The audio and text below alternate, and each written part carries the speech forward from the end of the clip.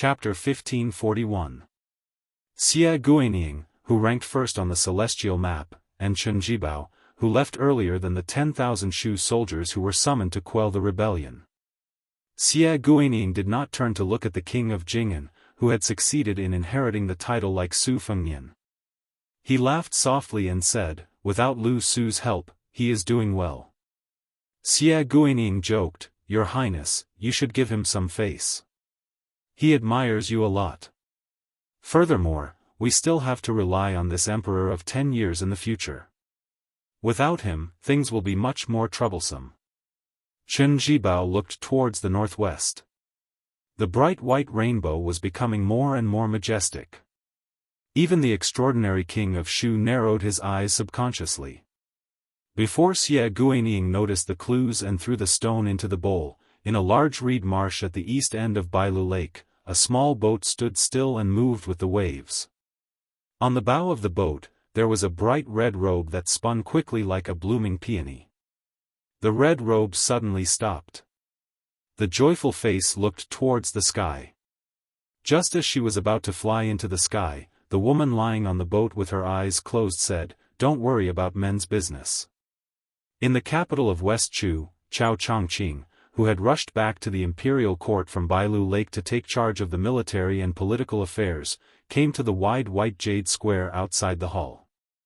His gaze followed the sword light from east to west. He sighed and said, "Lord Yansheng, this sword should have been waiting for me outside Taipan City, right?" Chao Chongqing said loudly, "Su Fengnian. Please help Li Chungang, Wang Xianji, Jian Jiuhuang, and all the people of Jianghu who have died in Jianghu. Teach the people in the imperial court what Jianghu is." The three Daoists walked along Guangling River to the east. When they could see the outline of Xiangfan City, the young Taoist in Wudang robe stopped. The little Daoist whose entire body was flowing with spiritual qi asked curiously, "Master, why aren't you moving?" The man with a sword on his back, who was wearing a Daoist robe from Longhu Mountain but mingling with the Wudang Daoists, frowned and said, "This sword is coming from Dongyue Sword Pool to Wudang Mountain." Li Yufu, the current leader of Wudang sect, who accompanied the carp to transform into a flood dragon in the river and into a dragon in the sea, nodded gently. He did not say anything, but there was a rare anger between his brows. Wuxia Xianxia, the Daoist priest of Mount Longhu, who came to look for the master and disciple of Wudang, praised, "This sword has no scabbard, the world is the sword's clothes. If I can face this sword head-on in this life, I will die without regrets." The little Daoist, Yu Fu, said softly, "Life and death, how important is that? Let's not die so easily." Wuxia Xianxia was speechless. She turned her head and stared at the little Daoist. She smiled knowingly and said, "You look like someone. When he was timid, he was even worse than a woman. When you're brave." Wuxia Xianxia didn't say that. When he was bold, even the immortals in the heavens were afraid. The donkey-riding middle-aged man, who had already passed Jianghu and entered Shishu Dao, suddenly said angrily, "Li Yang, oh Li Yang, how can you play with this sword like this? Aren't you forcing me, Dong Tai, to go to Beiliang's border?" The young man who was pulling the box on the back of the donkey said with a sad face, "Master, can we not let our emotions affect our decisions? It wasn't easy for us to come to Shishu Dao from there. My calves and stomach have become thinner. In the end, we didn't see any scenery and we have to go beyond Beiliang's Great Wall." The peach blossom sword god, who had never meddled in Li Yang's court, rubbed his chin and said, "Li Yang has gone too far in this matter. It's not as simple as stabbing someone in the back, it's going to someone else's house and digging up the foundation of their house in front of them. Using the words we heard from someone 2 days ago, if the uncle can bear it, the aunt." The young man quickly cut him off and said, "The aunt can also bear it." Dong Tai bent down and rubbed the back of his old companion, the donkey. After thinking for a while, he said, "There's no rush. Master will first take you to see the scenery of Shishu. I have a feeling that in the future, no place in the world will be safe. Only this place will be more peaceful. If you can find a wife here, that would be for the best. When that time comes, Master will have nothing to worry about and can leave Shishu Dao alone. The young man laughed foolishly and said, "That's ridiculous." Dong Tai rolled his eyes and said, "You're just secretly happy." The young man suddenly said angrily, "Although I don't know what happened, if I were the king of Bailiang, a great grandmaster, I would have already killed my way to Great Peace City and beat up that Emperor Liang." Dong Tai sighed and said, "So Su Fengnian is the king of Bailiang, and you can only be my, Dong Tai's, useless disciple." The young man said angrily, "I'm really going to find a wife in Shishu Dao. When the time comes, I won't care about you anymore." Dong Tai turned his head and looked to the north. "Then hurry up." At the border between Bailiang's Lu Zhou and Beimang's Gusai Zhou, Tuoba Bodhisattva, who was discussing matters with a group of generals including Lu Gui, suddenly strode out of his tent. This king of the northern courtyard had a complicated expression.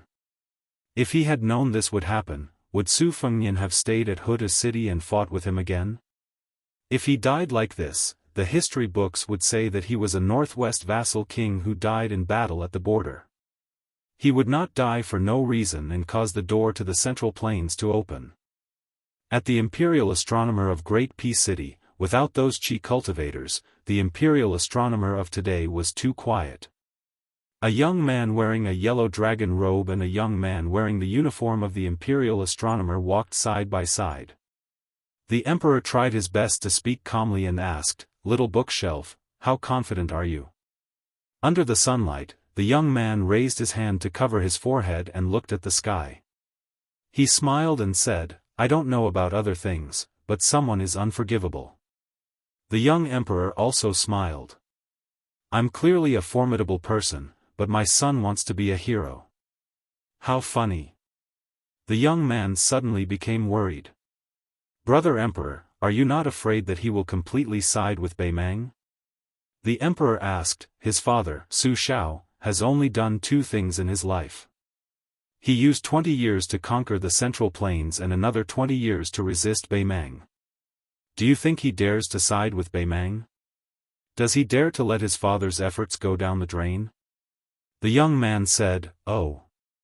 The emperor was extremely happy. He smiled and said, "Right, the Su Fengnian who doesn't want to be a loyal official but a filial son." Chapter 1542. In the summer town, Mr. Qi, who was as immovable as a mountain, stared at Chai Qingshan and said angrily, "Why didn't you stop Su Fengnian from leaving? Don't you know that the later Su Fengnian meets the sword, the more likely we are to succeed?" Qi Jiajia took a step forward and stretched out his hand. The long banners on the street rose into the air. He glanced at the girl with a single surname beside Chai Qingshan who was holding the book like it was a treasure and said angrily, "You just casually threw out a crude copy of the Greenwater Pavilion Sword Practice Manual. Do you, Chai Qingshan, still want the Dongyue sword pool to suppress the Wu family's sword tomb? Have you forgotten why your junior brother Song Nianqing died?" Chai Qingshan rubbed his disciple Shani's head and said with a smile, "Do you think I can stop Su Fengnian if he wants to leave?" Chai Qingshan shook his head and said, "If I join hands with you, the #1 swordsman in the north, and sacrifice our lives, we can delay Su Fengnian for a long time. In the end, the sword will reach Yuzhou, or even the foot of Wudong Mountain. But I don't think this will affect the outcome of the battle. The Dongyue sword pool and the Wu sword mound have been fighting for the title of the sword pool for hundreds of years, from the Dafeng dynasty to the current Liang dynasty. The disciples of the Dongyue sword pool have different levels of swordsmanship and different levels of swordsmanship. Have you ever heard of anyone who failed to honor the swords they forged?" Chai Qingshan sneered and said, "First, junior brother Song Nianqing died for the imperial court. Now, the sword pool forged a sword for you, Qi Jiajia. So I didn't even bring my sword on this trip. Someone needs to beg for food at the foot of the emperor, but I, Chai Qingshan, don't." "What? Not convinced? Come and hit me. Anyway, it's not the first time I don't like you and Master Lu Hao." Qi Jiajia was so angry that he lost his composure. Even the long spear trembled in the air. Even Song Tinglu and Shan Yi, the two disciples of the sword pool, had their horizons broadened. Master was usually a very serious old man. Why had he changed today? But the boy and girl liked it. This was the good master in their hearts. The girl in white with a sword on her back felt even more satisfied. Su Fengnian had thrown her the green water pavilion before he left. In her opinion, her master should have met such a person and drank 300 cups of wine together.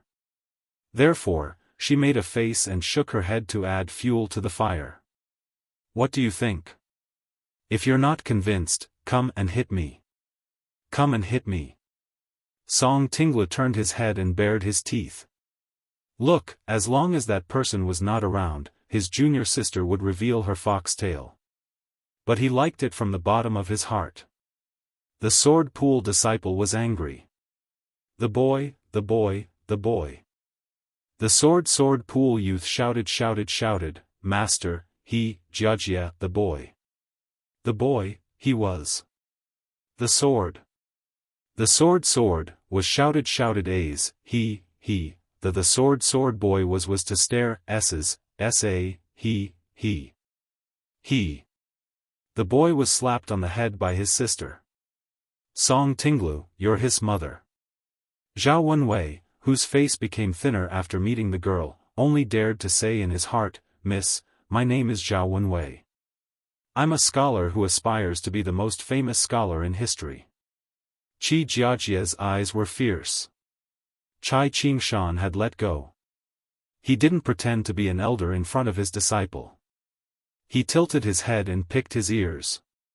Qi Jiajia, if I remember correctly, you, the one flying the kite, still have to pay attention to the flying sword thousands of miles away. Don't let it go to waste. If you really want to fight with your life on the line, then wait until this matter is over. When the time comes, regardless of whether it is your swordsmanship or your state of mind, you will have benefited greatly after this trip. You will have a chance to reach the realm of Deng Tea's sea visit to the immortals. When the time comes, you and I will definitely die. Qi Jiajia suddenly closed his eyes and sensed the thread-like will of the sword. After he opened his eyes, he regained the otherworldly demeanor of Mr. Qi of Grand Peace City. He smiled and said, Chai Qingshan, you don't have to talk about the demeanor of a swordsman or the honor of Jianghu. You just don't think that the sword can achieve anything. Let me tell you a piece of news. Someone has secretly added a great aura to the sword that is enough to trigger the anomalies of the world. Chai Qingshan narrowed his eyes. Oh? Let's wait and see.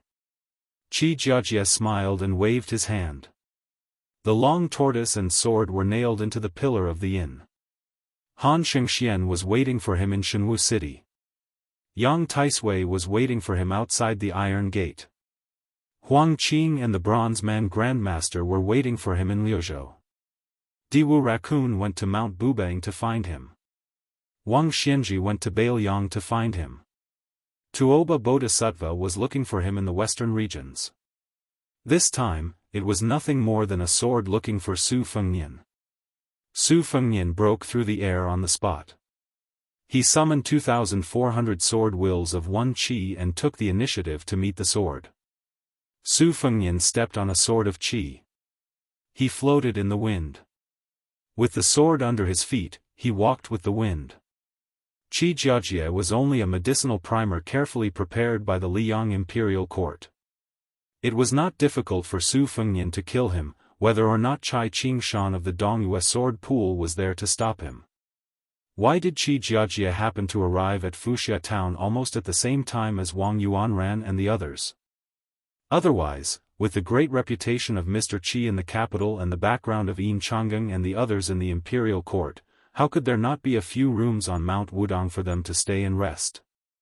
Qi Jiajia wanted to use the abundant sword aura that leaked out of the town of escape heat to force Su Fengnian to come down from the mountain and reveal himself. Then he would pretend to unsheath his long sword and have an ulterior motive in this competition. He wanted to bite Su Fengnian's unique qi to death, so that he could find a target for the 10,000 li coming from the east sword. Of course, Su Fengnian was not unfamiliar with this bold move. In fact, to be precise, he was the ancestor of this trick. Back then, when there was a great disparity in strength, he still insisted on killing the cat Han Shengxian. For this purpose, he planned carefully. First, he lent the sword to Sui Xiegu in Wuwu City. Then, he returned the sword to the outside of Shenwu City. Only then, he was lucky enough to kill the cat man who was known as the first person on earth below the immortals.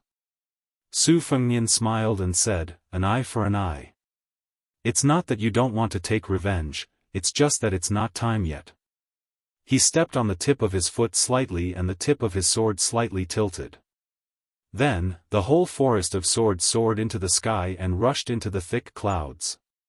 When Su Fengnian broke through the clouds together with the swords, it was like a school of fish jumping out of the water. Above the sea of clouds, the rays of the sun shone brightly. The sunlight was so unscrupulous that it seemed to have draped the clouds with a graceful and magnificent golden coat. Heaven and earth were quiet and the atmosphere was peaceful. Only the swords were agile and wanton, leisurely wandering. The duck in the spring river knows when the water is warm, and the cicada is aware before the golden wind rises. The finger mystery state had the ability to predict the future.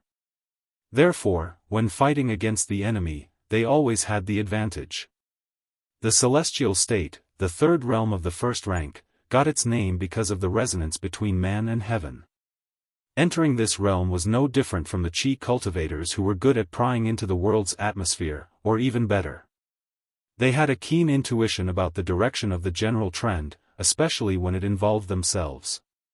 The highest land immortal among the first-rank 4 realms was known to travel the East Sea in the morning and arrive at the Great Desert in the evening. His wanton and unfettered behavior was worthy of the 4 words, wonderful beyond words. In today's world, who would dare to say that the good-for-nothing crown prince of the past was not a true immortal? The Wudong peaks behind Su Fengnian gradually faded away. He could clearly sense that the distant sword had just flown from Gangnam-do to Huainan-dao. A battle of life and death was destined to take place above the 9 heavens. But after all, there was still Huainan-dao between them, so Su Fengnian was still not in a hurry. Aside from the 2,400 swords, Su Fengnian stood on the flying sword with his hands behind his back like an immortal on stilts. He stared at the vast sea of clouds and sighed. He never thought that he would have such a day. It had always been Su Fengnian's childhood dream to be a hero who could walk on snow without leaving a trace and leap over roofs and vault over walls.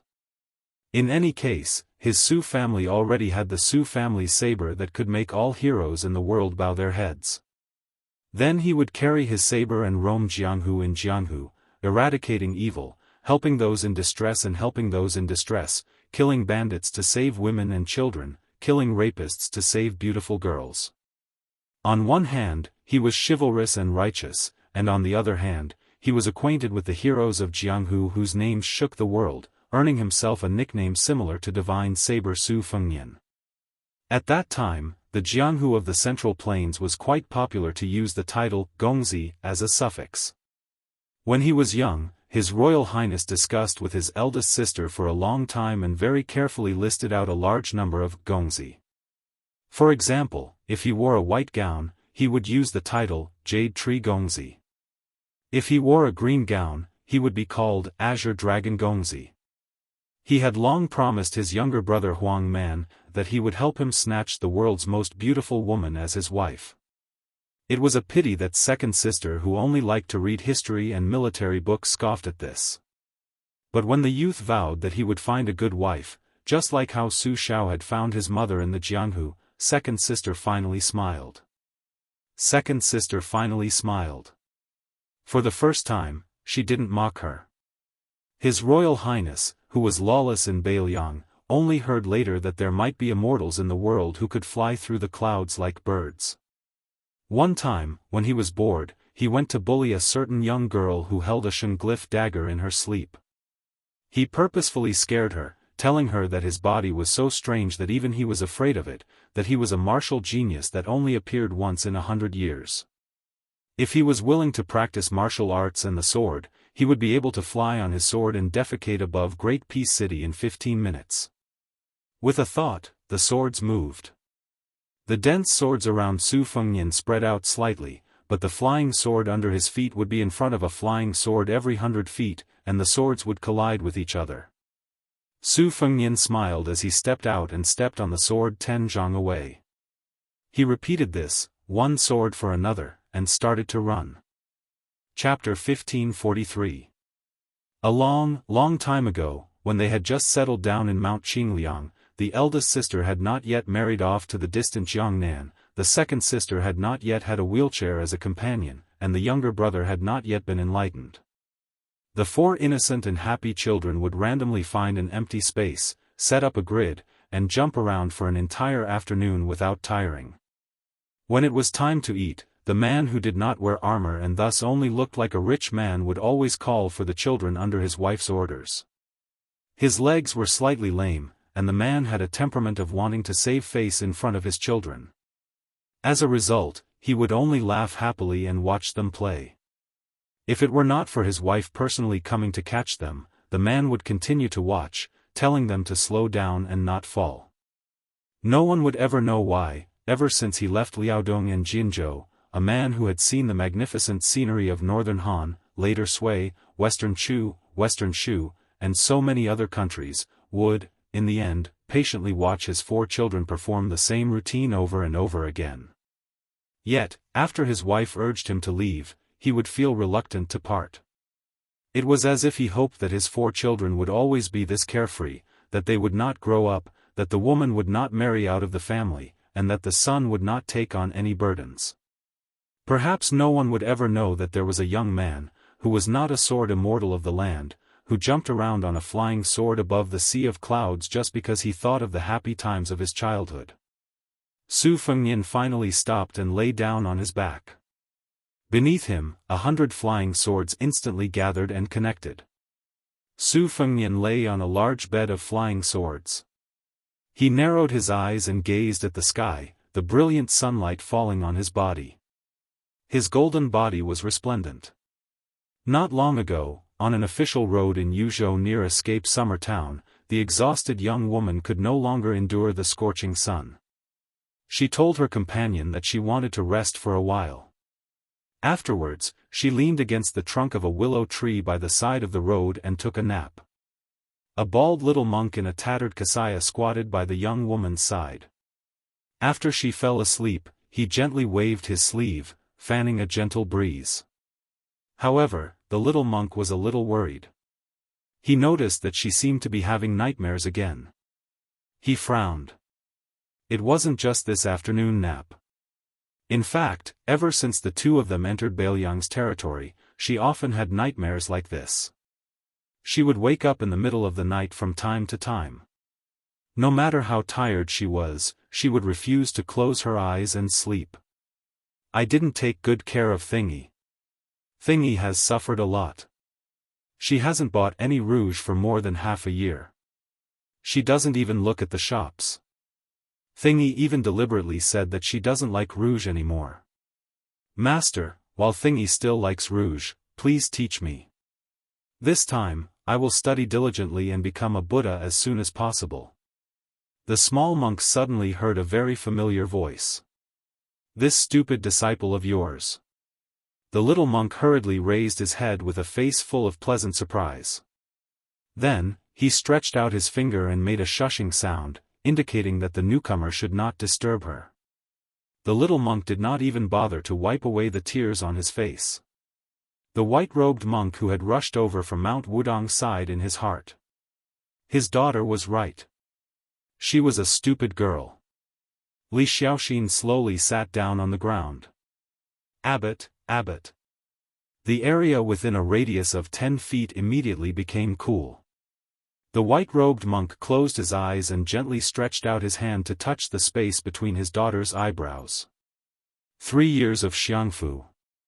It was the end of autumn. The Beimang army had gathered again.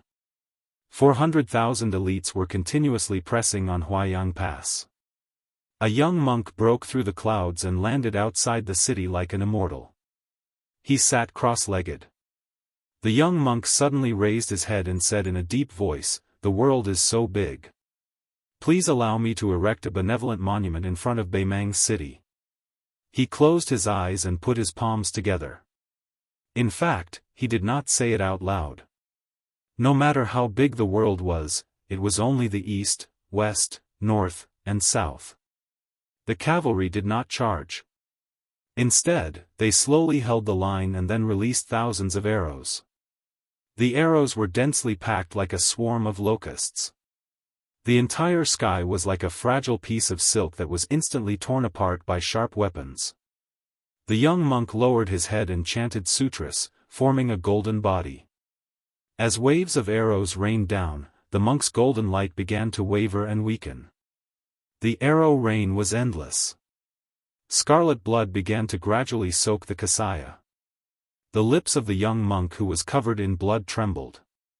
He lowered his head and murmured, "Master, you have said that deep in love, do you regret it? I don't understand the principles you said, but it doesn't matter. If I go west, I'll go. If I become a Buddha, I'll become a Buddha." For some reason, his scarlet body turned into a golden color in an instant. The monk, whose vision was blurred, turned his head with difficulty and looked at the city wall. His face was full of tears but he grinned. He raised his hand and patted his ear, as if he was telling someone something. He turned his head and bent down slightly. He reached out and pushed the sand in front of his feet. It seemed that he was lifting something up for setting down something. He bent 2 fingers and gently knocked. Between heaven and earth. Suddenly, there was a clear and melodious sound of a wooden fish. Under the shade of the willow, the girl suddenly cried. After opening her eyes, she looked around blankly.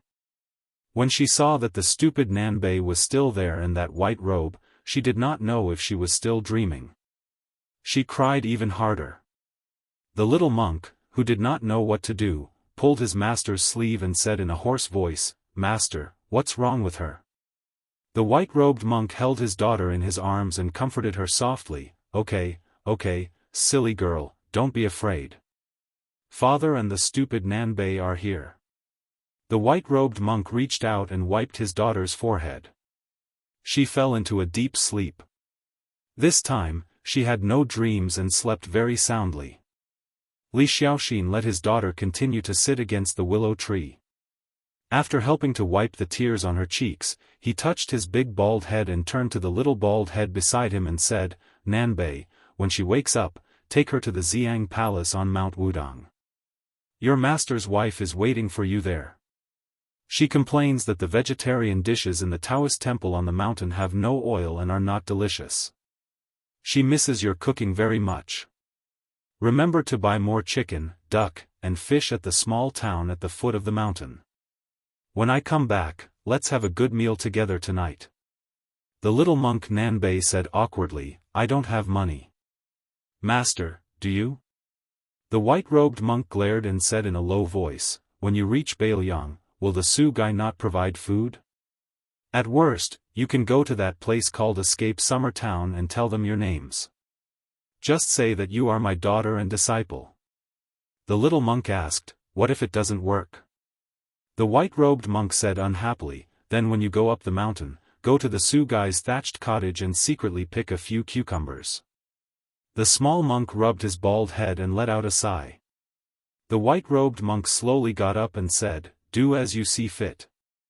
I have to go and send that kid off. The 2 dynasties of Liang and Beimang have destroyed Buddhism. Only Bailiang worships Buddhism. If this is intolerable, then I have no Zen. I have to recite Zen properly." The little monk said nervously, "Master, when you meet Su Fengnian, you must be polite. He is a good person." "Oh right, Master, you didn't bring the sharpened kitchen knife when you went down the mountain this time, right? If you did, I will need it to cook at night." "Master, you don't have to bring it." The white-robed monk waved his sleeves and jumped up. After reaching a height of several hundred feet, he walked towards the sky step by step. One step, one lotus. Li Xiaoxin said to himself, "Disciple, you can forget about becoming a Buddha. I'm good at this. On this day, the sky above Bailiang was like a lotus pond suspended in the sky. After that, there were even Buddhas sitting on lotuses.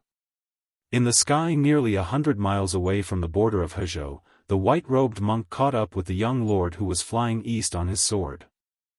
Su Fengnian stopped the spectacular sword formation and asked, "Master, is there anything I can help you with?" The two were already above the sea of clouds, but the white-robed monk still pointed to a higher place. "You should know, right?" Su Fengnian smiled and said, "Of course. In addition to Qi Jiajia's sword and Xie Guaniying's interference, there will be some people who will not tolerate me. But don't worry, Master, it is all within my expectations. When there are too many lice, there is no need to be afraid of being bitten. When there are too many debts, there is no need to worry." Su Fengnian raised his head to look at the vast and unfathomable space and sneered, "If it was before the battle with Huang Qing, I would still be a little afraid. But now, it's nothing." The white-robed monk looked at the northwest lord who opened the door of Bailiang to accept all the monks in the world, and said in a deep voice, "I am not helping you, Su Fengnian. Of course, I can't help you much. But the pure land of Bailiang is what my master, martial uncle, and that useless monk of Mount Lantua want to see." Su Fengnian hesitated for a moment and finally said bluntly, "Master, you should know that I am guarding the northwest and resisting Bei Meng's million-strong army out of selfishness. If I wasn't Su Zhao's son, if it wasn't for the fact that my northern Liang cavalry had taken root here for 20 years, their blood, sweat, and tears were all here, then I, Su Fengnian, might have at most single-handedly killed several dozen northern Mang generals and tried to kill Tuoba Bodhisattva. I definitely wouldn't have defended the border to the death in Liang province. As for accepting all the monks in the world, isn't it like being angry with Liang?" The white-robed monk waved his hand impatiently. "I don't care what you think. I only care about what you do and what you do." Su Fengnian laughed it off. The white-robed monk snorted and said, "This sword is not simple. Don't die. My daughter and disciple have some debts with Escape Summer Town. They are waiting for you, Su Fengnian, to return them." Su Fengnian smiled and said, "No problem." Su Fengnian turned around and continued to fly on his sword, heading straight for the border between Bailiang and Huainan. The white-robed monk turned to face the west, but when he turned his head to look at the slightly lonely slender figure, he somewhat resembled himself when he went down the mountain from the two Zen temples and traveled thousands of miles to the west alone. The white-robed monk smiled. Not long ago on Mount Wudang, his wife said that it would be great if they had 2 daughters. At that time, he thought it was ridiculous, but now it seemed that it was not so ridiculous. The white-robed monk put his palms together and softly chanted the name of Buddha. Chapter 1544. Around the white-robed monk, lotuses as large as mountains bloomed one after another. The lotuses bathed in the dazzling sunlight rose above the sea of clouds. Thousands of lotuses rose in Bailiang. The white-robed monk put his palms together and lowered his head, saying softly, "When my heart is clear, when can I not see Tathagata? Where my heart is clear, where is not the Western paradise?" The white-robed monk slowly raised his head and said loudly, "Lotuses fall in the Buddhist kingdom. On top of the lotuses, there were many Buddhas sitting on them. The Buddha's light shone down on the earth and covered the entire land of Bailiang. Wudang's peaks were high and cold to the north. In the area northwest of Liang, only the Dansha Peak, Jiazi Peak, Goddess Peak, and the others, which originated from Hezhou, were adjacent to the other 6 peaks. It could be said that Wudang did not monopolize the beauty. When Su Fengnian drove the group of swords to the border of Yuzhou province, unlike the tranquil sea of clouds at the border of Yuzhou province, the scene in front of him was surging like a huge tide. The mountains of Hezhou province had sunk into the bottom of the sea of clouds. Only the most precipitous 6 peaks rose above the sea of clouds. However, only the sharp corners of the 6 peaks could be seen. The peaks of the 6 peaks were like piled-up stones in the river, which stood still despite the waves. Su Fengnian looked at the 6 islands, in the distance. This was the place. If Xie Guinying did not make things worse, even if Su Fengnian allowed the flying sword to enter Yuzhou, he would still have a chance of winning if he stayed in the escape town. However, it was different now. Xie Guinying's intentions were far-reaching. Not only did he want the sword to break the fate of Chicken Soup Monk, he also wanted to break the fate of Su Fengnian and Bai Liang. If they fought at the foot of Wudong Mountain, even if Su Fengnian successfully received the sword, once the scattered sword aura escaped, it would still bring disaster to Bai Liang. In that case, he would still lose, and he could not afford to lose. If he wanted to fight, he could only fight outside of Bai Liang's border. Su Fengnian gently exhaled. He put two fingers together and pointed to the sky. He smiled and said, "The first sword, the sword starts at the border." Apart from the flying sword under his feet, the 2,400 swords scattered in an instant. All of them had their swords pointed upwards and hovered in the sky above the border of Yuzhou province. Then, Su Fengnian retracted his fingers, bent his arms, and suddenly swung them outwards. Second sword, armored cavalry in formation. After dispersing, the 2,400 or so swords, which had originally appeared rather thin, actually grew from one sword to 100 swords in an instant. In the sky above the eastern border of Yuzhou province, a sword net seemed to have been set up. It was as if close to 300,000 Bai Liang cavalry were here in formation. After setting up this magnificent sword formation that had almost exhausted all of his spirit, Su Fengnian didn't just stand in the middle of the sword formation and quietly wait for the uninvited guest. Su Fengnian tightly pursed his lips. His eyes were resolute. If an outsider saw Su Fengnian for the first time, the first thing they would see would be his pair of red phoenix eyes. If they looked carefully, other than feeling that he had an outstanding appearance, they would also notice his slightly thin lips. It was inevitable that they would guess that such a person must have a cold temperament. Bai Liang has 300,000 border soldiers, and Bai Liang has millions of families living in poverty.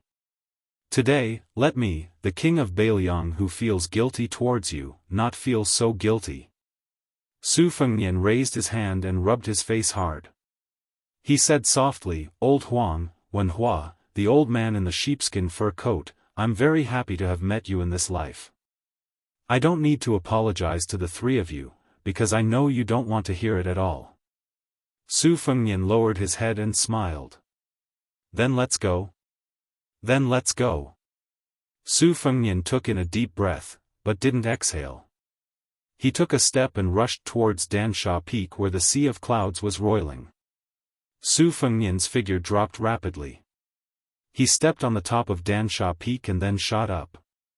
After landing on the next peak, his figure leapt up again, constantly borrowing the power of this great mountain.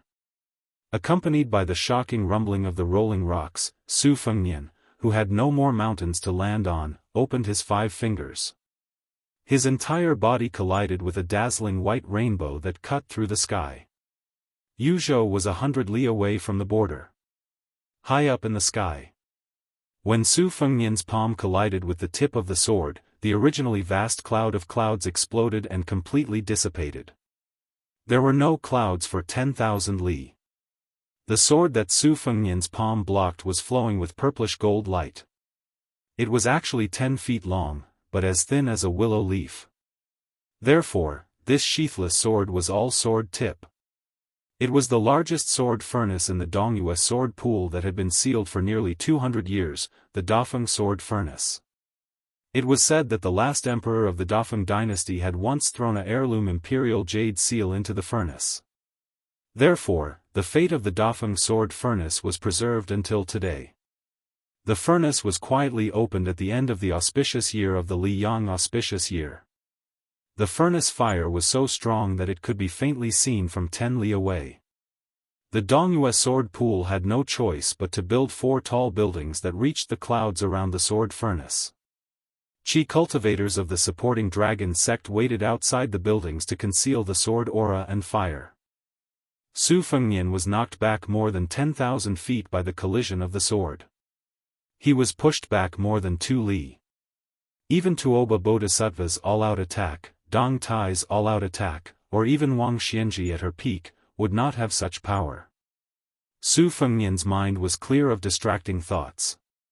All the qi in his body madly gathered at the point where his palm and the tip of the sword collided.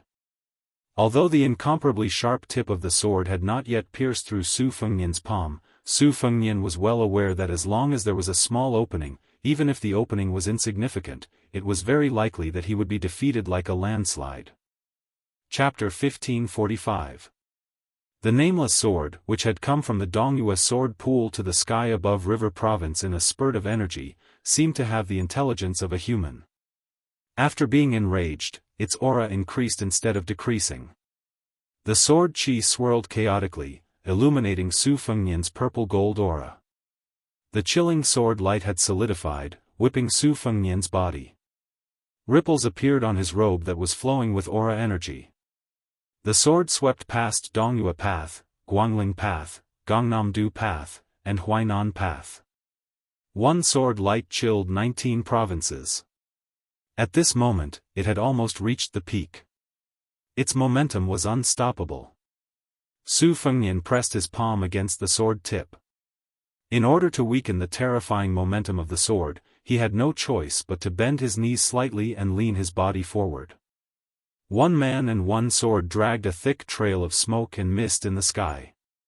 They passed Bo's Peak, Zixio Peak, and Old Man Peak. Su Fengnian's retreating figure passed 3 peaks in a row. He was less than 50 li away from the sword formation at the border of Yuzhou. Su Fengnian's robe was covered in hard frost. The aura that leaked out of his body was clearly not enough to disperse the frenzied sword intent. When Su Fengnian saw Goddess Peak from the corner of his eye, he finally let out a breath. The sword tip pierced his palm instantly. Blood splattered. Su Fengnian used the sword tip as a fulcrum and leaned his body forward. His posture was like pushing a mountain with one hand and shaking Kunlun with his strength. They passed Goddess Peak, Jiazi Peak, and Dansha Peak. They passed 3 more mountains. The sword tip had completely pierced Su Fengnian's palm and slightly peeked out from the back of his hand. Su Fengnian was expressionless. He stretched out his left hand and placed it on the back of his right hand. The aura in Su Fengnian's body circulated for 800 li in an instant, surging like the tide of Guangling River. 2 palms, 1 horizontal and 1 vertical. Layered thunder. But in the short 3 li, the sword tip still peeked out from the back of Su Fengnian's left hand. The sword tip was only an inch long, but it had a lofty aura. Su Fengnian stomped his foot. Thunderous roars could be heard from the ground of River State. He allowed the tip of the sword to pierce his back another inch. The momentum of the sword finally paused. The scarlet blood flowed down the back of Su Fengnian's hand and into his sleeve, and then quickly condensed into a pool of blood frost. Although the forward momentum of the long sword had been forcibly stopped, it did not mean that the momentum of the sword had begun to decline. Almost every time Su Fengnian retreated 1 li, the tip of the sword would pierce through the back of Su Fengnian's second hand by half an inch. It was only 20 miles away from the border of Yuzhou province. The long sword began to draw an arc in the air, and the tip of the sword pointed downwards as it fell towards the land of Yuzhou. Su Fengnian leaned forward and gradually straightened his body. A traveler straightens his lapel when he is close to home. The tip of the long sword touched Su Fengnian's right chest. It was just a hair's breadth away from piercing through. The 20 or so flying swords behind Su Fengnian buzzed at the same time. After gathering together, they sounded like drums in the battlefield, resounding through the clouds. Bleeding from the 7 orifices. Su Fengnian was already bathed in blood. In particular, his face, which was not covered by the long robe, was constantly seeping blood. Before the dense sword energy could clear it, fresh blood would flow out. 10 li. The long sword had already pierced through his chest. Su Fengnian had maintained his posture from beginning to end with his palms pressed against the sword. He lowered his head to look at the sword. The blood obstructed his eyes, so his vision was somewhat blurry. Su Fengnian twitched the corner of his mouth and lightly spat out a mouthful of blood onto the sword. I'm not having a good time, but aren't you also on the verge of collapse? The long sword hummed, stirring up the flesh of Su Fengnian's wound. 5 li. The long sword of 1 zhang. 5 zhang was in front of Su Fengnian. The other 5 zhang was behind Su Fengnian. No one could imagine such a tragic scene. 3 li. The sword array was silent. Just like when the Northern Liang steel cavalry truly launched a charge to the death, there were no shouts from the other armies. The sword had already pierced through 7 zhang. Su Fengnian's lips moved slightly, but his words were unclear. When he was young, his mother said with a smile, "Xiaonian, you have to remember, the Su family is the gateway to the Central Plains." It had nothing to do with who the Liang emperor was, and it had nothing to do with whether the people of the Central Plains scolded the Su family or not. The man who had never dared to talk back to the princess said boldly for the first time, "Xiaonian, don't take it seriously, don't take it seriously. War is not fun. Don't try to be a hero if you can. What's wrong with my son, Su Shao? Must he sacrifice his life for the country? There's no such thing." Su Fengnian just said to himself, "Mother, I'll listen to you, not my father." 2 li. Behind him were the barren mountains and rivers of Yuzhou. The long sword had already pierced through 8 zhang. It wanted to struggle mightily between the weakening and exhaustion of its momentum. Su Fengnian's palms clenched into fists. His palms were badly mangled and his bones could be seen. He tightly gripped the long sword, which was only 3 zhang sharp, and pulled it out. 1 li. Su Fengnian staggered backward, but his hands were tightly pressed against his chest, tightly gripping the tail of the long sword. He didn't want to let go. Half a li. Su Fengnian continued to hold the tail of the long sword with one hand, while his other hand went behind his back and gripped the tip of the sword that had pierced through his chest. Beiliang's million-strong army is pressing down, but Liangzhou's Huda city and Yozhou's Xiaoguang city are still there. As long as one person in the city is still alive, the city is still there. Su Fengnian closed his eyes. Beiliang was unwilling to fight to the death and retreat. Because we can't retreat. Su Fengnian didn't break the long sword with his bare hands. Instead, he broke the 1 zhang sword with brute force. After the sound of the long sword breaking, it seemed like a long period of time had passed. In the end, Su Fengnian bowed his head and stood to the east of the sword formation. He was only a few feet away from the solemn sword formation. Both of his hands were holding a broken sword. This 10,000 li sword could pass through the 4 paths and 19 provinces of Liang, but it couldn't take a single step into Beiliang. After the long sword was broken, the millions of strands of sword energy scattered in all directions.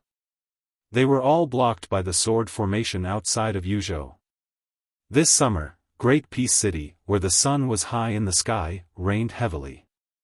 Sword Rain. Chapter 1546.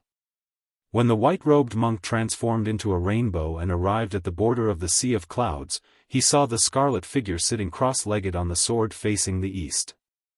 Li Dongxin suddenly stopped. Like flowing water, he stood still in the sky like a landscape painting. The white-robed monk looked at the wind and clouds that had been caused by the sword formation breaking through the air. He said, "Of the remaining 120,000 flying swords, half of them will not reach Great Peace City. Beiliang has this poor monk to help you stop the immortals from taking advantage of the situation. Great Peace City is even more so. This is unnecessary. It is better to save your will and use it to strengthen your foundation." Su Fengnian still held the 2 pieces of the sword that had lost its sharpness but still had its edge. He said softly, "I could not control myself." "You are still young." The white-robed monk shook his head and said with a smile, "Put yourself in someone else's shoes. If you were the emperor of Liang and watched as the Jianghu people and scholars brought their fates into Beiliang, would you be able to endure it? Great Peace City's original intention was to use this sword to cut off your fate.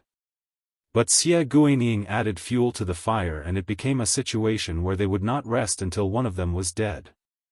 According to the thoughts of Qi Yonglong, Huan Wen, and Yin Mao Chun, even if they want you to die, they should wait until the Beimeng army and the Beiliang cavalry are both heavily injured. If you die too early, it is not beneficial to the plan of Liang that Zhang Jiulu had planned. Su Fengnian raised his elbow and wiped the blood off his face. Xie Guaniying wants the world to be in chaos. He doesn't just want to gain fame from the Guangling battlefield, he also seems to want Chen Zhibao to replace me as the king of the Northwest. That's right, as long as I die, the three fronts of Beiliang will be shaken. The closest one to Beiliang is Huainan Jidushi Kai Nan. Yan Wenluan probably won't let him enter Yuzhou, let alone holding the imperial edict to take over the command of the Beiliang frontier army. And the king of Shu Chen Zhibao, who has a good reputation in Beiliang, is undoubtedly the best choice. Even if the Liang imperial court is unwilling, they can only agree.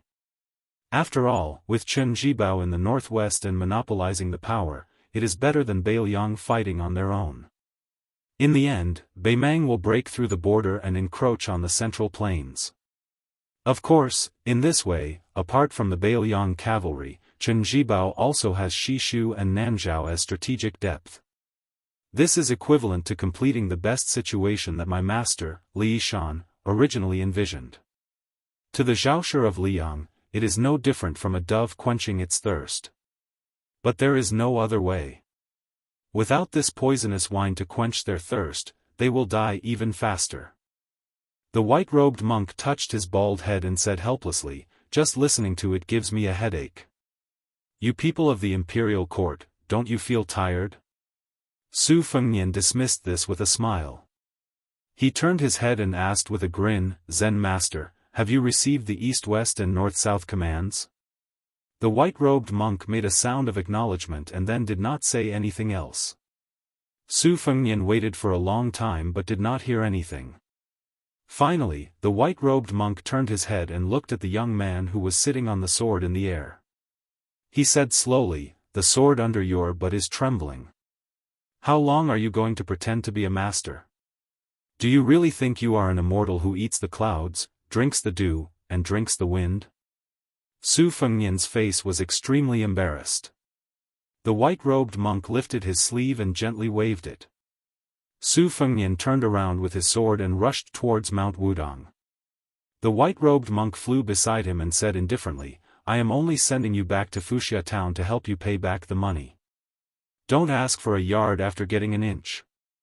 You want me to help you scare Qi Jiajia and Chai Qingshan." Even if he didn't have energy to protect his body, there was still a cool breeze blowing gently, and he didn't feel the slightest bit of coldness when it brushed past his face. Even Su Fengnian exclaimed endlessly in his heart. This is a Buddhist sect divine ability that can form a small world of 10 feet in all directions. Was it Dong Tai's sword? Or was it the Confucian sage Chao Chongqing who had turned into a tyrant? Su Fengnian thought about it carefully and found that the chances were slim. Perhaps guessing Su Fengnian's thoughts, the white-robed monk laughed and said in a self-deprecating manner, "This penniless monk is only good at taking a beating. I can't compare to you, Su Fengnian, who was able to completely withstand that sword strike. If it were this penniless monk, although that sword strike could not harm this penniless monk at all, this penniless monk would definitely not be able to stop it from invading northern Liang. What, do you want to steal this Buddhist skill?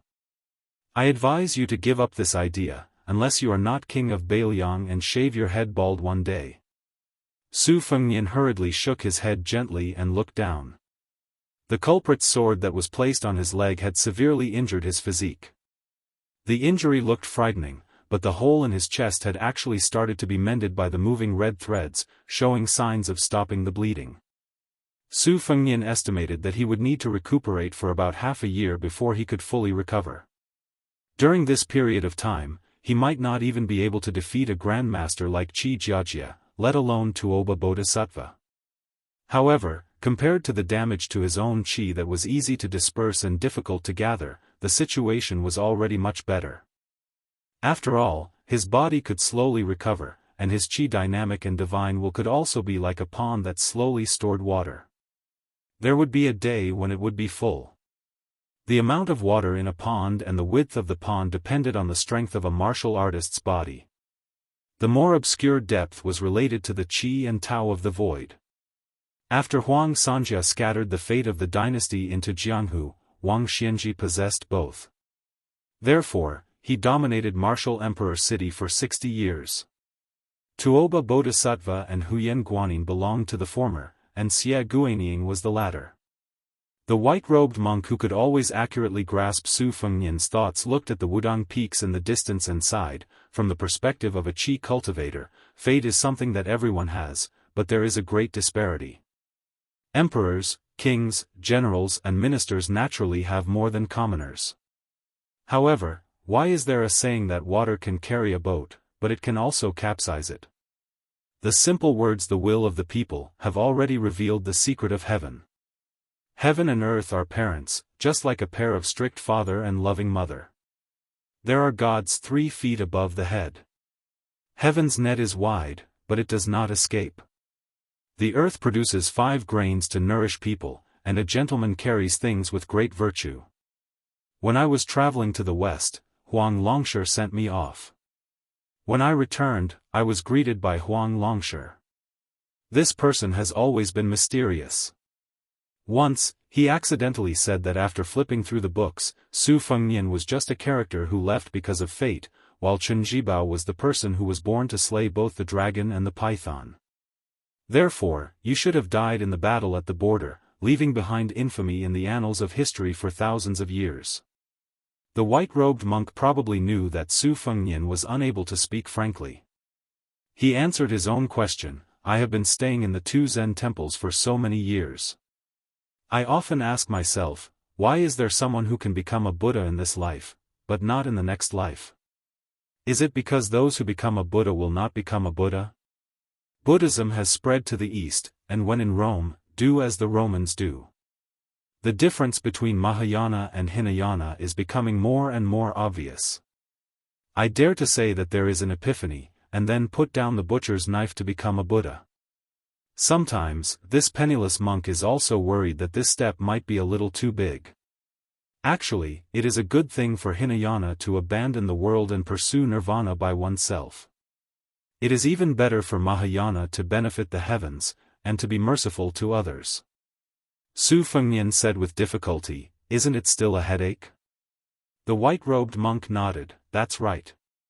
As they approached Mount Wudang, the lotus tip turned into an island in the sea of clouds. The white-robed monk suddenly said, "In the future, you might go to Great Peace City twice, but that is only a possibility. Just treat it as me prattling on and pretending to be mysterious. Don't worry too much." Su Fengnian smiled, "I thought it would only be once." At this moment, strange movements appeared on the shoulders and sleeves of the white-robed monk's robes. It was as if hooks were tearing at the robes. Li Dongxin only waved his sleeves casually and patted his shoulders. Su Fengnian's expression was solemn. He subconsciously reached out to grab the broken sword on his knees. Immortals sat high in the 9 heavens, fishing with their rods. Those fishing lines that even qi cultivators could not see fell into the mortal world. At this moment, many of the hooks happened to hook onto the white-robed monk. The white-robed monk shook his head and smiled, "Don't worry. As a member of the 3 religions, it is more troublesome." Su Fengnian could not help but curse inwardly. How could he not care? Anyone would not be able to keep their cool when the immortals who were fishing for luck in the heavens were tearing at their clothes like this. However, Zen Master, you are patting here and there like you are swatting flies. I can only follow you and not care. Su Fengnian smiled for no reason. "Zen Master, you are making such a big commotion before the fight. Han Gui of Green Mountain Monastery is under a lot of pressure." The white-robed monk chuckled, "This is what my daughter taught me. She said that when the Jianghu people at the foot of the mountain fight, before their fists hit their opponents, they would first perform a set of majestic fist stances on the spot. Not only can it boost their courage, it can also earn the cheers of others." Su Fengnian forced a smile and laughed. You are indeed an experienced Jianghu person. Near the summer escape town at the foot of Mount Wudong, the white-robed monk gently pushed Su Fengnian down on his sword. A voice came from behind, change your clothes before you see the thing. Otherwise, if she knows that you are in such a miserable state under my watch, I will be nagged for a long time. My ears will not be able to have peace. You have to know that my daughter's lion's roar of Buddhism is 80% inherited from her mother. After hearing this, Su Fengnian smiled knowingly. In the blink of an eye, he landed in the sky above the summer escape town. He stood up and the flying sword of will dissipated by itself. Su Fengnian held the two pieces of the broken sword in his left hand. After he pulled out Qi Jiajia's long sword, he was more seriously injured than he was. His body was not bad, but his heart of the sword was almost destroyed. In this lifetime, he would not be able to make a breakthrough in the realm of the sword. Therefore, Su Fengnian really had to be wary of Cai Qingshan, who had chosen to stand aside for some reason. Chapter 1547. When Su Fengnian's feet landed on the street, without the protection of the white-robed monk's 10 feet of pure land, a mouthful of blood surged up to his throat. He forced himself to swallow it back down. In fact, it had only been an hour since Su Fengnian left on his sword. The situation in the town had already stabilized. Under the suppression of Luo Hongcai's 500 horsemen and Sui Tieshan's men of sacrifice from the whisk room, the injured Wang Yuanran and the others had been detained. Qi Jiajia had also let Yin Changeng and the other nobles return to the inn.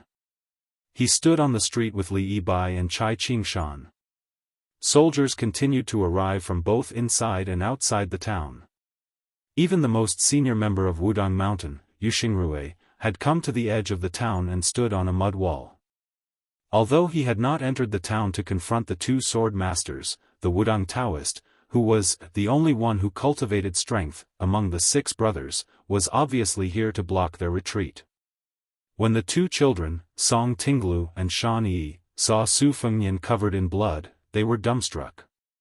After learning the general inside story from their master and Qi Jiajia's conversation, the boy was shocked that this person surnamed Su could actually withstand the sword. The girl in white, on the other hand, was in a completely different state of mind. She almost felt that her heart was about to break. Her beautiful eyes overflowing with spiritual qi were vaguely teary. Her knuckles were white as she tightly clutched the record of sword practice of Qingshui Pavilion. Su Fengnian waved his hand at Luo Hongcai and Sui Taishan, indicating that they could withdraw from the town. The 500 horsemen and 70 Jin horsemen retreated like the tide. The men of sacrifice and archers on the roof also withdrew. It was done in one breath and without a sound. Precisely because of this silence, the momentum became more powerful. It especially shocked Cai Qingshan, who had been the chief guest of the Spring Snow Building for more than 10 years. Guangling Dao could be said to have a strong military force, but among so many elite troops, only the troops trained by Hengjiang General Song Li could be compared to the troops stationed in Beiliang, except for the Lord's personal guards. Su Fengnian did not see the east and west girls and the north and south little monks. They should have started to climb the mountain after shopping. Su Fengnian said to Qi Jiajia and Cai Qingshan, "Shall we go into the inn and talk?" Cai Qingshan smiled and said, "Why not?" Qi Jiaj, who had a long saber hanging from his waist, remained silent. Song Tinglu was about to sit down, but Li Bai's collar and Cai Qingshan's and Qi's Qi Jiajia took their seats one after another. Cai Qingshan and Qi followed. Cai Qingshan and Cai and Qi followed, Cai and Cai Qingshan and of Qi and of the room of, he. Chai. Of Li of, sky of heaven, s, and walked, alone, of heaven of time, and asked, of. His, of. Su Fengnian gently put the two pieces of the sword on the table. One of them was longer than the table, while the other was as short as a dagger. He smiled and said, "Young Master Yin, please sit down." Prisoners on death row can still eat their last meal. Yin Changeng's face stiffened. When he saw the wound on Su Fengnian's chest that was bleeding the most, he quickly sat down and lowered his eyes. Qi Jiajie sat upright and still with his eyes closed. Chai Qingshan studied the two pieces of the sword with great interest. Although the sword came from the Dongyue sword pool's Dafeng sword furnace, except for the group of old swordsmiths in the sect, even he, the sect master, did not take a look at it. Before it was formed, the sword was like a girl waiting to be married, but it was already famous. Chai Qingshan, who was in the sword pool, felt its sword aura the most. But it was a pity that such a peerless sword, which had never been seen before and would never be seen again, died as soon as it was married. At the moment, the only thing left of the broken sword was its sharpness. Su Fengnian was not in a hurry to speak. The atmosphere in the inn was solemn.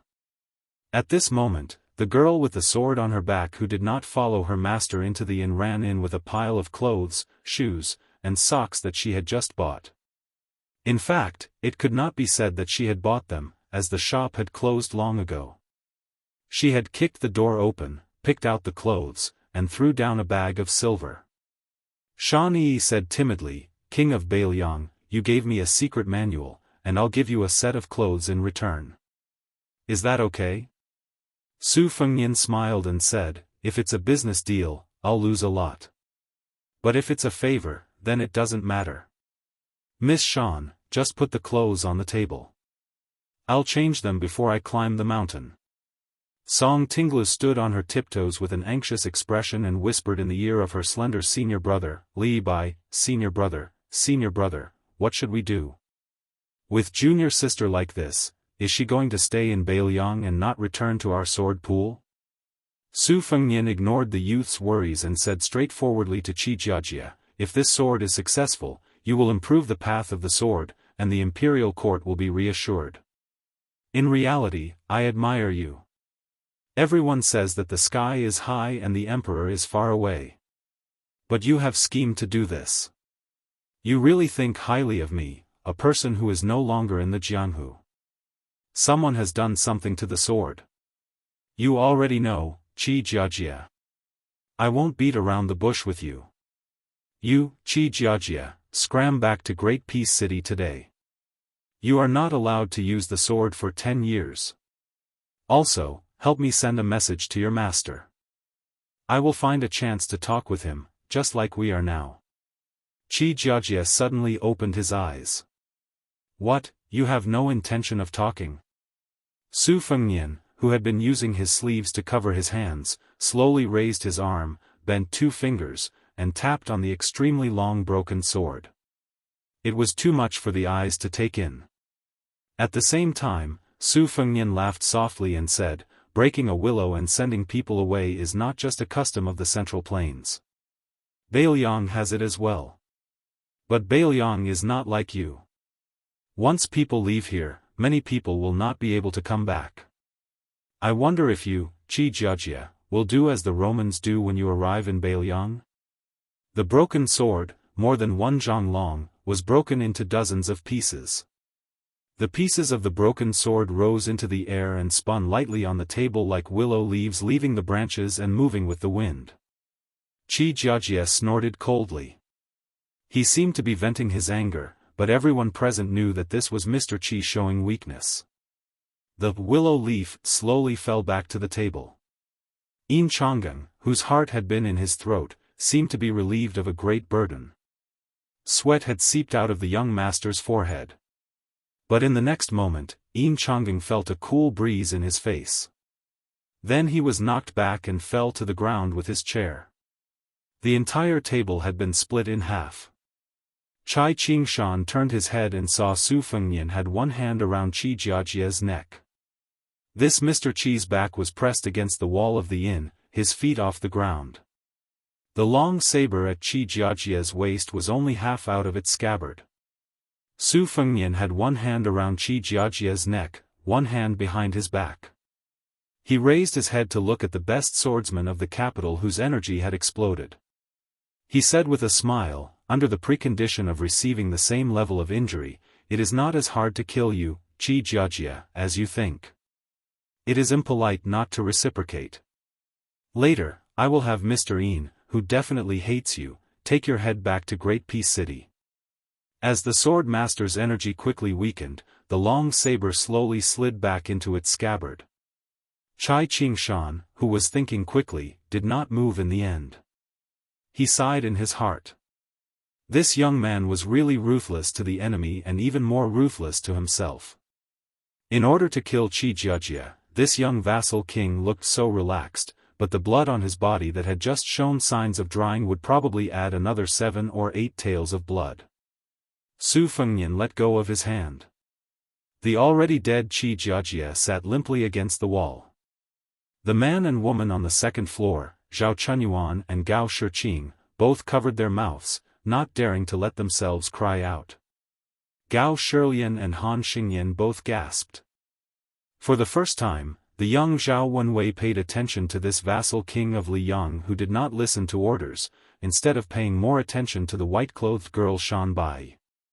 Different from the shock and fear of his brothers and sisters, this young man who had only read frontier poems in books did not panic. Instead, the young man looked down at everyone's reaction. The seemingly expressionless swordsman Chai Qingshan, whose left hand tightly gripped the chair's handle. Yin Chang'eng, whose hands were slightly trembling, re-straightened the chair. He hesitated for a moment before sitting down, and the young vassal king who slowly sat back down with a smile on his face. At that moment, Zhao Wenwei, who had admired his brother-in-law Yin Chang'eng since childhood, began to change his mind rapidly. The secret words that he did not listen to before, no matter what his father said, suddenly became clear to him. Especially the sentence, Wenwei, that Yin Chang'eng is just a prime minister in peaceful times. He can't be the chief secretary in troubled times. It may not be a blessing for our Zhao family to have such a son-in-law. Su Fengnian smiled at Chai Qingshan and said, Mr. Chai, I was surprised that you could hold back and not make a move. Chai Qingshan replied, Your Highness couldn't hold back and made a move. This commoner was even more surprised. Su Fengnian, whose body reeked of blood, glanced at Chai Qingshan's 2 disciples and said, Mr. Chai has taken in 2 good disciples. There is hope for Dongyue sword pool to rise again. Although Song Tinglu regarded this elegant but ruthless vassal king as a great enemy, he still couldn't help but straighten his back when he heard these words. Nonsense, being praised by one of the 4 grandmasters of martial arts evaluation, if this spread to Jianghu, he, Song Tinglu, would become famous overnight. In the future, when he left the sect to travel Jianghu, wouldn't he easily have friends all over the world? Chai Qingshan laughed heartily and said, Then I will take advantage of your highness' auspicious words. Su Fengnian smiled at the young Song Tinglu and said, I heard that you want to be the second when bushing to become famous in the capital. There are dozens of willow leaf flying swords on the table. I will give them to you. Do you dare to accept them? The young man raised his chin and said, Why wouldn't I dare? Chai Qingshan sighed helplessly. This troublemaker. These things were really troublesome to deal with. Su Fengnian really did put away the broken swords on the table. He stood up and said, Young Master Yin, I will have to trouble you to take me to Qi Jiaj's room. I will change my clothes so that I can go up the mountain. The white-clothed girl looked at Su Fengnian's bloody hands and hurriedly picked up the clothes and said, I will help my highness bring them upstairs. Chapter 1548. Chai Qingshan felt even more helpless.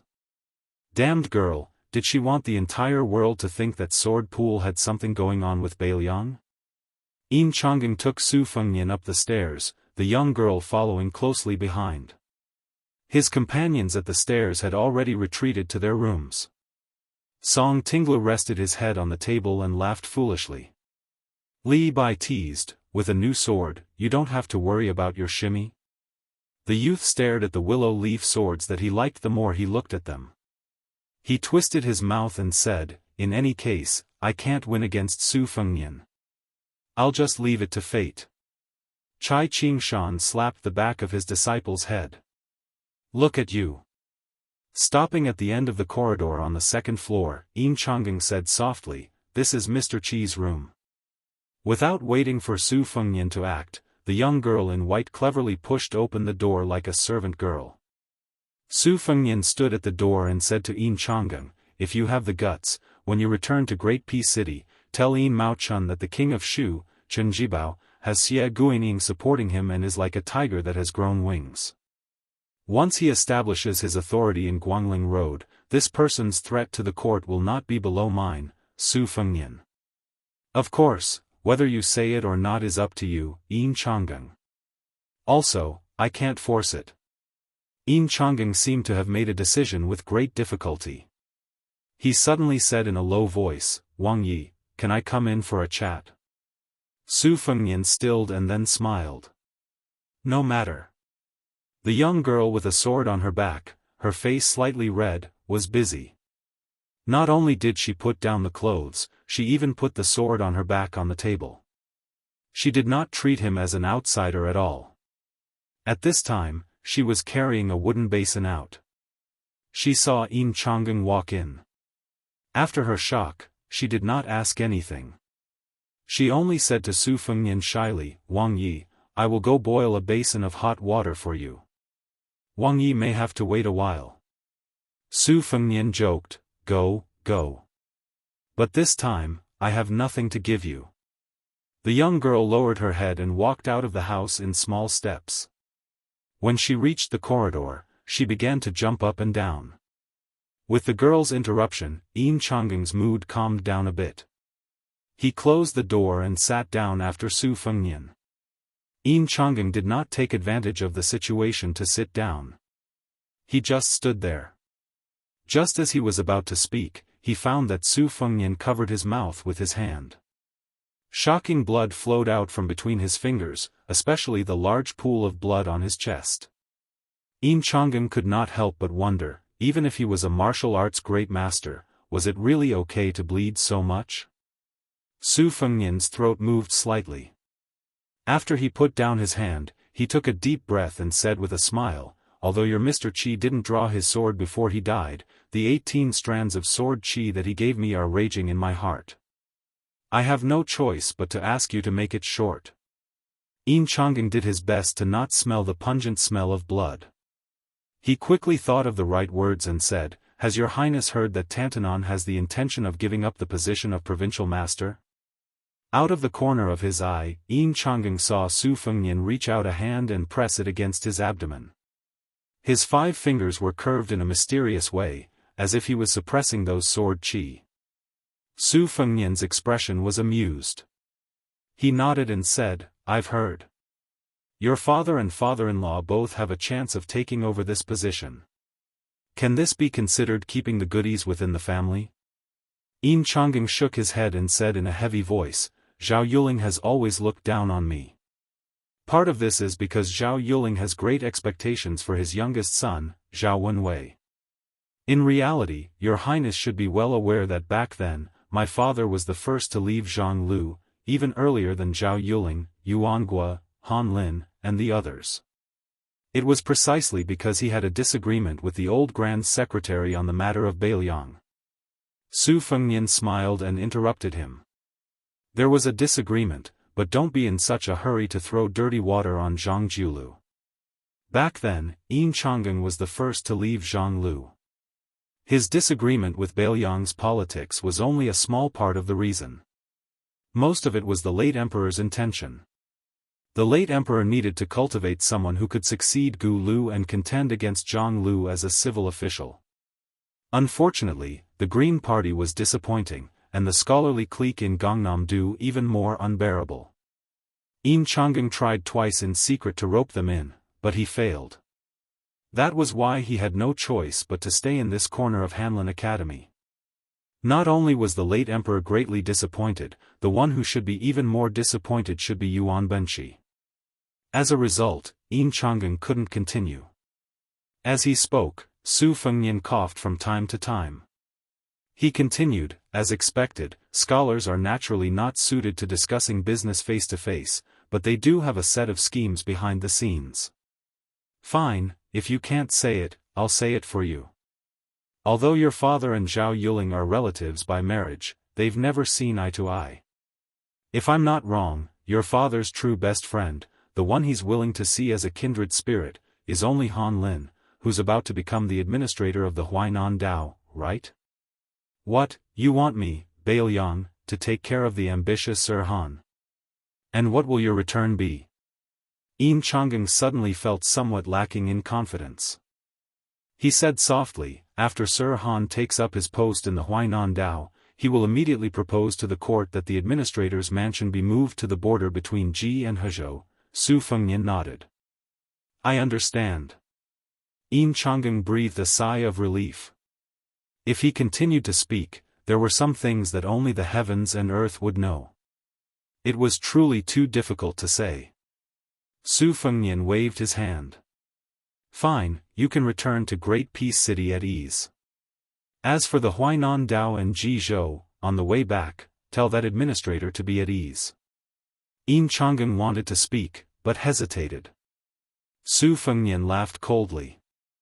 As for what should be done, Bail Yang will naturally weigh the pros and cons. In short, we won't make things difficult for your father and Han Lin.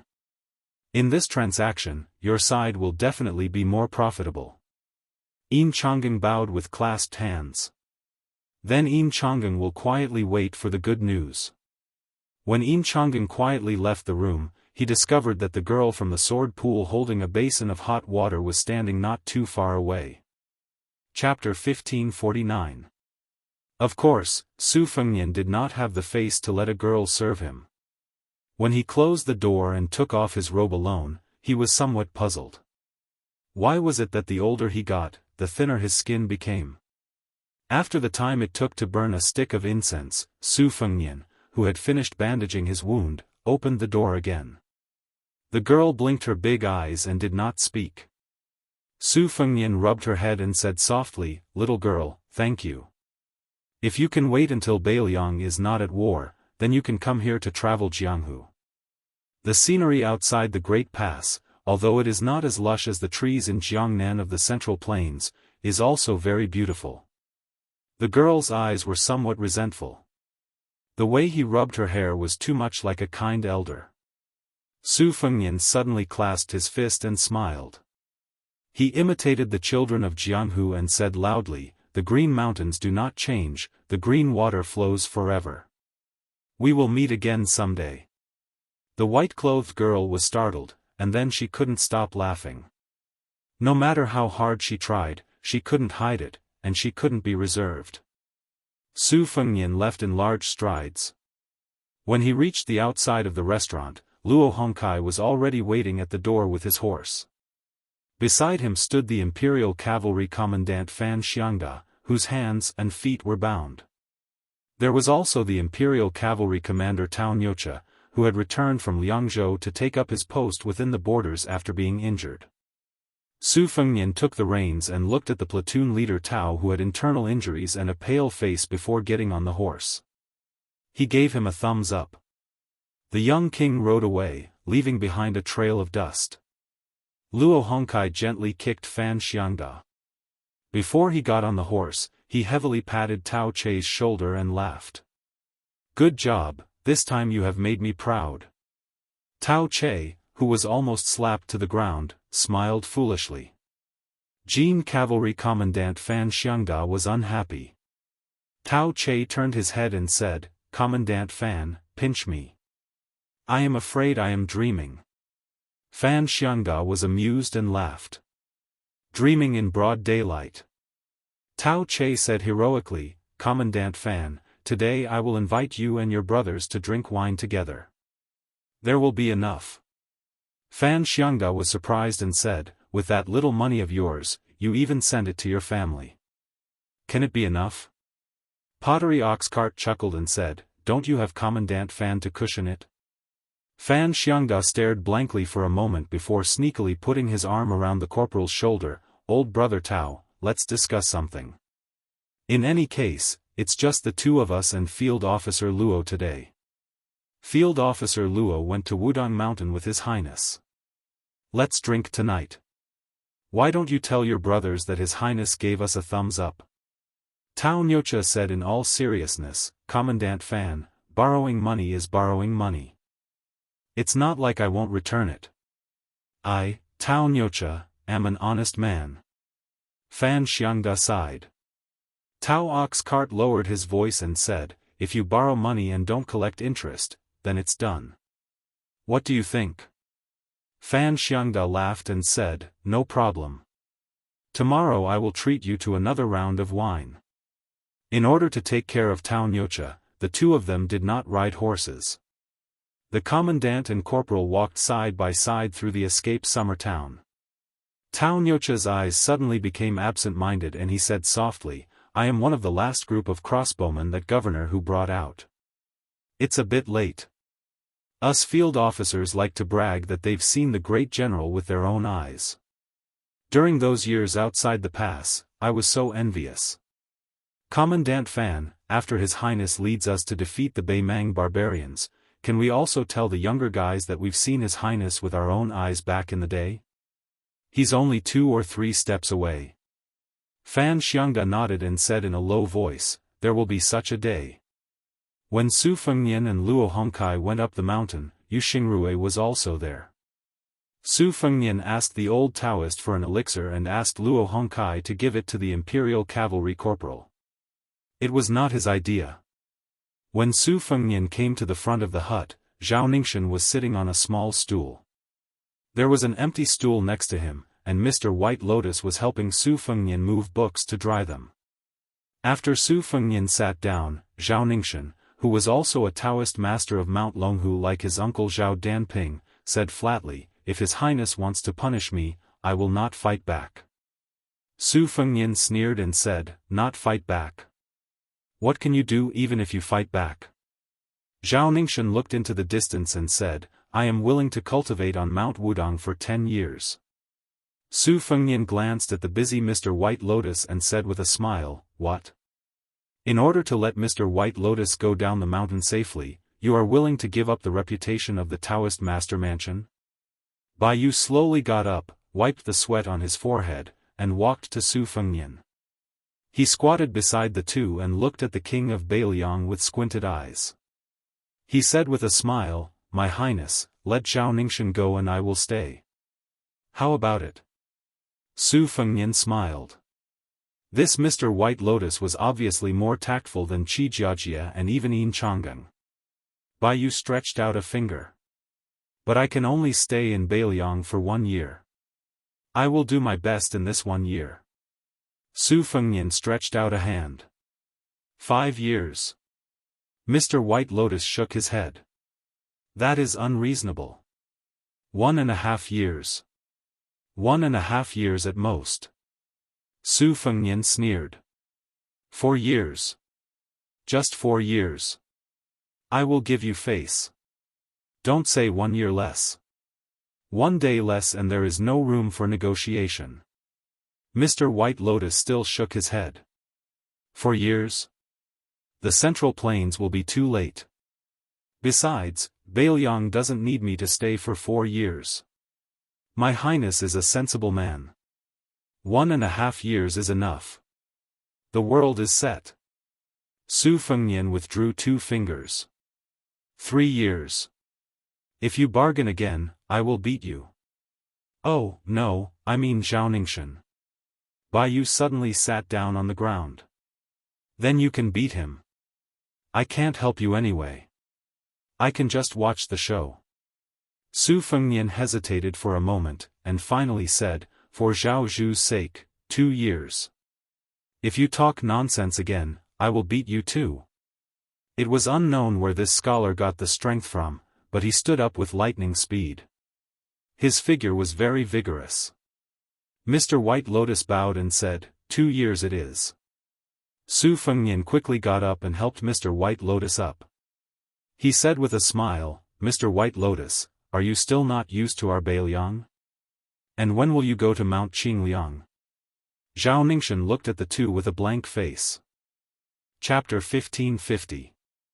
All good things must come to an end. In the end, Zhao Ningxin was persuaded by Bai Yu to leave the mountain. Bai Yu's eyes weren't good, so he didn't send him off. Before leaving, Baiyu told Zhao Ningxin that he might as well go to the Earth Lung Mountain where the evil dragon was killed and live in seclusion. He also told Zhao Ningxin not to involve the Dragon Tiger Mountain in the waves. Great Peace City had Prime Minister Zhao Danping to support the Taoist master residents, so Liang wouldn't make things too difficult for the Taoist master residents. Zhao Ningxin was worried. Clearly, he was worried about Mr. White Lotus becoming a hostage in Beiliang. Baiyu didn't care. He comforted him and said that Su Fengnian and Beiliang might not even be able to cross the river. It was too early to burn the bridge. After Zhao Ningxin left the mountain alone, Su Fengnian, who had to change into a clean set of clothes, appeared beside Baiyu. Zhao Ningxin going to the number 1 blessed land of Taoism, Earth Lung Mountain, to cultivate was a private deal between him and Baiyu. Dragon Tiger Mountain had schemed against the Su family 3 times. The first time was under the old locust tree in the capital to steal the fate. The second time was when the old Taoist master who was like a child came personally to kill Su Fengnian. This time, Zhao Ningxin didn't hesitate to use his life golden lotus to guide the flying sword. How could Su Fengnian just let Baiyu stay in Beiliang to manage the government affairs with a smile? If it wasn't for the sake of Huang Man, Er's master Zhao Shituan, even if Su Fengnian let Zhao Ningxin leave Beiliang, he would definitely make this noble with the same surname as the country suffer. Baiyu lowered his head to look at the mountain path. With his poor eyesight, he couldn't see Zhao Ningxin's figure clearly. He said softly, according to what the Lord said, Earth Lung Mountain is not only a blessed land of Taoism, but also the place where the Zhao family of Liang suppressed the rivers and mountains in the south. Zhao Huangchao, who lived in seclusion in Dragon Tiger Mountain, failed. First, the Black Dragon was injured by the Wudang leader Li Yufu. Then, even Zhao Huangchao himself was killed by the Lord. Then Zhao Ningxin quietly entering the Earth Lung Mountain, which is still sealed by the imperial court, is tantamount to stealing from the Liang royal family. This matter, if it was someone else, they really couldn't do it. Only Zhao Ningxin was the most suitable. Firstly, his surname is Zhao and he has the advantage of being close to the water pavilion. Secondly, Zhao Ningxin is a person who carries the fate of a sect. Furthermore, now that the Qi cultivators of the Liang North sect are almost all dead, and the last bit of vitality was used to forge the sword in the Dongyue sword pool. When Mr. Baiyu came down the mountain for the first time, it was not to have an audience with the current emperor, but to have a private meeting with the crown prince of Nanjiang, Zhao Zhu.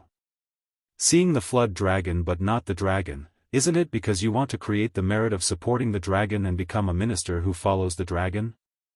Mr. White Lotus smiled and said, but now, I have no choice but to be trapped in northern Liang for 2 whole years.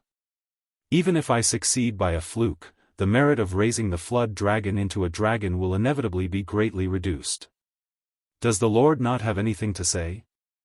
Su Fengnian turned his head and said playfully, Mister's words are not kind. Right now, Zhao Zhu is being held back by the number 1 general of the southern border, Wu Zhongshuan. The troops that he can barely mobilize are the 2,000 to 3,000 that went up north to quell the rebellion. Most of them were borrowed from Wu Zhongshuan. Right now, Mr. is staying by Zhao Zhu's side. Even the cleverest housewife cannot cook without rice. Other than staring at the crown prince of Yan Qi, what else can you do? It's better to go at the right time than early.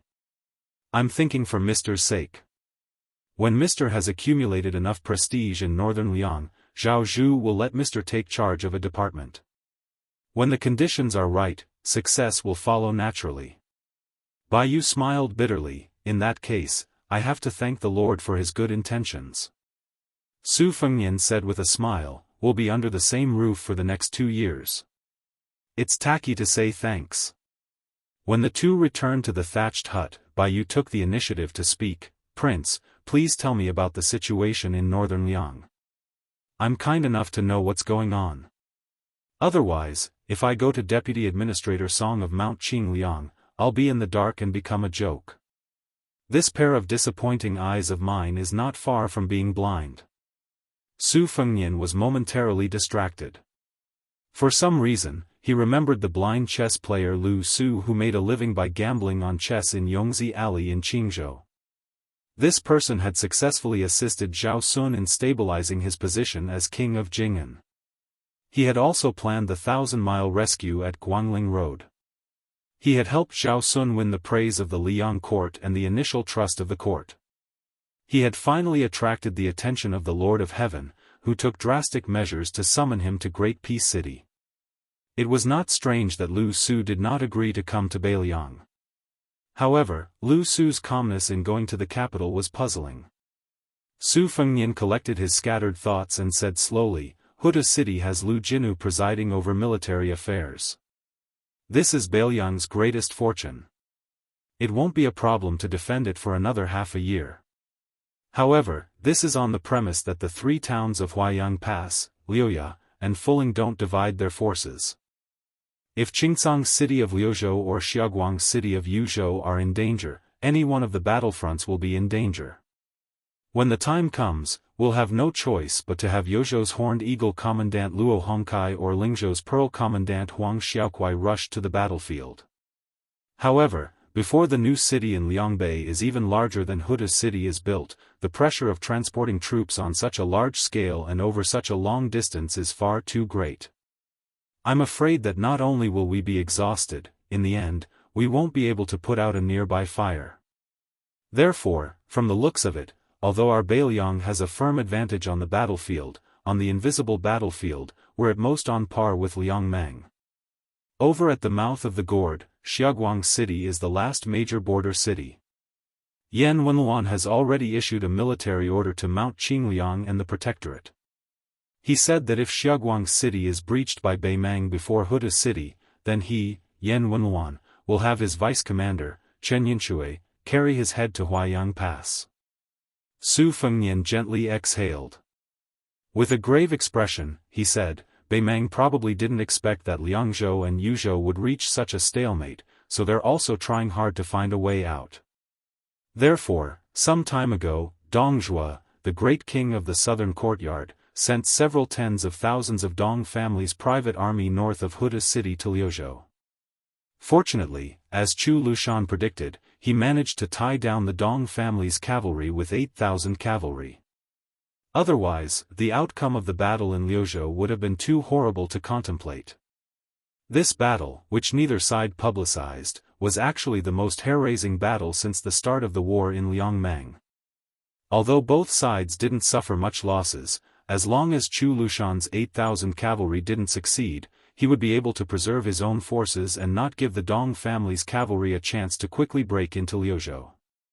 Otherwise, even if Chu Lushan paid the enormous price of losing all 8,000 of his men in battle to wipe out 20,000 of the Dong family's cavalry, as long as the remaining 10,000 managed to infiltrate Liuzhou, once they joined forces with Lu Gui's army and Tuoba Bodhisattva's personal army, Liuzhou would be as good as gone.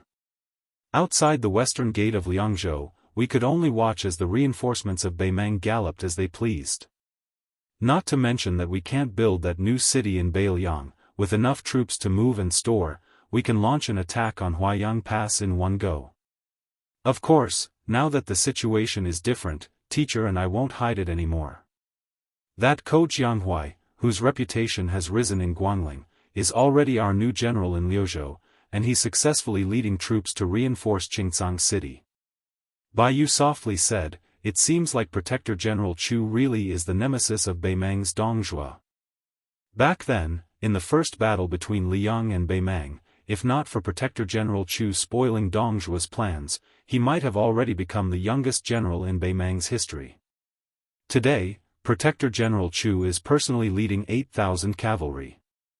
It's like a divine army descending from the heavens, causing Dongzhua to once again fail on the verge of success. Su Fengnian nodded and joked, Southern Chu and Northern Dong are two fatties. It's probably because our Protector General is a little fatter that he has an advantage in battle. Bai Yu suddenly sighed with emotion. I never thought that there would be a day like today, that I would be able to fight side by side with Beimang's enemies, Lu Jinu, the great demon of spring and autumn, Chu Lushan, the commander of Beiliang's infantry, Yan Wenluan, the #1 man of the old southern Tang, great ancestor Gu, and so on. Su Fengnian laughed and said, "You'll get used to it. Perhaps it's because I grew up here a long time ago that I don't quite have teacher's feelings." Bai Yu softly muttered, "If there comes a day when you get used to this place and can't bear to leave, then what should you do?" Chapter 1551. Su Fengnian shook his head and said, "Very difficult." Bai Yu quickly understood what he meant. The chances of Beiliang winning were too small. Regardless of whether Bai Yu wanted to stay in Beiliang or not, he had no choice. Perhaps when the time came, he would have to flee to the central plains with many scholars. Behind him was the bleak battlefield of Beiliang, where blood flowed for thousands of miles. Furthermore, he, Bai Yu, wanted to have a place in the imperial court where the civil officials stood, and not the military side. His words just now were just a spur of the moment. So he grunted, "That's true." Approaching the cottage, Bai Yu asked, "Is there a geographical map of Beiliang in the cottage?" There were a few in the residence of the Daoist master, but they were all too old and crude. Liuzhou was not among them. Su Fengnian brought Mr. White Lotus, who seemed to have mysteriously become Beiliang's advisor, in with him. He took out a map and spread it out on the table. It was already dusk. Su Fengnian had specially lit an oil lamp. Bai Yu held the copper lamp and leaned over the table, beginning to ask Su Fengnian in detail about the Beiliang border and the distribution of troops within it. He even asked for pen and ink, asking one question and answering the other. A scholar knows the world without leaving the house. This sentence was both correct and incorrect. It was possible to give pointers on the big picture, but it was not enough to support a specific strategy for the time being. This was especially true in Beiliang, where crouching tigers and hidden dragons were hidden. If Bai Yu wanted to have some achievements in military affairs at the border, he had to have a plan in mind.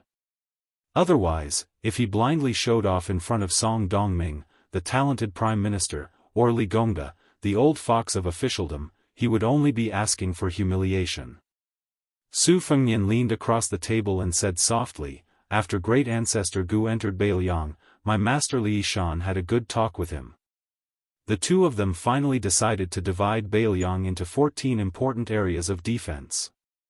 For example, the Horned Eagle Captain Luo Hongkai is in charge of the troops stationed in one of the 14 areas, so he is also one of the captains in the area. His rank is one level higher than Huang Xiaokuai and the others in Lingzhou. Now, other than the general of a province like Huang Fujin, after the last round of replacements by Chen Shiliang, this new group of captains who hold real power are mostly in their prime. There are even a few who are not even 30 years old. They have been loyal to Beiliang since their father's generation and have great enthusiasm for the border. They cherish the country their fathers have built.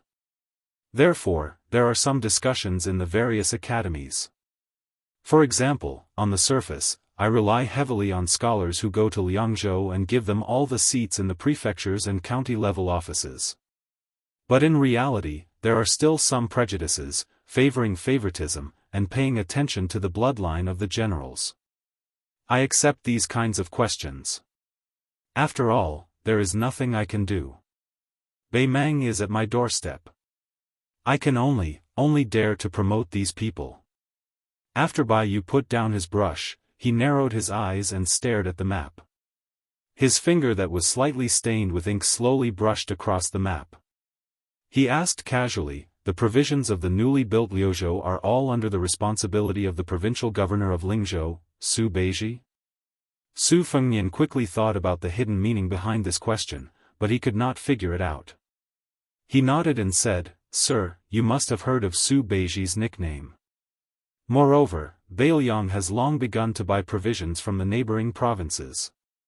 To tell you the truth, many of the large families who fled Beiliang out of fear on the surface have the hidden identity of spies from the Fu Shui chamber. In the matter of purchasing provisions, they have contributed greatly. Liang and Yu provinces are self-sufficient, so the matter of Liuzhou's provisions is far from an urgent matter." Su Fengnian smiled. "I've thought about it. If the Liang imperial court really refuses to let go of the provisions, Beiliang will openly snatch the provisions. Yes, it should be borrowed. Not to mention the Huainan circuit where Kai Nan's 100,000 troops are stationed, even if it's Chen Jibao's Shishu circuit, I would dare to snatch it. With Yin Chongqing acting as the middleman, Han Lin, who had formed a tacit understanding with Bai Liang, was appointed as the Huainan circuit administrator. This was a piece of good news. With Bai Liang playing the role of the good cop, Han Lin wanted to have a clean reputation. He wanted to establish a mighty and loyal image in the imperial court. Bai Liang could just give him as much as he wanted. As for the curses from the court, would Su Fengnian care? As for Chen Jibao, didn't you want to go to the Central Plains to pull chestnuts out of the fire? Didn't Xia Guinying like to play tricks? Su Yanbing was currently at the southern border of Lingzhou with his junior apprentice brother Han Laozhan, who was appointed as the general of Lingzhou. Without Chen Jibao personally overseeing the situation, it would be difficult for the Shishu circuit's northern gate to stop Bai Liang from borrowing provisions. As for the timing, Su Fengnian trusted Han Laozhan. Bai Yu stared at the vast Liuzhou territory and asked, Yang Yuanzhan is in charge of attacking Bai Liang's Calabash Gate, which is a natural stronghold. At the very least, he managed to take down Huagong and Luanhe cities. In the eyes of the Beimang Empress, Lu Gui is more worthy of being entrusted with an important task. However, while he is attacking Liuzhou on the western front, his main army has not moved. He is so idle that Beimang has to invite Tuoba Bodhisattva to enter Liuzhou. Now, Dongzhuo has no choice but to send his private army to Liuzhou to break the stalemate. This Lu Gui, who is known as half of Beimang's Su Shao, is so weak. Su Fengnian slowly explained, Liuzhou has no danger to rely on. If we want to fight, we can only fight fair and square. This is the case for both sides. In terms of military strength, Lu Gui's army definitely has the absolute advantage. Not to mention his 30,000 private army, the 4 military towns in the tiled gentleman's pavilion in the south of Gusai Prefecture have all mobilized their forces.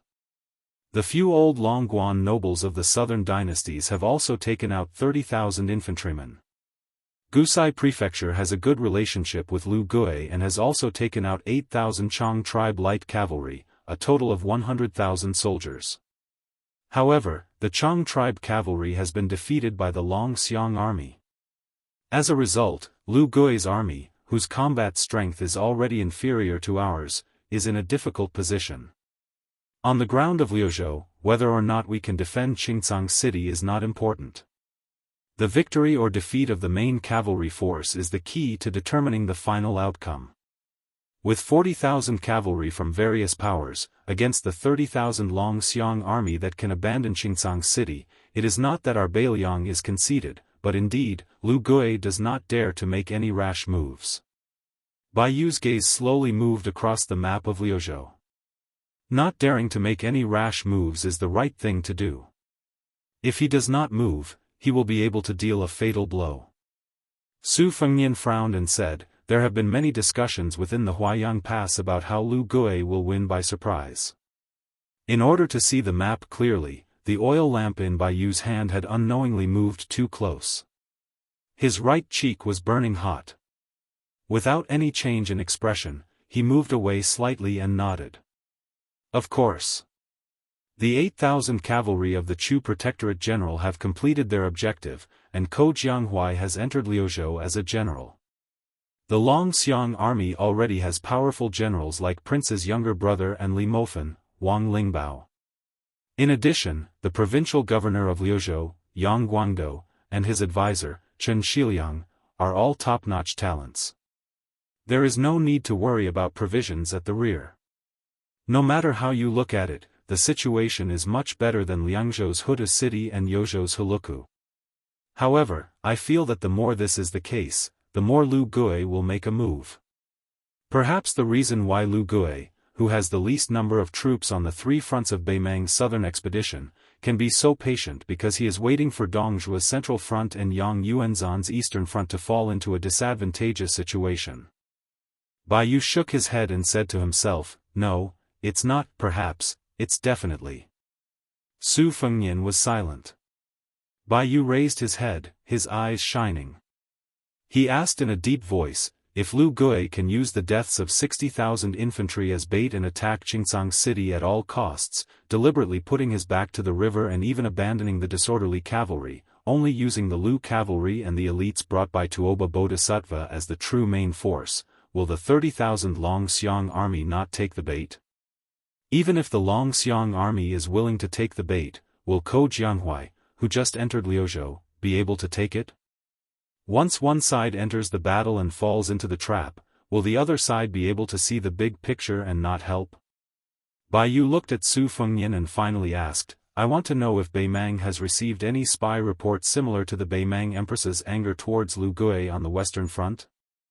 Is there any news similar to how the important officials of the Southern Dynasty were extremely dissatisfied with the retreat of the Western Front and attacked Lu Gui in the imperial court?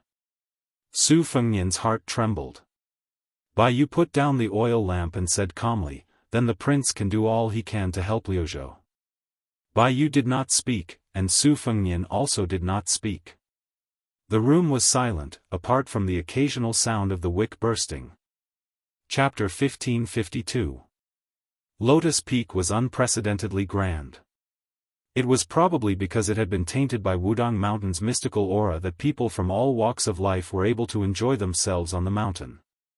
Under this background, the return journey of Wang Yuanran and his group, who had escaped from the summer town at the foot of the mountain, seemed particularly miserable. Almost all of them were injured. Their departure was even more impressive than when they came. The warmly welcoming Horned Eagle Captain Luo Hongkai sent 100 riders to escort them. During this time, there was also one matter that confused the guests on the mountain. It was said that the children of the Zhongshu province's deputy Zhao Yuling, the Ministry of Appointments as Minister Yin Mao Chun, the new Huainan administrator Han Lin, and the Duke of Yan's children had even alarmed the king of Beiliang to personally come down the mountain to greet them after they arrived at the foot of the mountain. The two sides regretted not having met earlier. The two groups of nobles were treated so differently that it almost made people mistakenly think that a change was about to take place in Liang. It wasn't until a shocking rumor spread that the number one swordsman in Jingdo, Qi Jiaj, had disappeared into thin air and did not appear in the group leaving the border. He had been replaced by Dongyue Sword Pool's Chai Qingshan. After some careful thought, everyone finally realized that the king of Beiliang was quite sinister.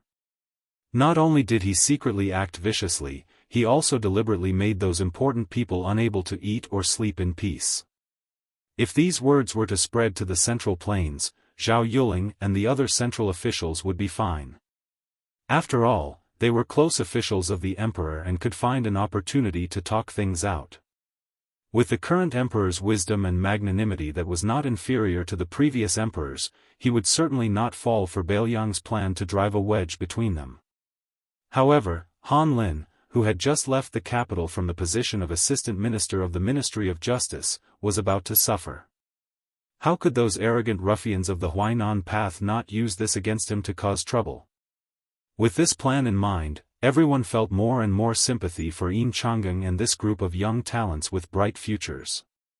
In particular, that group of Gangnam-do scholars all vowed that they would not let Beiliang's shallow tricks succeed. As long as they returned to Jiangnan, they would spare no effort in the literary world to prove the innocence of Yin Chang'eng, Han Xingyan, and the others. They would prove that these future pillars of the Liang dynasty had been greatly wronged at the foot of Wudong Mountain. Quite a few elegant and famous scholars had already agreed to pay a visit to the newly appointed Huainan Dao administrator on the way back to support him. Assistant Minister Han Xingyan was known for his courage of the world. They could not let such a loyal official suffer setbacks in his territory. Since they were all scholars, even if they had never met Sir Han, they were duty-bound to help him. Sir White Lotus had made 2 new friends on Wudong Mountain. They were the Horned Eagle Captain Luo Hongkai and the second-in-command of the Yuzhou spy, Sui Taizhan. Through his carefree conversation with the two of them, he learned about the movements on the mountain and at the foot of the mountain, especially the righteous indignation of the Jiangnan scholars. Bai Yu dismissed this with a smile. At the same time, he sighed deeply. It was not only the little calculations of the elegant scholars, nor was it that Su Fengnian had personally left for Liuzhou to temporarily take over the position of general of Liangzhou that had originally been held by Bailiang's protector general, Chu Lushan. It was more because of the contrast between the two.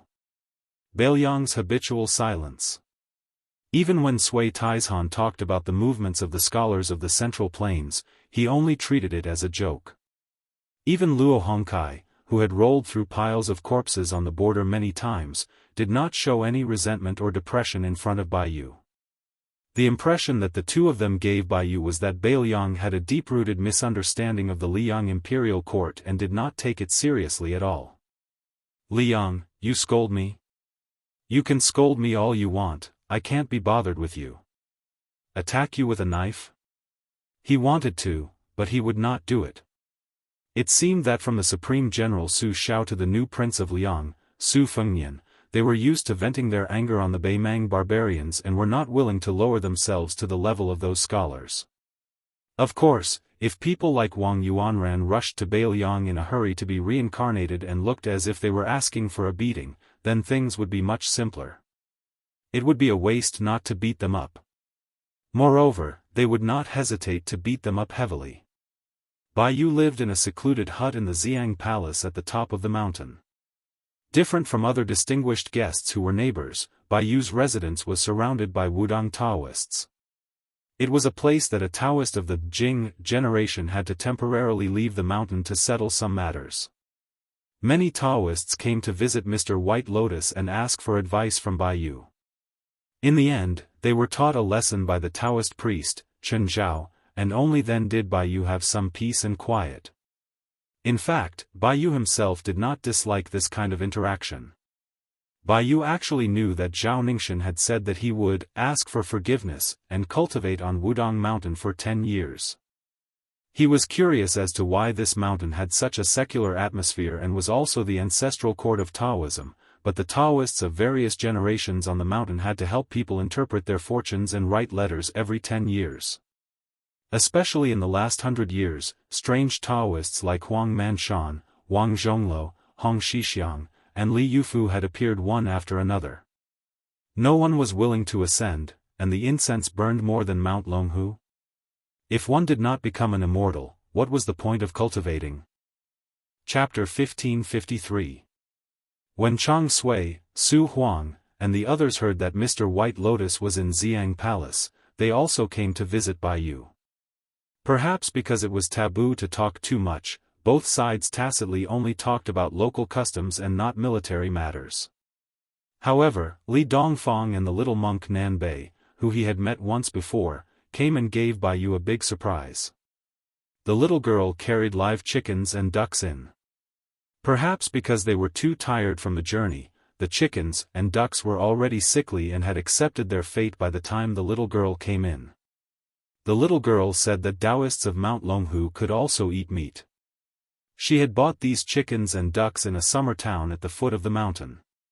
She had picked the two largest ones to give to Mr. White Lotus to nourish his body.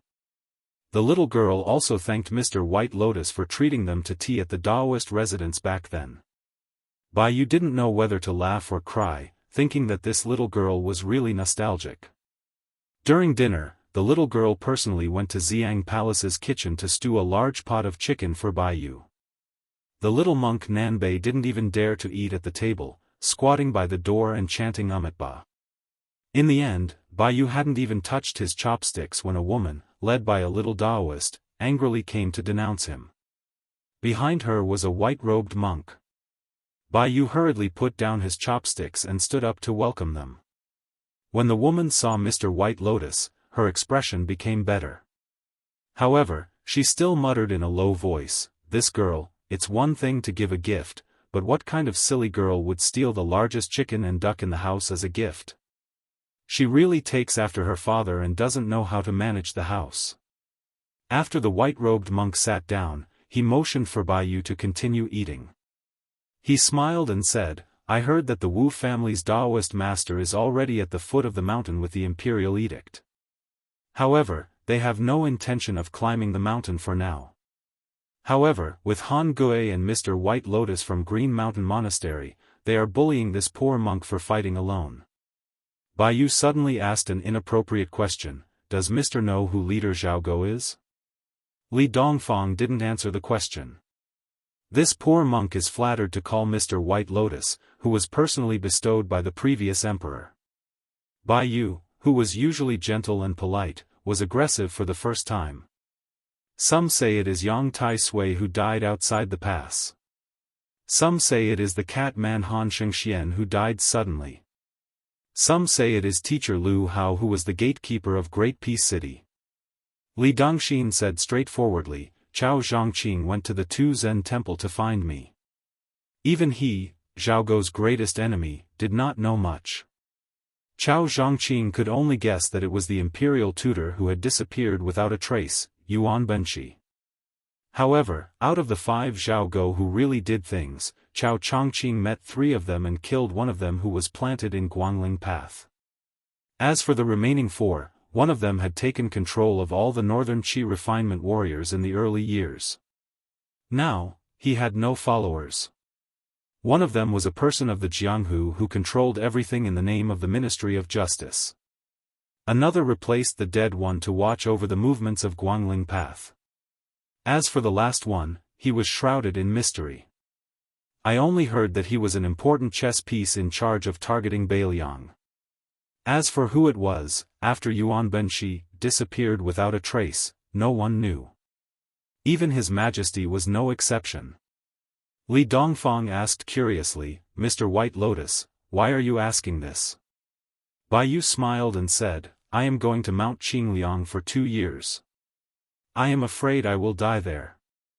Li Dongfang frowned and said, do you think that person is in Beiliang Palace? That is impossible. With Su Xiao and Li Yishan. Bai Yu shook his head and interrupted, it might not be someone who has been in hiding for a long time. It might be someone who went later.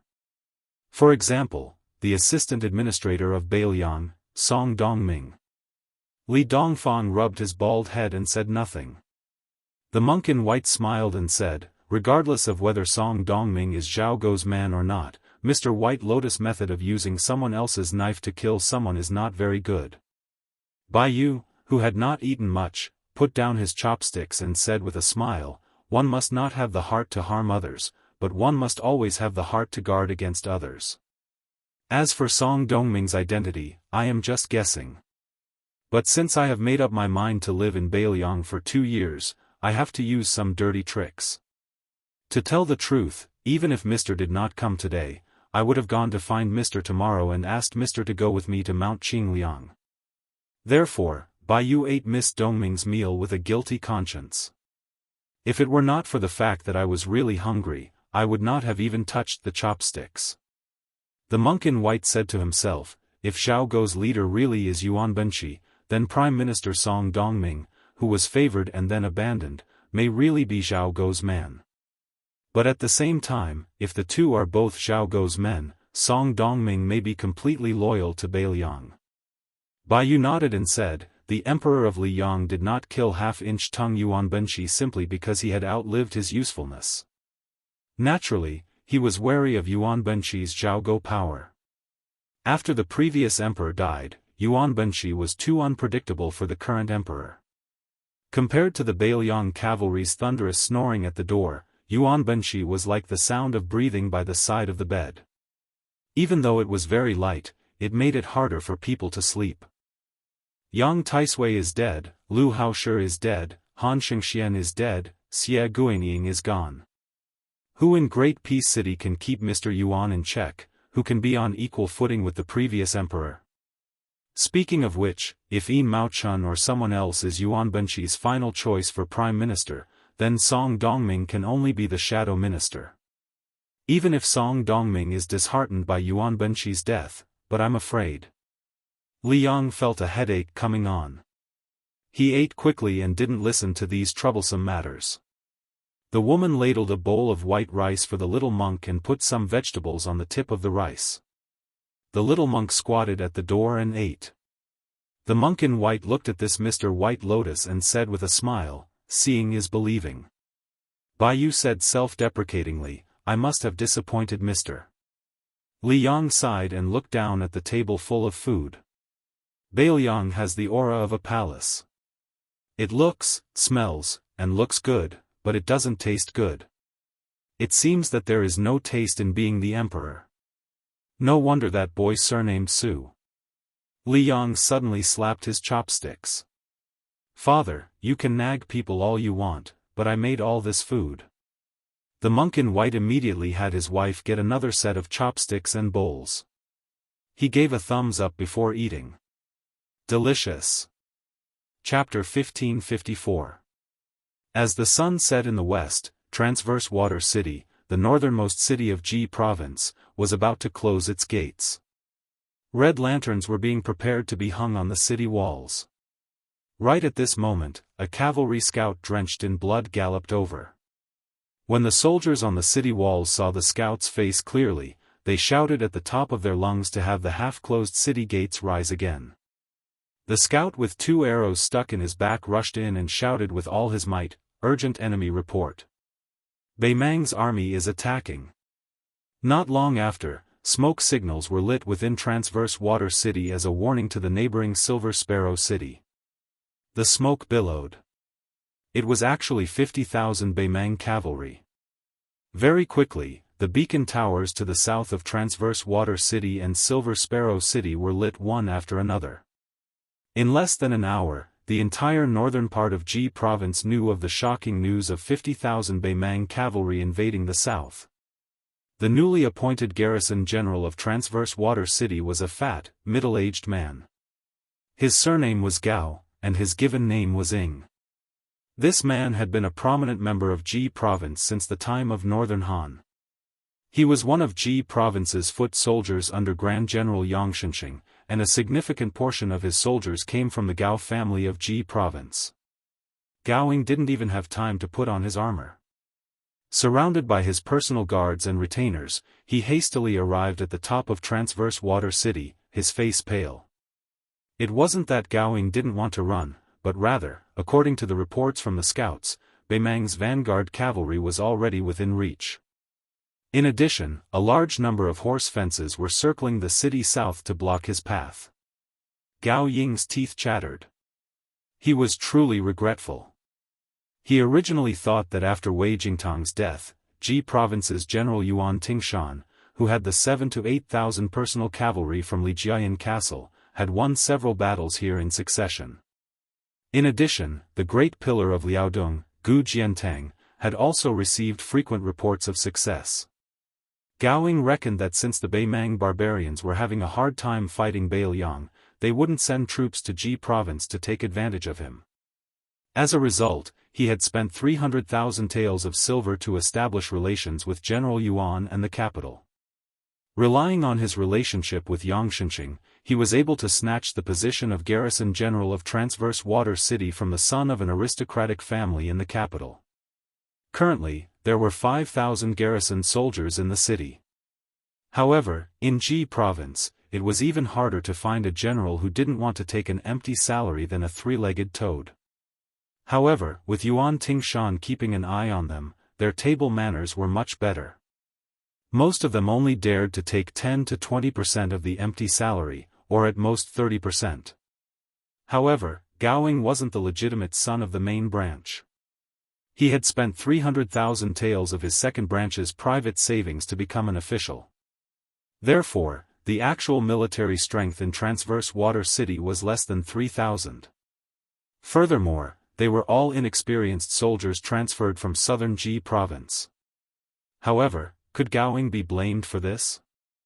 Although the archers from northern Ji Province were more familiar with bows and horses, they were also more expensive. A single archer from northern Ji Province was equivalent to 2 of the southern Ji Province's infantry who were known as the unrivaled beneath the heavens a few years ago. The old foundation of Ji Province had been taken away by Yang Xianxia. In the end, they suffered a great defeat at Guangling Pass. Now, even the elite southern Ji Province's infantry, whose combat strength was only slightly inferior, were under Yuan Tingshan's control. If Gao Ing wanted to earn back his capital in 3 years, other than putting up a show in Transverse Water City, what else could he do? Gao Ing turned his head and looked at Silver Sparrow City.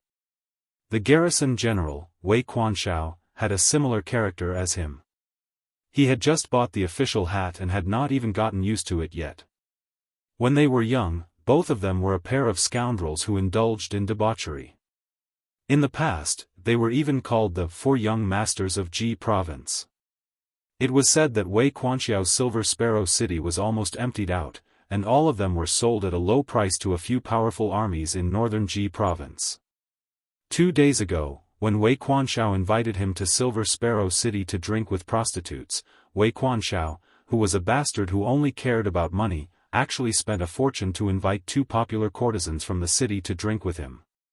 When both of them were having sex on a big bed and 2 rouge horses, Wei Quanxiao even suggested this to Gao Ying. It was said that money could be earned very quickly.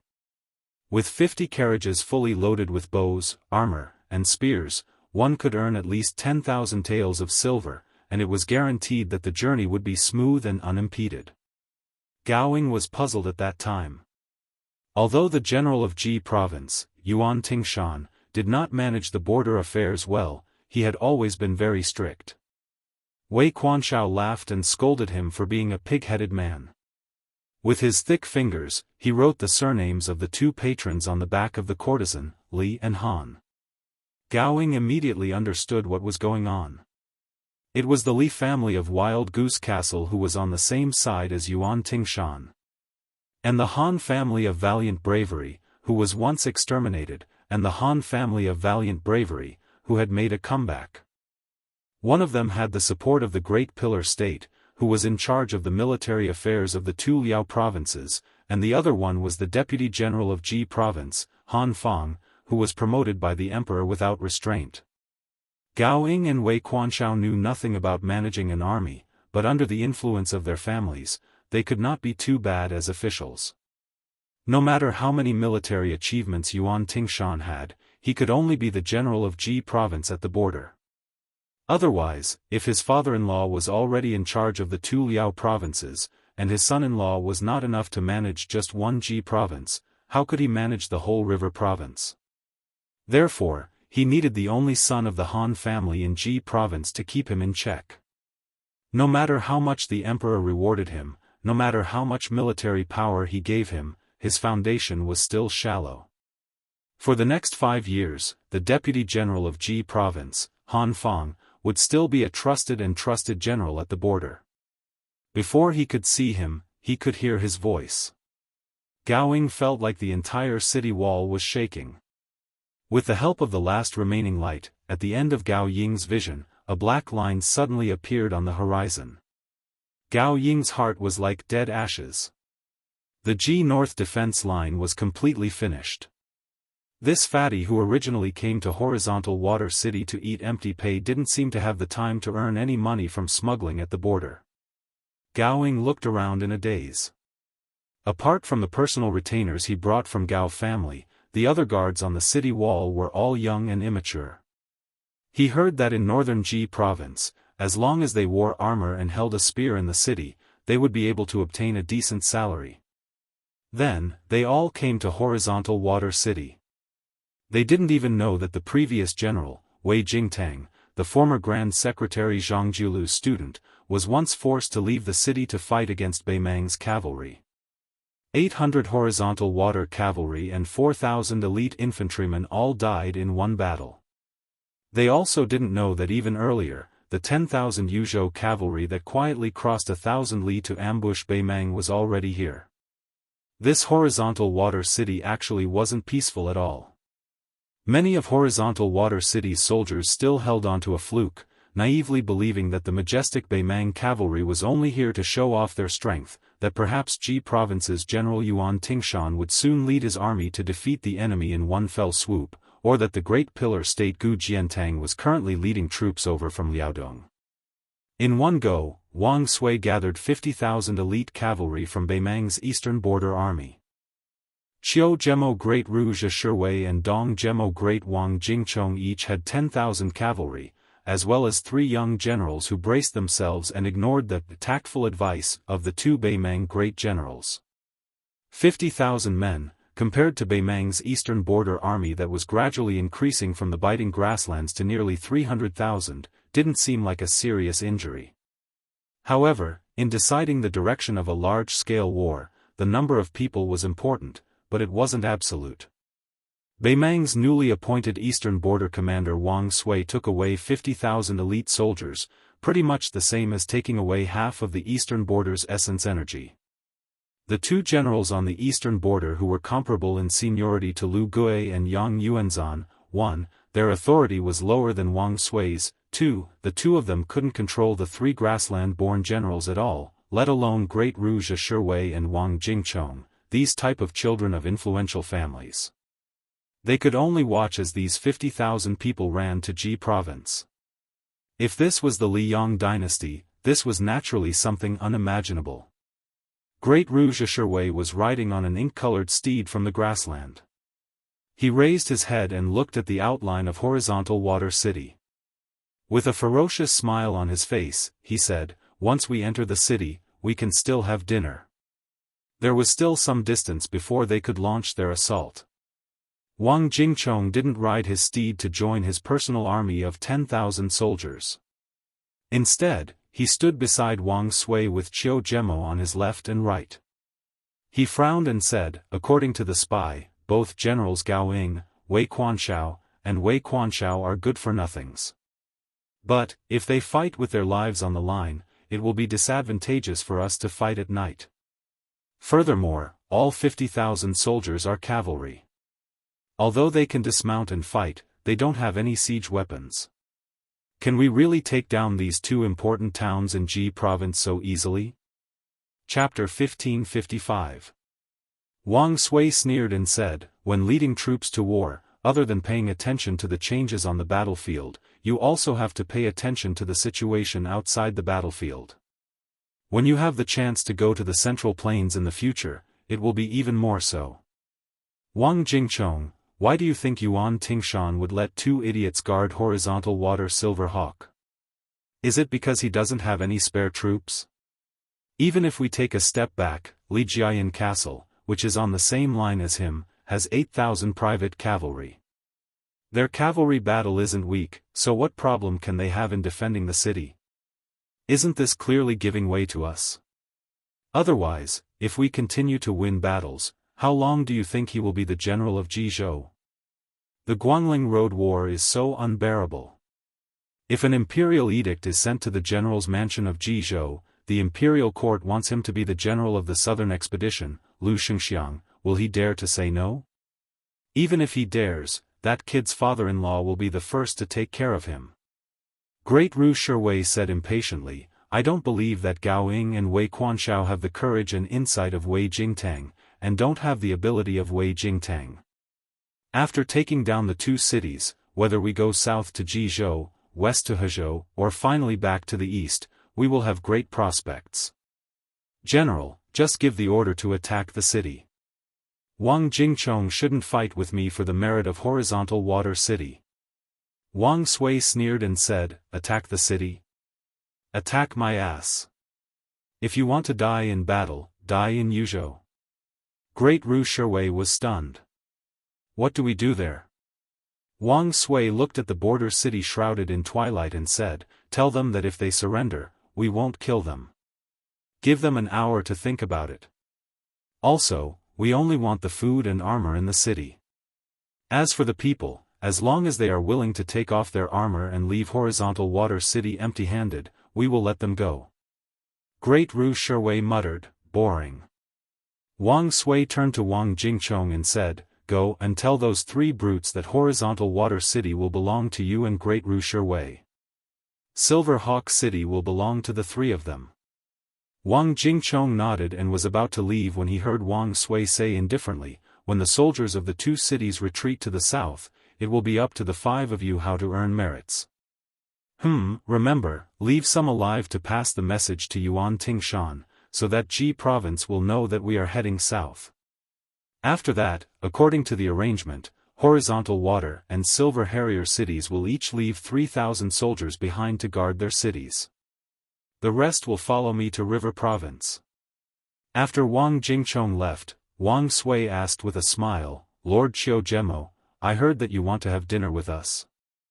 Great Ru Shiwei, whose eyes were burning with passion, chuckled and said, "There are 2,000 to 3,000 people in Horizontal Water City.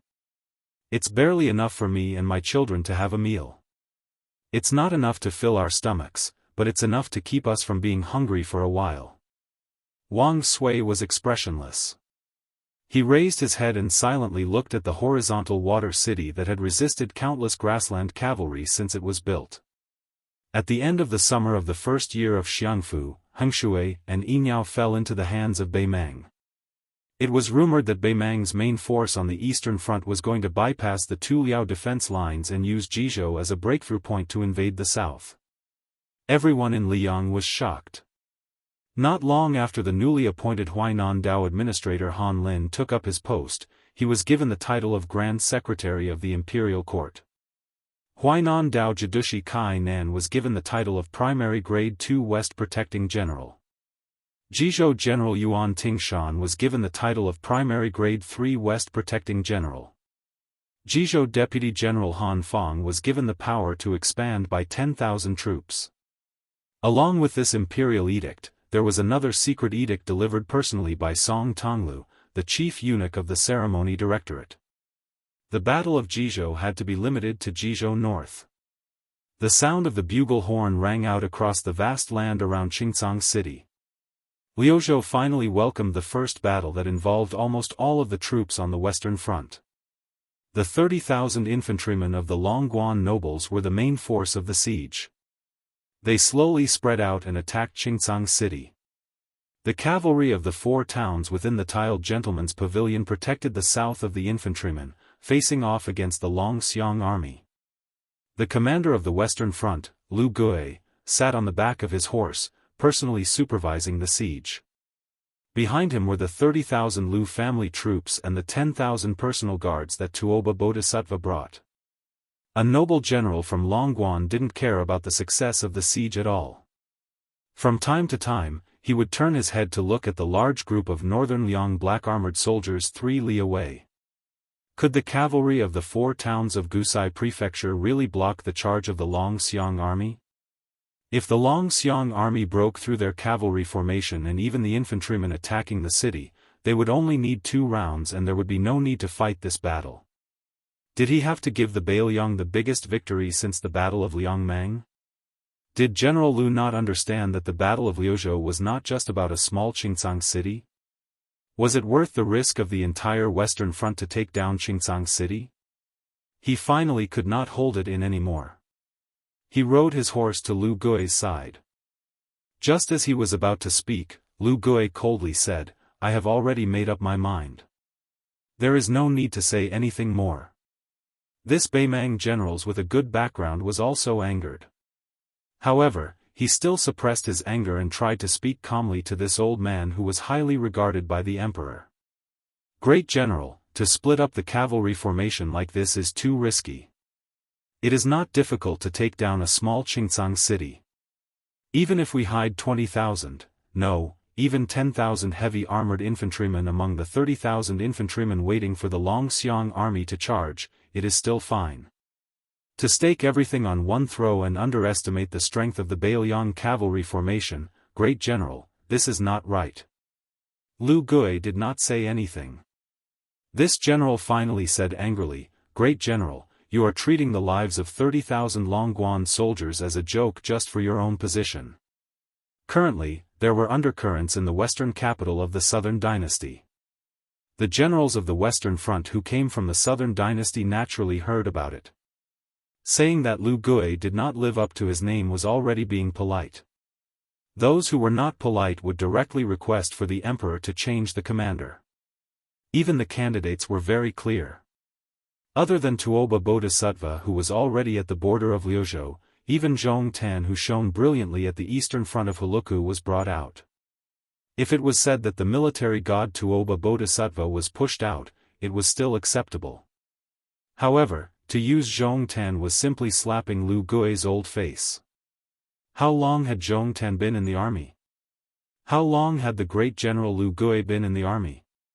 The king of the old southern court, Huang Songpu, had returned after his retirement and replaced the useless Lu Gui as the commander of the Western Front.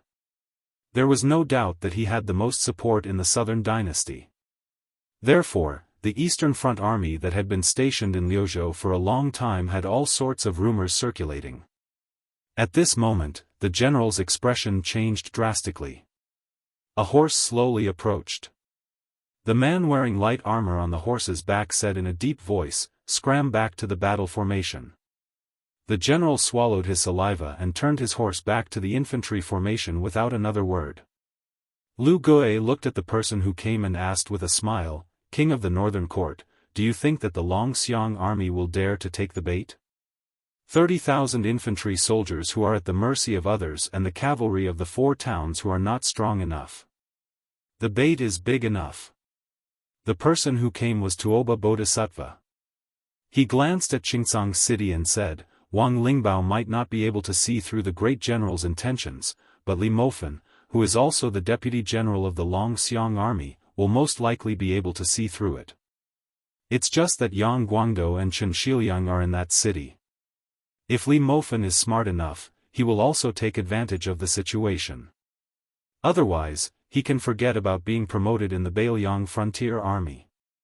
Even if Li Mofen is cold enough, as long as the Longxiang army is in a stalemate, Li Mofen can't just stand by and watch them die. I believe that he isn't that cold-hearted." Lu Gui chuckled and said, "On the surface, I, an old fellow whose position is in danger, need to try anything. Bailiang's Huda city and Xiaoguang city are fighting fiercely on 2 fronts. Lu province also needs a great victory to raise the morale of the people, so the time has come for both sides." Lu Gui restrained his smile and said, "Speaking of which, if it weren't for the king of the Northern Court's 20,000 soldiers rushing over, even if I, Lu Gui, lost my position, I still wouldn't have fought this battle. In Lu province, if I can't take down the entire Longxiang army in one go, small fights are meaningless. The Battle of Liangmang was originally going to be won in Lu province. Now, it's just going around in a big circle." Tuoba Bodhisattva hesitated and said in a low voice, "After this battle, General, you will most likely be summoned back to the Southern Court." Lu Gui smiled and said, "It's fine. Just treat it as making space for Fatty Dong on the central line." Tuoba Bodhisattva chuckled and said, "General Lu, don't worry. In the future, you and I will enter the Central Plains hand in hand." Lu Gui nodded. The old man sighed and said, "I feel sorry for these brave men of the Southern Court. They came from the desert, but in the end, they died in the desert. They didn't even get to see the prosperity of the Central Plains, even a glimpse would have been good. PS1, yesterday, writing that ancestor Gu and Li Yishan met was a slip of the pen. PS2, every Alliance Master will be given a set of physical books in the snow. I definitely didn't forget this. When the books are finished, they will be given out together with a signature. However, they won't sign every book. They will only sign one book, but they will write a message. As for what to write, the Alliance Master can suggest it in the book review section. Chapter 1556. In a military camp of Yuzhou province less than 200 miles away from the mouth of the gourd, a thin, one-eyed old general slowly walked onto the reviewing platform. Before the old man showed up, Chen Yinshui, the deputy commander of the infantry of Bailiang province, Huang Fuji, the general of Yuzhou province, and Hu Kuei, the provincial governor of Yuzhou province, were already standing on the platform. The old man then walked to the center of the platform. Strangely, even laymen who were not familiar with the army of Yuzhou province would consider it reasonable for the old man to be the head of the army. Standing there with his hands on his saber, the old general in iron armor remained silent for a long time as he watched those officers and soldiers who remained still under the hot sun. The old man remained silent as if he wanted to look over all the tens of thousands of infantrymen who were going to set out for the battle and identify all the flags of the old camp of the infantry of Yuzhou province. With a gloomy look, the old general finally opened his mouth slowly. "The general has passed away, the Lord is not in Yuzhou province. Even if I, Yan Wenwan, don't die on the battlefield, I don't have many years left. Therefore, I would like to take this opportunity to say something that I've been hiding for almost 2 decades. The old general picked up his saber and pointed at Chen Yinxue, the deputy commander of the infantry of Beiliang province, on his side. Old Chen, you must know our deputy commander. I remember that this guy accompanied me to drink in Lord Qingliang's mansion 16 years ago. At that time, Chen Yinxue was just a class 3 general. The general joked that it was a waste of talent for you to lead 40,000 to 50,000 infantrymen in Yuzhou province. Why not go to the border of Liangzhou province and give you 30,000 cavalries? Yan Wenluan didn't look at her best friend who had known her for most of her life. She just pointed at the embarrassed Chen Yinxue with the cold knife. This old bastard can't hold his liquor, and his behavior is even worse when he's drunk.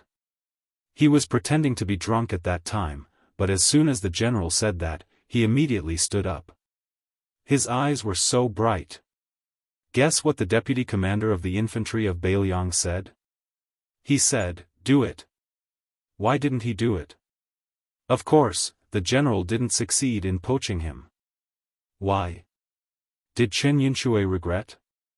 No, Yan Wenluan, was too anxious and almost fought with the great general.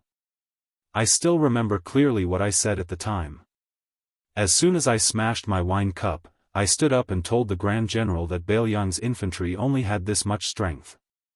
For the past 2 years, the Liangzhou cavalry had swindled and stolen so many of them. They had picked out most of the old ones, and even some of the young ones weren't spared. How could I, Yan Wenluan, still be the commander of Beiliang's infantry? It's not impossible for Chen Yinxue to join the cavalry of Liangzhou province. However, you have to throw Yuan Zuozong, Chu Lushan and Qi Danghua into our Beiliang infantry. The veteran General Chen Yun lowered his head as if he had turned a deaf ear to Yan Wenluan's words. However, he probably wanted to dig a hole and hide in it after being exposed so mercilessly by Yan Wenluan. Yan Wenluan then pointed at Yozhou's provincial governor Hu Kuei with the cold knife. This provincial governor is the founder of our Beiliang's crossbowmen. He is the most legitimate cavalry general. When Lord Hu replaced Wang Peifong as the provincial governor of Yuzhou, he came to me, Yan Wenluan, to establish a relationship with me. According to the rules of the officialdom, he said some polite words to an old man like me. Then, I asked him a question. How did he feel about being an official in Yuzhou, which had fewer warhorses than Lingzhou a few years ago? Provincial governor who is an honest man, so he told me honestly that he felt quite sullen. He said that he thought he had a chance to be Lu Jinu's assistant in Huda City. Otherwise, he could have gone to Liuzhou's Longxiang army to work with his old subordinate Li Mofan and Wang Lingbao. That's not bad either. Yan Wenluan leaned on the knife with both hands again and looked at the more than 10,000 infantry soldiers. Our Beiliang has 300,000 border soldiers. Therefore, in Liang, I've always heard that Beiliang's 300,000 iron cavalry are the best in the world. I found it strange. Beiliang's cavalry has never made up more than half of the border army. How did it become 300,000 iron cavalry? Does Liang think that our Beiliang infantry doesn't exist? It seems like Beiliang doesn't take our infantry seriously either. The one-eyed old general tilted his chin to the east and sneered, "There's a fellow in Jizhou named Yang Shenxing. He's the idiot who was later toyed with by a few youngsters at the Guangling Road. Back then, he wasn't even fit to carry my shoes. Under his command are tens of thousands of infantry soldiers left behind by the old Northern Han. They've come up with the nickname Southern Ji Infantry. Afterwards, for the past decade or so, they've been called the unrivaled in the world, in all of Liang. In addition, there's also the Wufeng army led by Wang Tongshan, the #1 general under the command of the king of Yen from the southern border, and Wu Zhongshuan's Dejia. Their reputations aren't small." The old man paused for a moment. "If that's all, I, Yan Wenluan, can tolerate it. After all, we can't go to Jizhou or Nanjiang to fight with them. Besides, we northern Liang people are not good at talking. However, let's not talk about Beiliang. let's talk about our Beiliang.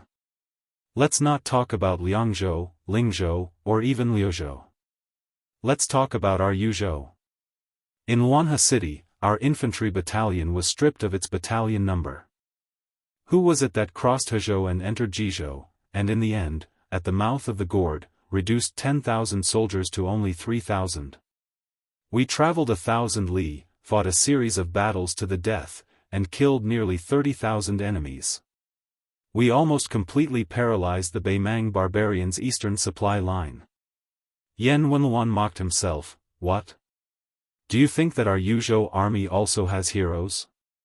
Yan Wenluan laughed, of course. However, it's a pity that the no-retreat battalion, of 3,400 soldiers is Yuzhou's 1st Cavalry Battalion. The prince who fought alongside the 10,000 Yuzhou cavalry is an ordinary soldier in the no-retreat battalion in name. It has nothing to do with you, a bunch of pitiful creatures who don't have warhorses and only have 2 legs. The old man's face turned ferocious. Let's not talk about Yu Wandao, the deputy general of Yuzhou cavalry, or Shi Yulu and Fan Wenyao, who were promoted to general of Vao cavalry and general of Agile cavalry. Let's talk about Tianheng, the newly appointed chief general of 30,000 Yuzhou cavalry. At that time, this old man despised the prince for not daring to fight to the death, and even said that the prince had used up all his courage after resisting the imperial decree. Therefore, he had long retired and returned to his farm. That was why Yu Wandao was appointed as the deputy general of 10,000 Yuzhou cavalry.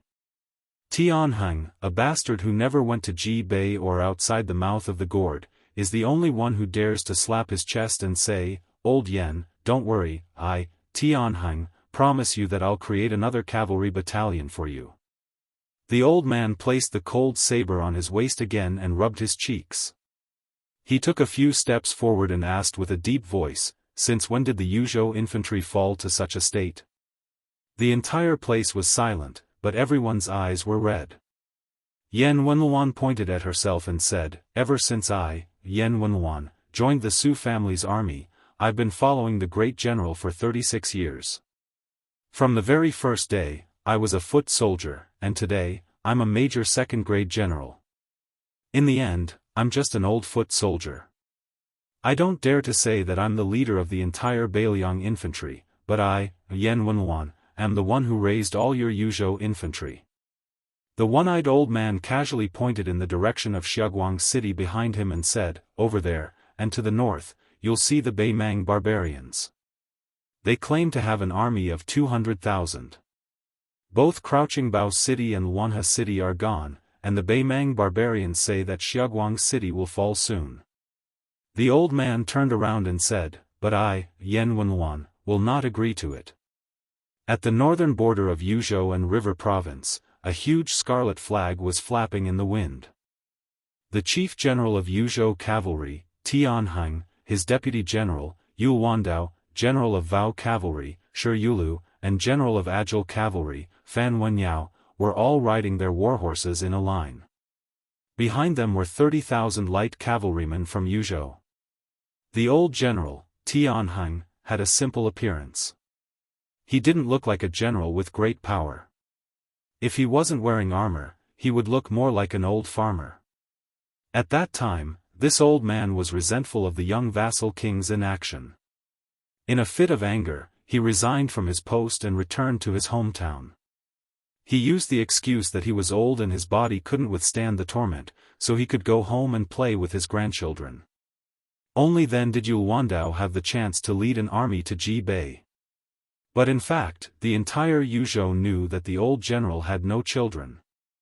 They had all died outside the pass.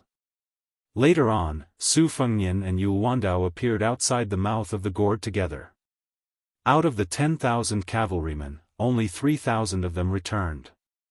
When the old men, whose experience was not much inferior to Yan Wenluan, Chen Yinshui, and the others, heard the news, they rushed to Yan Wenluan's tent that very night. Tianheng was waiting outside.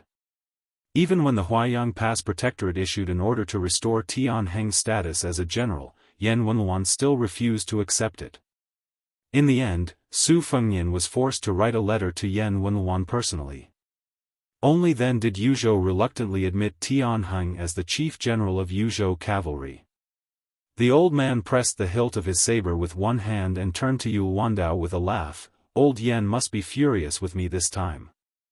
But you can't blame me for this. This guy didn't even care about our friendship for half a lifetime and refused to see me. Chapter 1557. Yu Wandao and the others smiled knowingly. Tianheng and Great General Yen Wenluan were old brothers who had exchanged their lives for each other. In the early years, one of them was a captain of the infantry, while the other was a captain of the cavalry. In order to save Yen Wenluan, who was trapped in the enemy formation, Tianheng disobeyed orders and took the initiative to rescue him. In the Great General's rage, Tianheng was demoted from a captain to an ordinary cavalryman. In the fierce competition in the Su family's army, Tianheng was one step behind. Those of the younger generation, such as Su Pu, Wang Fei's brother Wu Qi, Yuan Zhuozong, and Hu Kuei, had all surpassed Tianheng at that time to become the leading general of the cavalry. By the time the Su family died, Tianheng had only become a fourth-rank general. It was only when Yen Wenluan personally asked the great general for him that Tianheng was promoted to a rank and moved from Liangzhou to Yuzhou.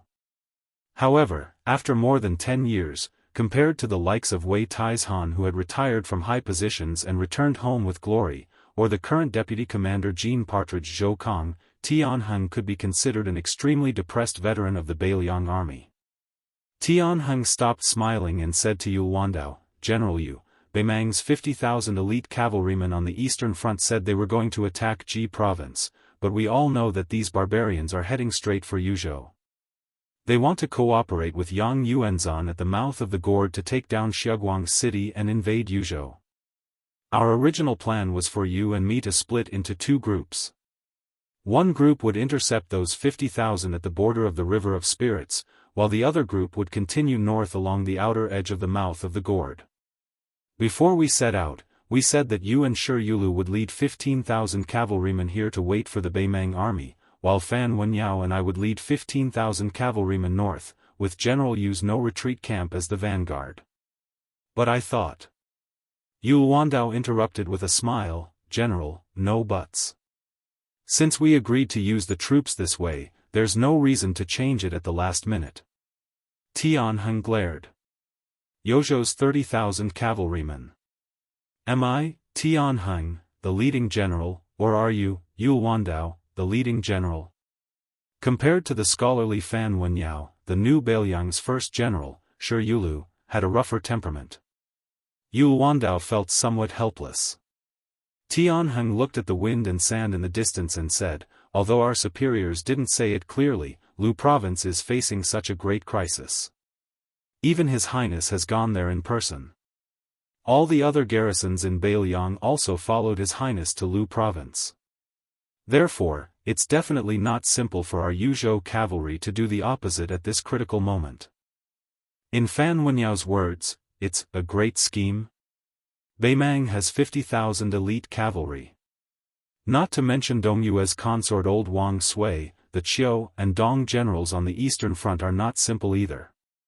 Tianheng suddenly laughed. "Yu Wandao, don't think that you can look down on me just because you won 2 great battles in Jizhou and Huluku. When I picked up the first-generation Su family saber, you were still drinking milk." Shi Yulu was brought to the position of general of cavalry by the old general Tianheng, so he did not have any taboos in his speech. He joked, "Old general, you can't say that. Although General Yu is young, he is not careless at all in war, unlike you." Tianheng suddenly raised his voice, Shi Yulu hurriedly swallowed the word inferior and laughed, "Not as good as you, old general." Tianheng snorted coldly, but there was a smile in his eyes, then it settled. "Yu Wandao, Shi Yulu, and Fan Wenyao, you 3 will take 20,000 men and go out of Huluku. I will take 10,000 men to guard here. I don't expect to defeat the enemy cavalry, but I want to delay them from entering Yuzhou." Fan Wenyao frowned. He wanted to say something but stopped. He gave Shi Yulu a look. The latter understood and whispered, "Old general, you can't change the marching strategy so carelessly. Tianheng waved his hand, the mouth of the gourd is the most important. Whether or not we can catch the turtle in the jar will depend on whether your 20,000 cavalry can hold on to the mouth of the pocket. Although the Huaiyang Pass Protectorate had only sent a secret military order to the Yuzhou cavalry, everyone present could guess the truth. Although they were shocked, who wouldn't feel their blood boiling? If your Beimang Dongzhuo wants to use Liuzhou as a breakthrough point, then our Beiliang cavalry will wipe out your eastern Huluku army in one fell swoop. Gazing at these faces that were far younger than his, Tianheng softly said, "We're all on the same side, so I won't beat around the bush." Of the 30,000 Yuzhou cavalry, most of them were young people. Why is that? Because after fighting Wang Sui's army to the death and surviving, even if they have military merits, they won't be great and definitely can't compare to going to Huluku. It's enough for me, Tianheng, to be a third-rank general in this life. When I joined the army, I didn't have the spirit of a scholar like you, Yul Wandao. Back then, I wanted my whole family to starve to death. I really couldn't live anymore, so I tied my head to my belt and joined the army. How could I have imagined that I would become a general one day? Who would have thought? Tianheng laughed happily. Don't talk nonsense with me. Don't you know what kind of temper I, Tianheng, have? Don't talk about old Yen not being able to change my mind. Back then, even in front of the great general, I would still act as I should. At this time, a group of scouts galloped over. It was a group led by Commandant Fan Fun. The rider riding alongside Fan Fun was actually a child. There were two disproportionate Beiliang sabers hanging from his waist. He stood on the horse's back with his hands tucked into his sleeves, looking very much like an expert. Fan Fun reported to the generals that there was no sign of Beimang horses within 50 li of them. Tianheng called out to the scout who was about to turn around and head north. He smiled at the child and asked, "Are you the little general of our Yuzhou cavalry, Fang Long? I heard that you alone killed several hundred Beimang barbarians outside Huluku." The child nodded with a straight face. Fan Fan couldn't help but say, "General Tian, this child is actually thin-skinned in front of outsiders. Didn't he just ask me if he could become an official scout after paying off his debt and making a meritorious service? This child has two cold sabers. One was given to him by someone else, and the other was temporarily lent to him by us. Isn't he thinking that he can legitimately have a second cold saber?" Tianheng laughed heartily. "From now on, you are the corporal of the 8th Yuzhou cavalry." Yu Dilong asked, "Does your words matter?" "My master said that I have to follow the rules. Otherwise, he won't let me stay in Yuzhou." Tianheng was suddenly speechless and somewhat embarrassed. He dared to act shamelessly in front of Yan Wenwan, who was his sworn friend, but he really didn't dare to play dumb with that young prince. Yul Wandao smiled and helped him out. General Tian's words are effective in all military affairs of the Yuzhou cavalry. And don't forget, your master is still an ordinary soldier of no retreat battalion. So even without General Tian's words, I, Yul Wandao, as the commanding officer of no retreat battalion, and you, Yu Dilong, as the corporal of the 8th Yuzhou cavalry, will still be effective. The child standing on horseback clenched the cold saber at his waist and said seriously, "Generals, please be at ease. I will definitely kill more enemies this time than last time." Tianheng smiled and waved his hand. The child and the scout captain, Fan Fun, and the others rode away. Then Tianheng said to the three sternly, "I, Tianheng, am an old man who fought his way out of the Spring and Autumn War. My strength is not as strong as it was back then, so Beiliang will depend on you in the future." Tianheng lowered his head and looked at the 6th-generation Su family saber at his waist. After looking up, he suddenly said, "General Yu, I didn't leave anything behind in my life, just a rundown house that isn't worth much. But there are still 5 sabers at home. Then I'll leave them to you, Yul Wandao, to keep them for me. If you have the chance in the future, tell the younger generation about the story of that Yuzhou veteran. How about it?" Yul Wandao, Shi Yulu, and Fan Wenyao were all silent. Tianheng clasped his hands and laughed, "Goodbye." The battle to attack and defend Huda city was in full swing. A cavalry army of only about 10,000 quietly left the encampment and headed east like a lion hunting a rabbit. The leader of the cavalry was the commander of Beiliang's cavalry, Yuan Zhuozong. His momentum was like a rainbow. Almost at the same time, there were two cavalry armies that had never fully appeared on the battlefield. They separately headed to the two dangerous passes at the junction of the cold and dark north. The two passes were heavily guarded, all of them elite Yuzhou infantry. The area around the pass was heavily guarded. There had always been an iron law that if unrelated people appeared, they would be killed without mercy. A few months ago, as a large number of sealed items were added to the two passes, a large number of Beiliang's top crossbowmen began to secretly roam around these two places. The two cavalry armies added together only had a little over 9,000 people. It was not weird for one person to have two horses, but what was shocking was that each of these war horses were Beiliang A-grade war horses. One must know that in the entire Beiliang, only 3,000 dragon elephant cavalry could be equipped with A-grade war horses. Yuzhou only had 300 to 400 of them. Lingzhou did not even have a single one. These strange horsemen clearly didn't carry cold swords or crossbows, but every one of them was an elite of the border army with outstanding physical strength. Their robust physiques and their swift and fierce aura were intimidating even if they didn't even wear light armor. One was the Rouge Cavalry. The other was the Wei Bear Cavalry. When they were on the battlefield, all of them wore armor. That was the Rouge Cavalry, the Wei Bear Cavalry. During the Battle of Huda City, when Lu Zhou was in a state of emergency, when Yan Wenluan had to move 10,000 death warriors to reinforce Xiaoguang City. 20,000 Yuzhou Light Cavalry. 10,000 Great Snow Dragon Cavalry. The Iron Cavalry of the Beiliang Cavalry, 9,000 True Heavy Cavalry. They would all appear outside the mouth of the gourd. Chapter 1558. Liangzhou's Huda city had become the second fishing island of the Central Plains. However, that time, it was the Su clan's Iron Cavalry that was obstructed in the Central Plains. This time, it was the Northern Mang's horseshoes that were densely packed together in the Dragon Eye Plains outside the city.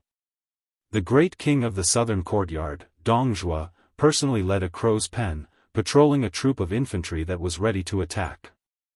Beside this fatty was a young man and woman of noble status. Among them, the sickly-looking young man had many identities.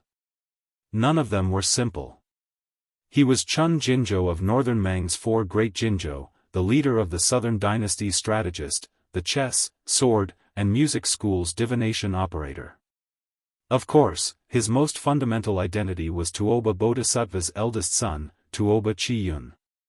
The woman who had just been officially taken away by Zhong Tan of the Calabash Vanguard was called Yelu Yuhu. This man and woman almost succeeded in scheming against Su Fengnian outside the Calabash Vanguard. Unfortunately, Yuan Zhuozong led 10,000 Great Snow Dragon Cavalry to the battlefield, making them and that Taiping commandant's efforts go to waste. Dongzhuo pointed at Huda City with his horsewhip and said, "Huda City, which is said to be able to support 10 years of war, has run out of winches and wooden bales in less than half a year. We've also used up more than half of the bricks and clay bales. We've also cut down countless iron bales, spears, and battering poles.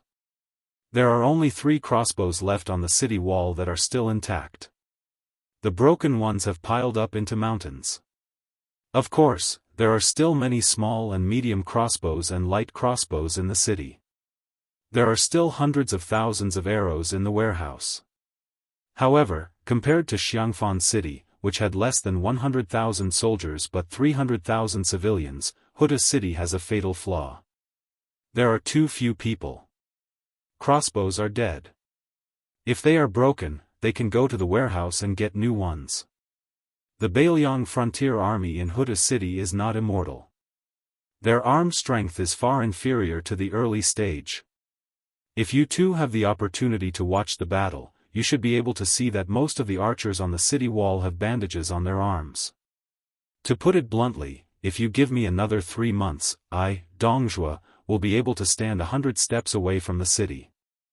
I reckon that not many archers will be able to pierce through my armor and kill me. Tuoba Chi-yun, whose body emitted a faint medicinal smell, had a solemn expression and did not comment. Because His Majesty had personally deprived Xia Zhemo of his position, Yelu Yuhu came to Tiger Head City in a fit of pique to relax. She glanced at the fat man with a playful expression. He was a 35-year-old king of the southern courtyard, and he had millions of soldiers in his hands. He was almost as powerful as the old Prince Liang, Su Shao, and the 2 Liao Gu Jiantang. It was this guy who had insisted on attacking Bai Liang first and had caused such a big commotion, causing His Majesty and the Taiping Commandery to bear great pressure. In the end, other than Yang Yuanzhan on the Eastern Front, whose merits could barely offset his faults, the other 2 fronts were overshadowed. Especially Fatty Dong himself, who was forcibly blocked outside Liangzhou Pass by Huda City. Even Lu Gui, who had only lost a few thousand men, had been cursed as an old dog in the Western Jing court. For the time being, no one had the courage to impeach Commander-in-Chief Dongzhuo. Yelu Yuhu was very curious about how long this fat man, who privately called His Majesty, Sister Emperor, could last. Dongzhuo seemed to casually mention 3 months, but Yelu Yuhu, who knew the rules of the court very well, sneered in her heart. Had he fallen to the point where he needed her and Tuoba Chi-yun to help him pass on a message to some people? Or was it that His Majesty and the Taiping Commandery, who had placed great expectations on Dongzhuo, could no longer hold back? Tuoba Chi-yun finally said, "General Dong, I have been to the northwest camp on the Longyan Plain." Dongzhuo grunted in acknowledgement. When she thought of the so-called northwest camp, Yelu Yuhu suddenly felt somewhat disgusted. What camp? It was just a place to pile up sick and dead bodies. Pile up. The strength that the Southern dynasty had accumulated over the past 20 years was all focused on offense, especially on siege materials. Otherwise, they would not have been able to pull out nearly 1,000 catapults of various sizes in one go. However, Beimang had never been good at treating the wounded on the battlefield. Under the scorching sun, Yelu Yuhu, clad in a gorgeous golden armor, was already dripping with sweat. She had a natural yearning for war, yearning for the thrill of exchanging lives on horseback, yearning for the piercing feeling of an arrow piercing through the enemy's skull. Yelu Yuhu was used to seeing dead people, but even someone as determined as her almost couldn't help but vomit when she arrived at the northwest barracks. Carts after carts of corpses were dragged down from the battlefield and thrown into large pits that had been dug. Wounded soldiers lay not far from the pits, wailing in pain. Many of the wounded soldiers, who had been badly mutilated by the city defense equipment, begged for a quick death. At the time, Tuoba Chi-yun was standing at the edge of a new pit with 700 or 800 corpses piled on top of it. She asked the soldier in charge of sprinkling the lime for a basin. Yelu Yuhu, with a thick cotton cloth covering her mouth and nose, watched as the spring basin expressionlessly sprinkled out handfuls of lime. She suddenly realized that she, who had been more cold-hearted than the men of the grassland since she was a child, actually felt sad for the first time after seeing this scene. Tuoba Chi-yun's thoughts jumped around quickly. She changed the topic and said slowly, "General Dong was anxious when fighting Bai Liang, but he slowed down when fighting Hutu. The resilience and fighting habits of the nomads made Beimang's low need for food far exceed the imagination of the Central Plains cavalry. At least Beimang still did not lack food. However, if they could send their troops down south during the autumn season, Beimang would be able to handle the situation more easily in a stalemate." Tuoba Chi-yun didn't want to speak too much belated advice. Besides, there was a reason why Dongzhuo and the Taiping Order wanted to go down south at the beginning of spring. What Tuoba Chi-yun really wanted to say was the second half of the sentence. If Dongzhuo's eastern front had attacked the city without thinking of the consequences and took Hutu in one go, the current situation would not be so difficult to get off. This was not Tuoba Chiyun criticizing Dong Zhuo for not putting in effort when fighting Hutu. In fact, there was nothing wrong with Dong Zhuo's deployment. However, since Dong Zhuo was the king of the southern courtyard and the commander-in-chief of the million-strong army, he should have done more. Dong Zhuo nodded and said, "At first, I suspected that other than the thousands of elite cavalry reported by our spies, there was another group of armored cavalry hidden in Tiger Head City. For example, the 6,000 iron Buddhas that were later given to the Qidong kingdom. I even suspected that at least one of the two groups of northern Liang's heavy cavalry, which totaled about 9,000 people, was hidden in Tiger Head City. Because I felt that since Chu Lushan dared to place the Huaiyang Pass behind Hutu, he must have wanted to fight me head-on. He wanted to fight with me south of Hutu and north of Liuya and Fuling in a big battle where both light and heavy cavalry would appear." Dong Zhuo said in a deep voice, "Until that ambush where everyone had their own schemes, I first used 4,000 cavalry at Yaslope as bait." As expected, the Fuling army's commander-in-chief Wei Liang was greedy for merit and advanced prematurely. His formation was disrupted by the 8,000 cavalry. If it was not for that Beiliang's junior commander-in-chief Wei Liang who ruined things at Kifulong Pass and was too brave to help the Fuling cavalry break through, the Beiliang's ambush should have entered the battlefield on time. My Dong family cavalry would also have moved. In the end, on that battlefield, I could lure out Fuling and Liuya, the two commanders-in-chief Huaiyang Pass, and even the Huta city cavalry. In this way, it would have become a situation where both sides' cavalry swapped places. Even if I, Dong Zhuo, suffered more losses, as long as I could destroy the mobility of the Beiliang cavalry's defensive lines south of Huta city, it wouldn't be a problem whether Huta city was conquered or not. Dong Zhuo said self-deprecatingly, "Perhaps many people in the Beiliang protectorate are cursing that junior commander-in-chief of Kifulong Pass for using his strength in the wrong place. But in reality, Liangzhou was lucky enough to escape a calamity. A single Huta city isn't scary. What's scary is the nimble cavalry behind it that doesn't seek to kill the enemy, only to restrain them.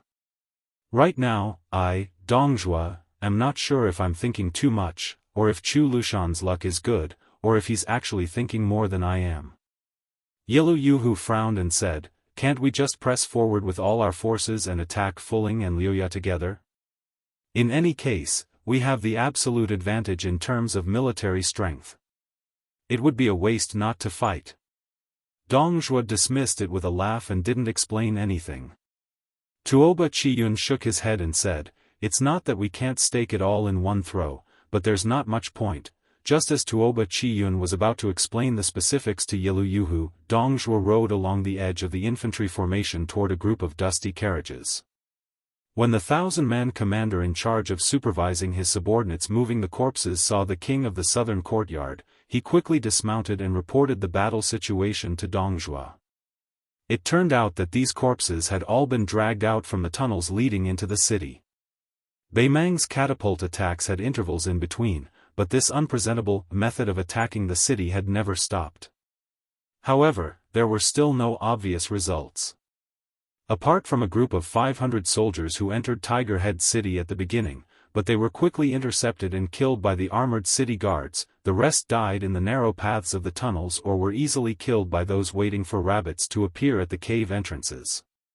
It was reported that City Guard General Lu Jinu had long made preparations. He had dug out more than 10 holes that were 3 zhang deep in various strategic locations within the city beforehand, allowing the soldiers with sharp ears to stay within. As long as Beimang's cave masters and armored soldiers made any movements within several hundred or even 1,000 steps, they would be able to immediately seize the opportunity. Afterwards, whether it was digging holes horizontally to set up an ambush or using windmills to fan the smoke and lime, all of this was easy. That 1,000-man commander had only taken up this post because he lost an arm in the formation charging and attached army. After the single-armed man finished reporting the general battle situation and death toll, his eyes became slightly red. After lowering his head, he said quietly, "Great General, there have been 16 tunnels in total. Including this wave, the number of our brothers who have died underground has already reached 5,000. Is it worth it?" To be able to die on top of Tiger Head City's city walls is also good. Dong Zhuo said calmly, you all should head to the northwest camp. The single-armed 1,000-man commander raised his remaining arm to wipe his eyes. After getting on his horse, he led the carriages piled with corpses into the distance. Chapter 1559. Yilu Yuhu was inexplicably enraged. He took a deep breath and asked the king of the southern courtyard, when Bailiang attacked Qingzhou and Xiangfan City, they were experts at digging tunnels.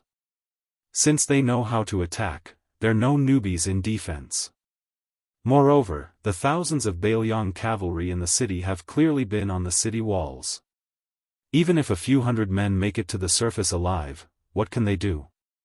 Dong Zhuo smiled, as if he didn't want to mention the 5,000 dead soldiers who didn't make any contributions. He said, 2 days ago, there was a group of cavalry in the city, and they were forced to climb up the city wall to defend it. They were much stronger when they dismounted from their horses than when they were exhausted. 2 of my Kiliarchs had already led their men to the top of the city wall. They were only 400 steps away from each other, and they almost gained a foothold on the city wall. Dong Zhuo pressed his thumb and forefinger together. Just a little bit. Tuoba Tianyun said helplessly, this little bit of opportunity was obtained by General Dong's order that every Kiliarchs must suffer 400 casualties before they can retreat. This is a huge price to pay. Dong Zhuo laughed. It's not even half over yet. Yilu Yuhu asked rudely, almost interrogatively, dare I ask General, how many grassland men have died to the blades of our own people? Dong Zhuo gave it some serious thought before replying, there are 3 Kiliarchs and many centurions. Including the ordinary soldiers, there are 2,700 of them as of yesterday if I'm not mistaken. Yilu Yuhu said angrily, aren't you afraid of triggering a mutiny? Dong Zhuo asked in return, you want a mutiny after killing so many cowardly trash? Yilu Yuhu sneered. Indeed, General, you have 100,000 Dong family private soldiers who haven't suffered any casualties. You're also a general who commands troops with divine precision. You can definitely nip the bud in the bud. Tuoba Tianyun said, say no more. Yilu Yuhu wanted to say something but hesitated. Seeing Chun Jemo's displeased expression, she finally decided not to provoke this king of the southern courtyard who didn't live up to his name. The 2 riders bid farewell to Dong Zhuo and left. Yilu Yue turned his head to look at the sturdy figure who had stopped his horse. He said in a low voice, this fatty, so this is how he leads his troops. As an official, he is really capable. The war has already reached this point, yet he still doesn't forget to follow someone's wishes and beat down the forces of the grasslands little by little in front of Tiger Head City. A chilly arch had consumed the direct troops brought from the tribe, but where would the rest of the troops come from under the rapid rotation? Either they were replenished from the southern dynasty's military towns and mixed with sand, or they were simply mixed up with the remnants of the 2 armies. Yilu Yuhu's face was gloomy. He gritted his teeth and said, it's all because of the people of the central plains of the southern dynasties. The Zhao clan of Liang used the Guangling Road to take back military power from the local vassals and generals. We're not bad either.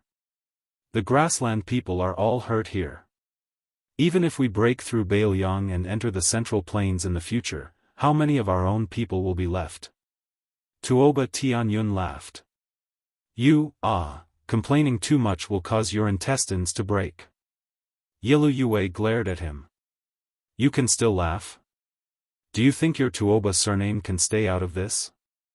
Tuoba Tianyun shook his head and smiled without saying anything. The fat man who stood alone in the crow's cage looked at Tiger's Head City. In his field of vision, the attacking infantry was like an unending tide, and then the tide surged up the city walls, creating waves that spread upwards. He waved his hand to call over a young strategist who was accompanying him. He said, pass down the order.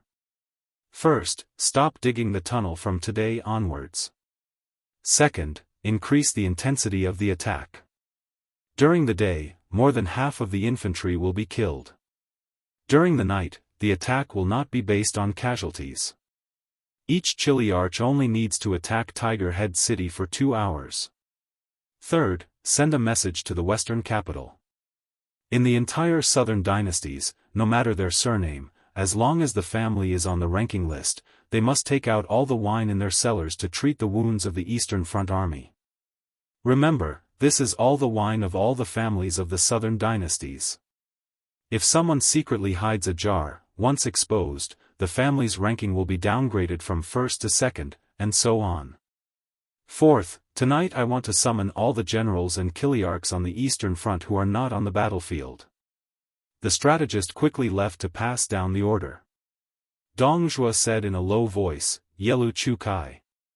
A burly officer who was temporarily acting as the leader of the Crow's Pen hurriedly urged his horse closer. This time, this general who was both a member of the Beimang imperial tent and the brother-in-law of the great king of the southern courtyard did not dare to smile. As long as his brother-in-law called out his real name, it meant that something big was about to happen. Yelu Chucai's sister was Dong Zhuo's eldest daughter-in-law. They both had the surname Yelu, but compared to Yelu Yuhui, she was much more noble. However, compared to Yelu Yuhui, who was said to have gone to the central plains of Liang to do nothing, the brother and sister were further away from the throne. Yelu Chukai had never had such an extravagant wish. Since he was young, he wanted to be a pure general who galloped on the battlefield. After having a brother-in-law like Dong Zhuo, who was very much to his liking, he had been like a fish in water in the Dong army. However, in this southern expedition to Beiliang, his brother-in-law, who had always been easy to talk to, refused to let him be the vanguard. This made Yelu Chukai feel very hurt. Even when the Dong army went to Liuzhou not long ago, he had nothing to do with it. During this time, Yelu Chukai was as bitter as a widow.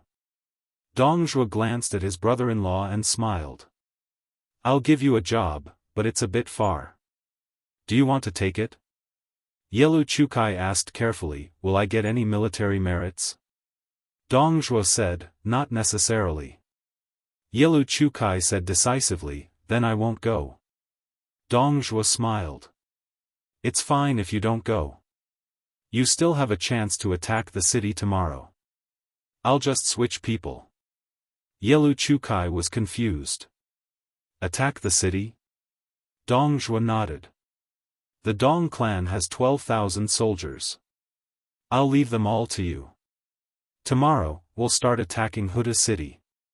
Yelu Chucai's mouth was wide open in shock. With his figure, it was really a big mouth. Compared to his sister's beauty, it was really a far cry.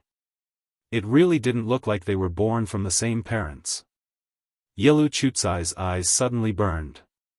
He did not call Dong Zhuo brother-in-law, but respectfully called him great general. This general was born in the cavalry. "If you want me to dismount and attack a city, forget it. This general has decided. I'll take the first job." Dong Zhuo stared at him and said calmly, "I'll leave the 80,000 Dong clan cavalry to you. Rush out of the gourd mouth as fast as you can. Although I've arranged for people to keep an eye on that place, I'm still worried. Also, before you leave, write a will. If you die, I'll have something to say to your sister." Yelu Chukai, who was famous for his playfulness in Beimang, grinned. He clenched his fist and pounded his chest. "Great General, if this general doesn't come back and have no chance to see Great General and my sister's children, I'll tell them in the future that their uncle's only regret is that he didn't let them ride on his neck to play." Dong Zhuo hesitated. "If it's the same with or without you at the gourd mouth, don't force yourself. Since you like children, get a wife and have them yourself." Yelu Chukai nodded and left on his horse. Dong Zhuo remained motionless. No one could hear this fatty muttering to himself. He was repeating a number, 38, 38, in Tiger Head City. The few towering watchtowers near the north of the city had become the main targets of the northern Mang's catapults. Meanwhile, the building where the main General Lu Jinu was located was even further back, so the threat posed by the catapults wasn't fatal. On the other hand, those northern Mang master archers who participated in the siege and were able to get close to the top of the city were all proud of themselves for being able to shoot down this building with their arrows. Even though this wouldn't be counted into their military exploits, they would still be treated as heroes after retreating from the battlefield. Lu Jinnu stood beside the table with the map of Tiger Head City. The map had marked all kinds of details of the battlefield, such as the degree of damage to the city wall, the area where the ballistae were missing, and the dangerous battlements that had been hastily built several times, etc. Lu Jinnu stared at the northeast area of the city defense map. After the ballistae were destroyed in this area, Beimang didn't give up on attacking the city from the north. They focused on increasing the density and thickness of their attacks in this area. A large number of siege weapons began to move from the northwest to the northeast. A city patrol officer walked into the building with large strides, laughing loudly as he said, "General, these northern Mang barbarians really don't have a good memory. Another 700 or so rats died today, a small half of them suffocated to death. When this general brought people down, they were all slaughtered without much effort. Same as before, that tunnel has been completely filled up. In addition, there will be 2 acupoint masters and a cavalry troop watching the nearby area day and night." Lu Jinnu nodded. He raised his head and asked, "Have you used up all the lightning bolts hanging outside the watchtowers?" Lightning bolts were a special type of soft curtain used by the Central Plains to deal with siege. They were tightly woven from coarse hemp and covered with mud to prevent fire. They were very effective against catapults and rockets. Although Tiger Head City's city wall was abnormally sturdy, if there weren't a large number of lightning bolts to reduce the impact of the flying rocks, Tiger Head City wouldn't be as easy to repair as it was now. A deputy general said helplessly, "That's right. I didn't expect these barbarians to be able to get so many catapults. Fortunately, General, you've already made preparations. Otherwise, it would really be dangerous. Besides, we're running out of water bags. Not only the city gate, but all the sections of the city wall are also having a headache. There's no problem with the water source. It's just that the water bags made from the fur and internal organs of cattle and horses can't keep up. Those barbarians are risking their lives to pour oil on the top of the city wall and fire arrows like a rain of fire. They're really crazy. Fortunately, our mud-stained brooms to deal with fire attacks can be used repeatedly." Lu Jinnu, who hadn't slept much for 2 days and 2 nights, picked up an arrow from the table and handed it to a captain beside him. "All of you, look carefully." Chapter 1560. Lu Jinnu passed the arrow around and said, "In the past, Beimang used this kind of arrow when they attacked the city, but it wasn't on a large scale. They only started to appear in large numbers in the past 2 days. Previously, half of the arrows matched the current configuration of Beimang's elite cavalry. They used elongated arrowheads to penetrate Beiliang's armor. However, the other half were mixed with old-fashioned bronze arrows and iron arrows from the Dafeng dynasty. They were all flat and rectangular. Now, it's different. They're more refined and finely divided. That's why even all arrows and iron spine arrows have appeared." Lu Jinnu put down the arrow. "The reason why I say this is because I think of the recent attacks by Beimang. I dare say that Beimang is taking a breather. It's a bit like a fight between masters in Jianghu. Before Beimang launches the next wave of attacks, this will be an opportunity for us. Of course, it could also be a trap. But no matter what, we should give it a try. That's why I've purposely let the cavalry go up to the city wall to remedy the situation. While giving the soldiers a breather, we also want our cavalry to take the initiative to leave the city." One of the captains who was responsible for guarding the city gate and who had been shot in the head by Beimang barbarians 2 days ago asked, "Do we need the soldiers on the city wall to cooperate and fight more fiercely?" Lu Jinnu shook his head and said, "No need. We don't want to be superfluous." Lu Jinnu slowly closed his eyes. It wasn't clear if he was so tired that he had to rest for a while, or if he was looking for an opportunity in his mind. Lu Jinnu suddenly opened his eyes. He pressed his fists on the table and stared at the two captains who were eager to give it a try. Bei Mang is responsible for protecting the cavalry on the two wings of the infantry. They've been watching the show for a long time and have slacked off. Tonight, 2,000 cavalry will be placed behind the north gate. After they leave the city, they'll charge at will. 1,000 cavalry from the east and west gates will attack the flanks. Remember, there is only an hour. I will only give the 3 cavalry armies an hour at most. No matter how many northern Mang soldiers you kill or injure, you must immediately return. You must not linger in battle without retreating. An hour later, my Tiger Head city will once again open its gates. Lu Jinnu suddenly called out to the 2 captains who had left. Let me tell you in advance that Bei Mang might not even give us a chance to reopen Huda city. A tall, white-haired captain nodded and said, "Understood." The 2 captains who were a generation apart walked out of the room. Of course, the young captain looked behind him. Then he said to the old captain, "Old, what do you want to say? Do you really want to make things clear?" The captain stopped the captain of the captains of the captains. Of the captains. And song, of the song of the song of beef of Bei Mang, s, of song of beam off song, beat captains captain, of captains were captains was a s's. T captains captains of years, of captain. T-tes, s. Of beasts. Of bean. Of course. The old man kicked the guy's butt and scolded softly, "Get back here. And let me finish." When Captain Song turned around again, the captain pointed to the north and said softly, "I only have a son and a daughter. My son died in Bei Mang in the first year of Yonghui.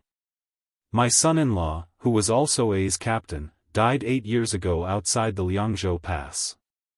Fortunately, I have grandchildren. The He family's bloodline hasn't been cut off. But it's not a good feeling to die before your own." The captain smiled. "I know you fought with my son-in-law in the past.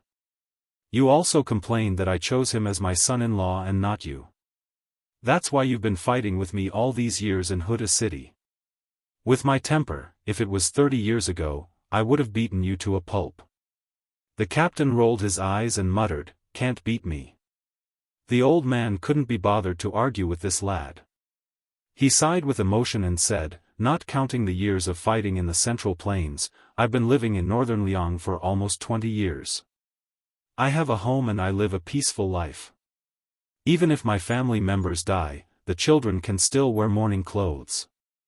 It's not like the chaotic times when I was young. Living is more difficult than dying. I occasionally return to my hometown and watch the children practice writing every day. They look like they know how to do it. They're even more skilled at holding a brush than I am at holding a spear. I listen to their study outside the study room. The way of life in Beiliang today is really good." The captain patted Captain Song's shoulder. "In such a good world, we'll live as long as we can. As for me, I don't plan to go back no matter if the city gate can be opened a second time tonight. You want me to get off my horse and fight Bei Mang barbarians at the city gate in the future? I can't kill many of them. It's better to kill more on horseback. Little Song, are you still going to fight with old Biao to get out of the city?" The captain cupped his fists slowly, but there were many things he couldn't say. The captain laughed and walked away in big strides. In the end, he was kicked in the butt by the guy surnamed Song. The latter ran downstairs like a gust of wind and said, "Old Biao, if I didn't take your daughter away back then, I swore to kick you in this life. Don't be angry." The old man patted the armor on his back and laughed, "You little bastard. Fortunately, I didn't choose you as my son-in-law back then." Bei Mang attacked the city day and night. Piles of orderly bonfires burned on the battlefield outside the city. Both Liang Mang and Huda City were used to it. At midnight. In Taoist alchemy books, it was regarded as the beginning of Yang, the time of fire. On each of the 3 plazas leading to the 3 gates of Huda City, a cavalry unit began to go into battle. Long spears hung from their saddles, cold sabers hung from their waists, and crossbows were not carried. The old general in the north stretched out his hand and grasped the long spear that he had snatched from a West Chu general of the West Wall. He smiled and said, "Old man, after taking my surname, you haven't been wronged, have you?" When the creaking sound of the gate slowly opening was heard, the captain suddenly squeezed his horse's belly and began to charge.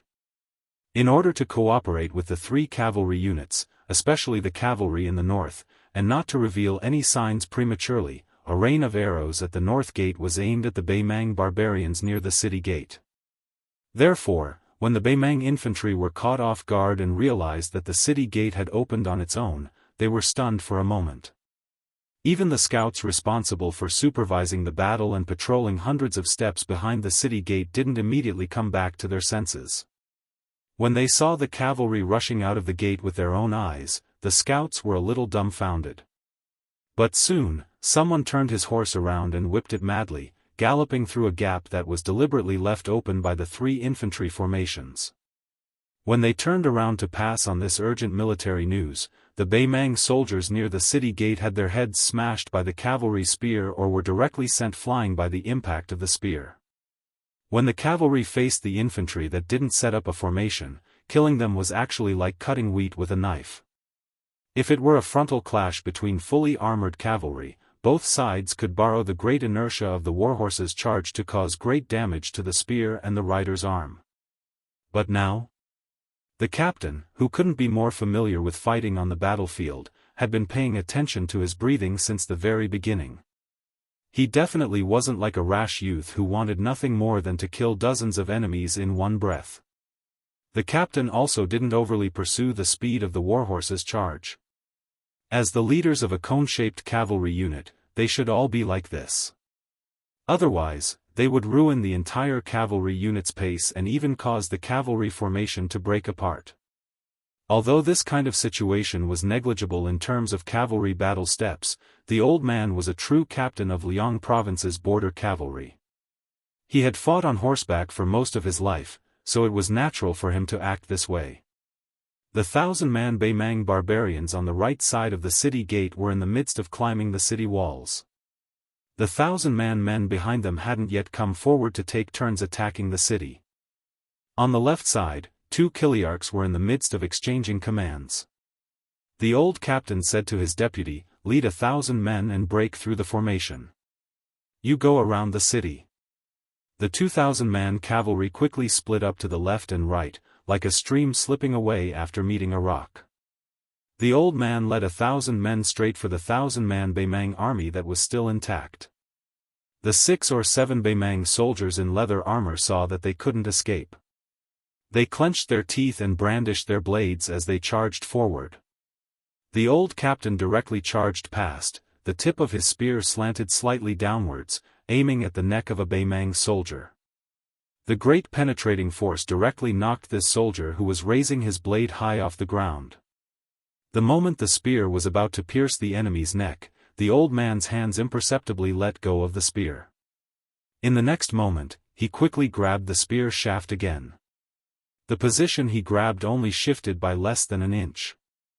However, it was precisely this short inch of distance created by letting go of the spear that allowed the old man to remove 50 to 60% of the resistance brought about by the spear's charge.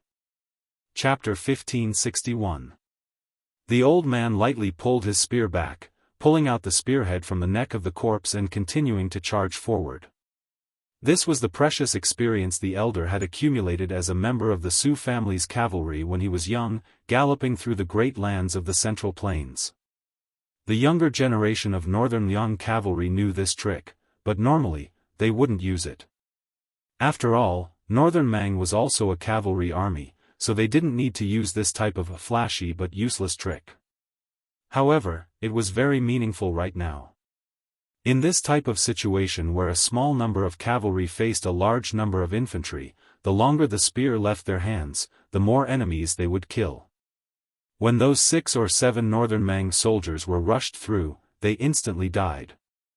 The soldiers on the 2 sides who were further away were also unable to escape death after the 1,000 cavalry quickly spread out. The most tragic one was that after dodging the spear of the 1st Cavalry, he was killed on the spot by the 2nd Cavalry of Tiger Head City. In the eyes of the 1,000 infantry not far away, they saw the cone-shaped cavalry charge out of the city in a few blinks of an eye. They had already formed a line of 100 cavalry. The Beimang lieutenant hollered, "Front row, raise your shields. Archers, get ready." The old lieutenant burst out into laughter. "Without a spear barricade formation and without heavy armor, you want to block the charge of my Beiliang cavalry with just 2 to 3 rows of scattered shield soldiers?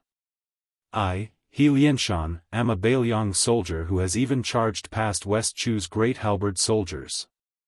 Didn't you all put in a lot of effort in sieging the city? Today, my Tiger Head City cavalry will teach you all a lesson." When he suddenly increased his speed. First, this row of elite Beiliang cavalry used the corners of their eyes to increase their speed.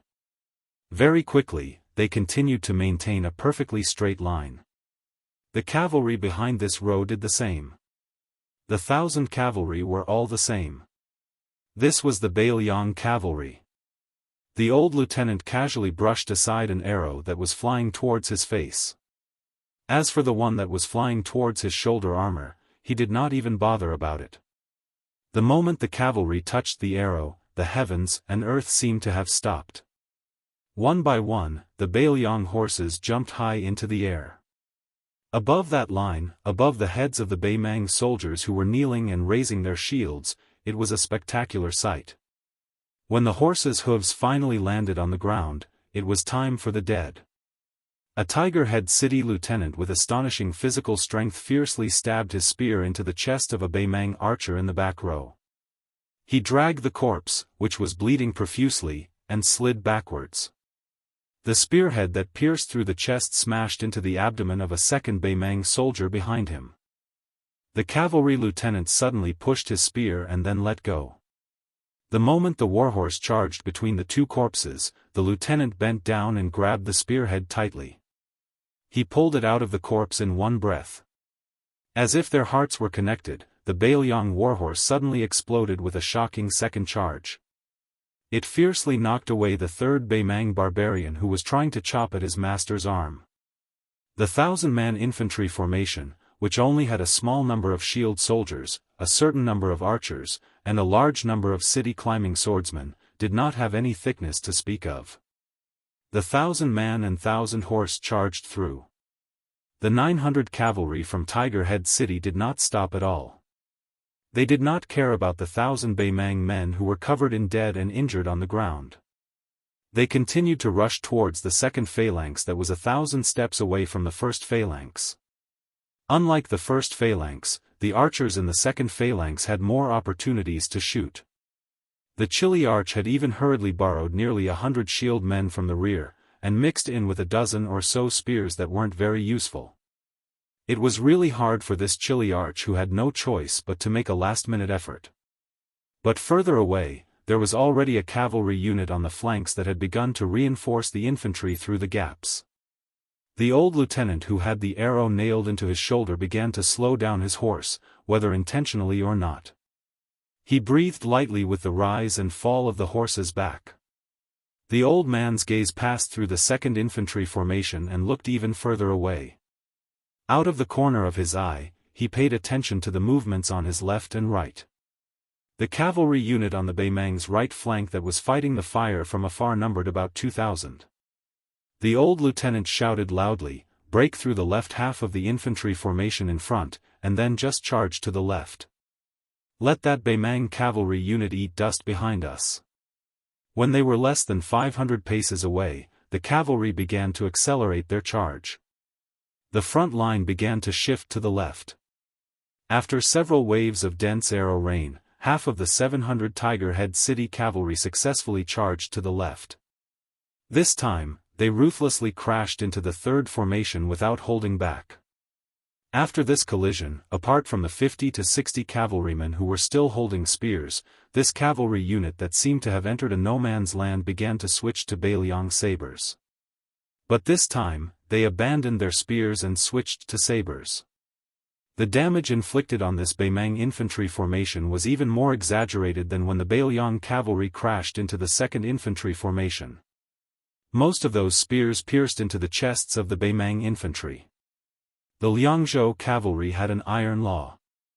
If the spears that left their hands before switching to sabers couldn't kill the enemy, they would be counted as having done nothing after the battle. In the firelight of the late night, this large expanse of dazzling snow-white sabers was particularly eye-catching. Even the commanding General Lu Jinu, who was far away on top of a tall building in Tiger Head City, could see everything clearly. This cavalry unit, including Lieutenant He Lianshan, had no intention of returning to Tiger Head City alive. Lu Jinu knew this very well. At this moment, Lu Jinu and the other lieutenants in the building were all standing in front of the railing. Lu Jinu didn't show any grief on his face. He only said in his heart, "Rest in peace. When we return, let's find the great general underground for a drink." Lu Jinu turned around and limped back into the building.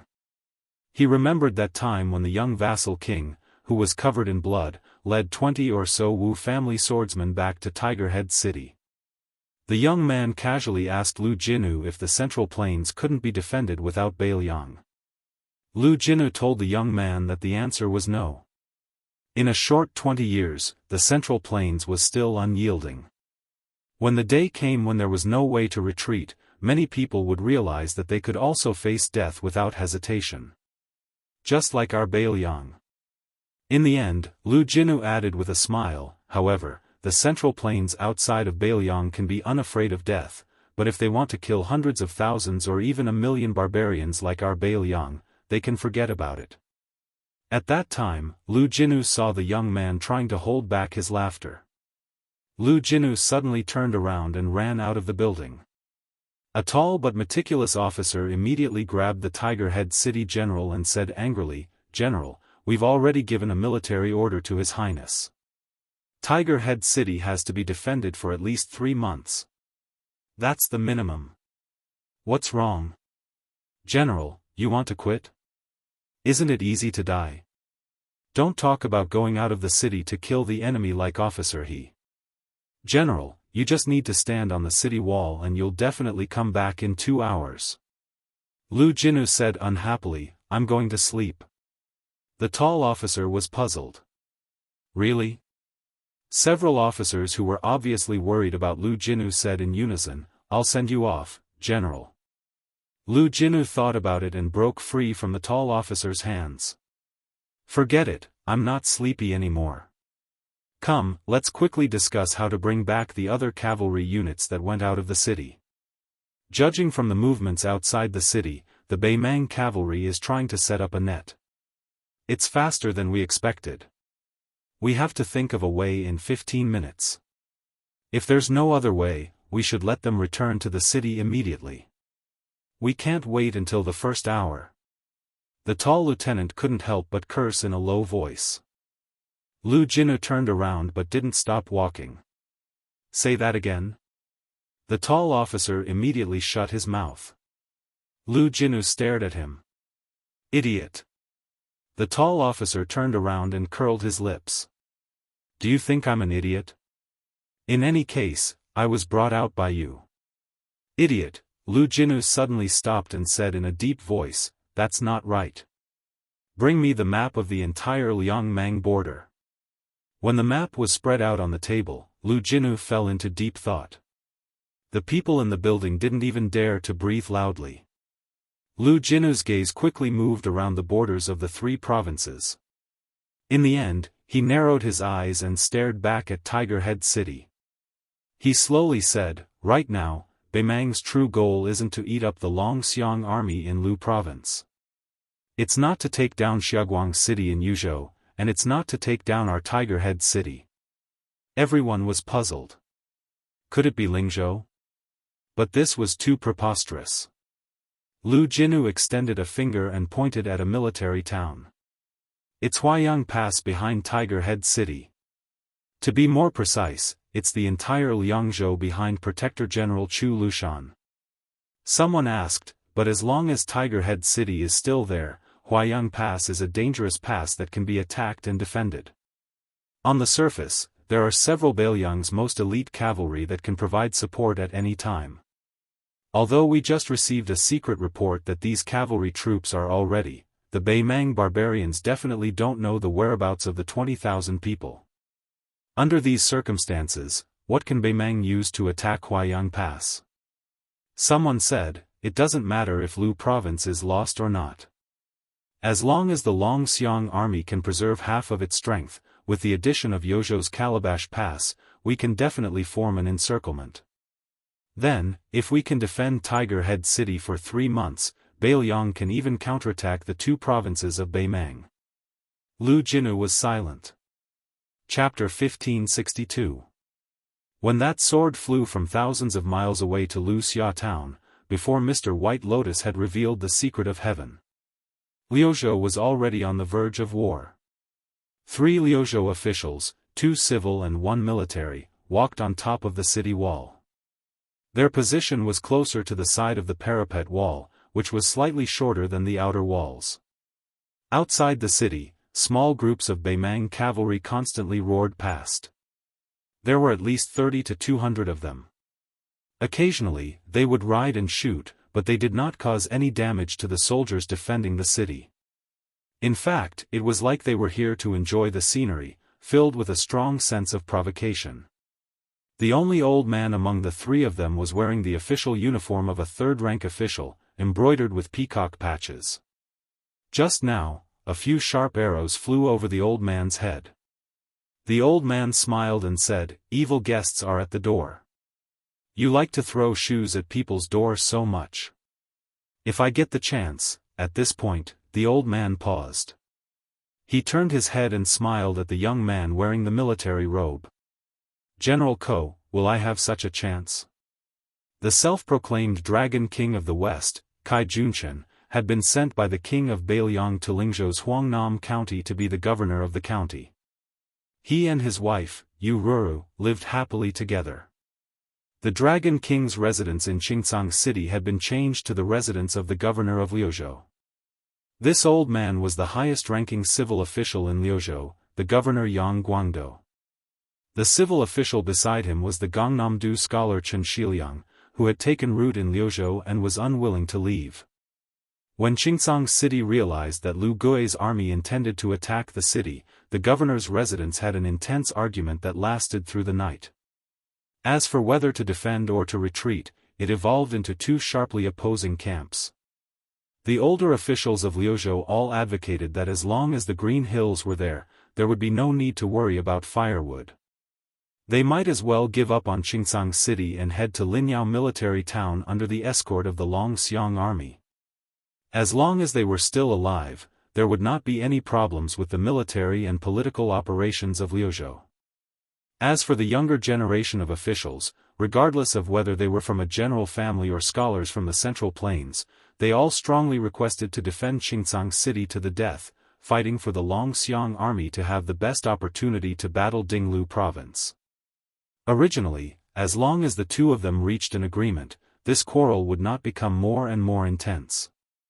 However, the problem was that the experienced and prudent provincial governor Yang Guangdou unexpectedly supported defending the city to the end.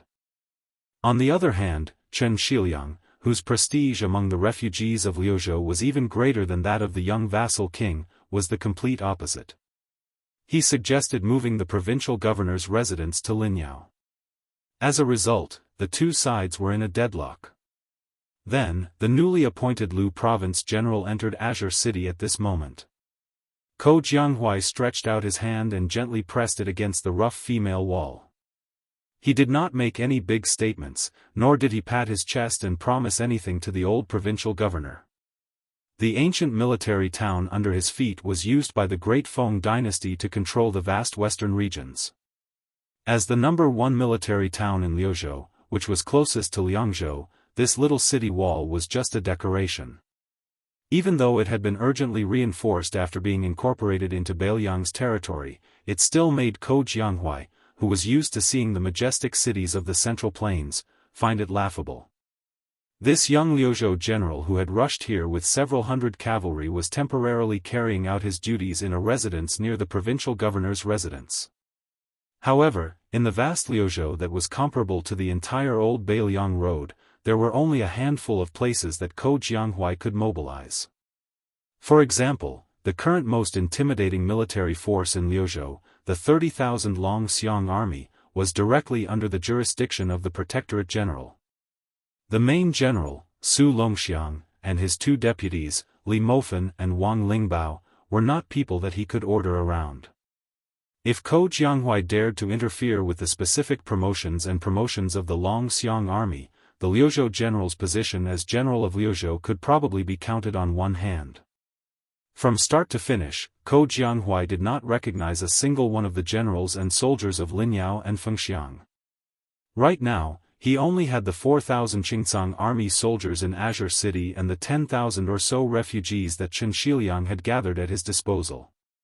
Even though they were not bad in individual combat and barely passable in defending a city, when placed on a large-scale battlefield, Ko Jianghuai did not know what else they could do other than give military merit to Lu Gui. Therefore, as a general of Liuzhou who was determined to achieve great things in the western regions, he was even worse off than a housewife who could not cook without rice. Right now, he did not even have a decent stove. Ko Jianghuai walked near the outer wall and looked at a group of Beimang cavalry galloping away in the dust. He said softly, "The provincial governor wants to defend to the death because he feels that if he retreats, Liuzhou will go from being balanced to being in a disadvantageous position where he will have no initiative at all. A slight move in one part will affect the entire situation, causing a large hole to be torn in the connection between Liuzhou and Liangzhou. Beimang's Nanchao military town and Dongzhua's central line will be able to send an endless stream of troops here and thus affect the entire layout of Liangzhou. Mr. Chen wants to retreat because he is worried that the Long Xiang army will fall into a trap and suffer great losses in the battle with Lu Gui's army outside Qingcang City. Once the Long Xiang army loses the ability to pin down Beimang's Western Line army." Chen Shiliang rudely interrupted Ko Jianghuai. "Although I can't say that I am familiar with military affairs, I know that Lu Gui was able to endure until now because he definitely wants to fight a decisive battle. Qingcang City is the bait. I can even be sure that when Lu Gui's army attacks Qingcang City, they will not be too swift and violent at first. They will only bait and force the Long Xiang army to increase their forces bit by bit until all 30,000 of the Long Xiang army is trapped in a quagmire. Moreover, I am not advocating for Qingcang City to be abandoned, but rather for the provincial governor's officials to retreat to Linyao military town. Qingcang City will still be defended to the end by me and those 14,000 soldiers. This way, the Long Xiang army will be able to attack and retreat, and will not be trapped in a quagmire." The current Chen Shiliang's skin was tanned, and he no longer had the elegance of the weak scholar from Baogua Temple. To put it simply, he used to be a handsome scholar who could have caught the eye of a vixen in an ancient temple. Now, even if there were vixens in the world, they would not be willing to pay attention to a scholar with calloused hands who toiled all day. Yang Guangdou, who had been filled with anger for the past 2 days, coldly snorted. "Not just me, but almost the entire Liang knows that in the king of Beiliang's heart, you, Chen Shiliang, are worth the entire provincial governor's mansion." Chen Shiliang frowned. "Then tell the Long Xiang army in charge of the escort that I, Chen Shiliang, will also retreat to Linyao military town." Yang Guangdou laughed angrily. "Do you think that Li Mofen and Wang Lingbao, who can become generals, are idiots? They are all shrewd. It's fine if I, Yang Guangdou, die, but if you, Chen Shiliang, die in Qingcang City, under the nose of Li Mofen and Wang Lingbao, 2 dignified deputy generals of the Long Xiang army, do you still want to climb up the ranks of the Beiliang frontier army?" Ko Jianghuai laughed as he interrupted the two's argument. "Those who are good at using troops should first consider defeat before considering victory. This is indeed a valuable advice in military books." In truth, Yang Guangdou was very curious about this young West Chu survivor who had almost become a general. According to Ko Jianghuai's temperament during the series of battles in Guangling, he was not a general who calculated the gains and losses of one place. On the contrary, Ko Jianghui, whose overall military strength was inferior, was best at large-scale long-distance raids. He always had the advantage in the battlefield, causing the Guangling army that had been beaten into a sieve to be badly battered. Zhao Yi's elite troops were so frightened that they did not even have the courage to go out of the city to help. They were afraid that they would take the initiative to walk into a trap again.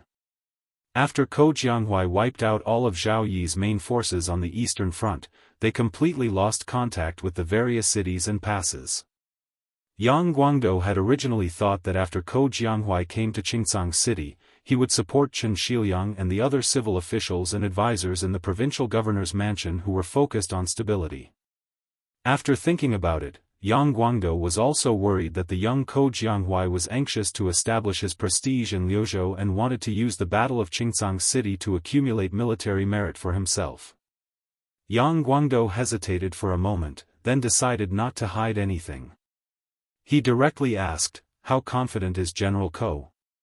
Can you give this official a hint?" Ko Jianghui gazed at the Beimang camp in the distance. If Qingcang City is just Qingcang City, and all the variables are only inside and outside Qingcang City, unaffected by outside interference, and the soldiers on both sides are just these people on the surface, then I only have a 10% chance of making the situation in Liuzhou better. Chen Shiliang smiled bitterly and said nothing. Chapter 1563. Ko Jianghui continued, "The situation in Lu province is different from the eastern front of the Guangling path that I was at. Over there, it seems that there are many cities and passes, but they are all dead, like chess pieces on a chessboard that do not move once they take root. The generals of the Guangling army of the Liang imperial court have all walked into a dead end, as if they do not have a city, they do not have a soul. In Lu province, it is very different. This is a battlefield that is destined to be decided by the cavalry. The two garrisons of Linyao and Fengxiang are a small variable, while the backup that Lu Gui has hidden is a big variable. Similarly, it is a matter of saving a nearby fire from afar." Ko Jianghui pointed to the east, even further east than the camp of Lu Gui's army. The true variable is in the hands of Beiliang. As long as Liangzhou sends 10,000 cavalry to Lu province, they do not need to be the Great Snow Dragon cavalry or the 6,000 iron stupas of Qidong. As long as it is the most ordinary cavalry of Liangzhou, it will be enough. Yang Guangdou shook his head. "Although I advocate defending Qingcang City to the death, I am also clear that the survival of Qingcang City cannot wait for the cavalry of Liangzhou to hear the news and arrive. We can only rely on the 14,000 people in Qingcang City and the 30,000 Longxiang army outside the city.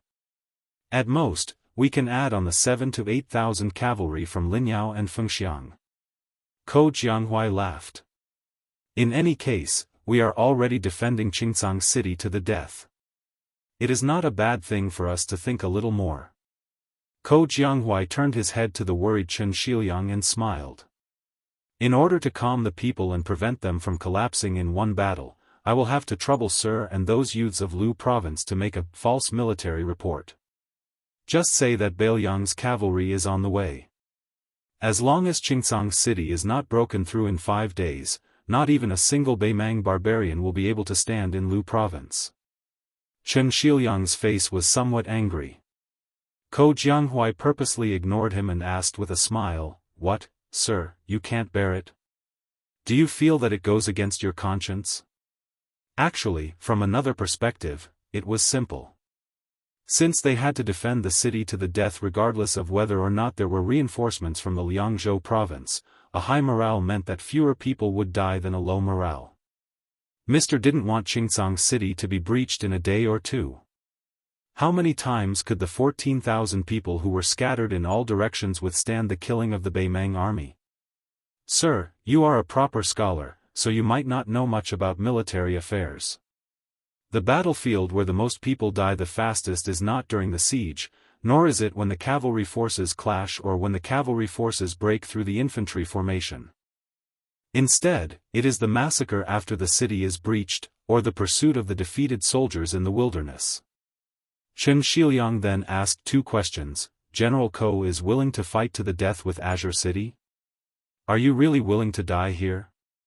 Ko Jianghu seemed to be avoiding the important and dwelling on the trivial.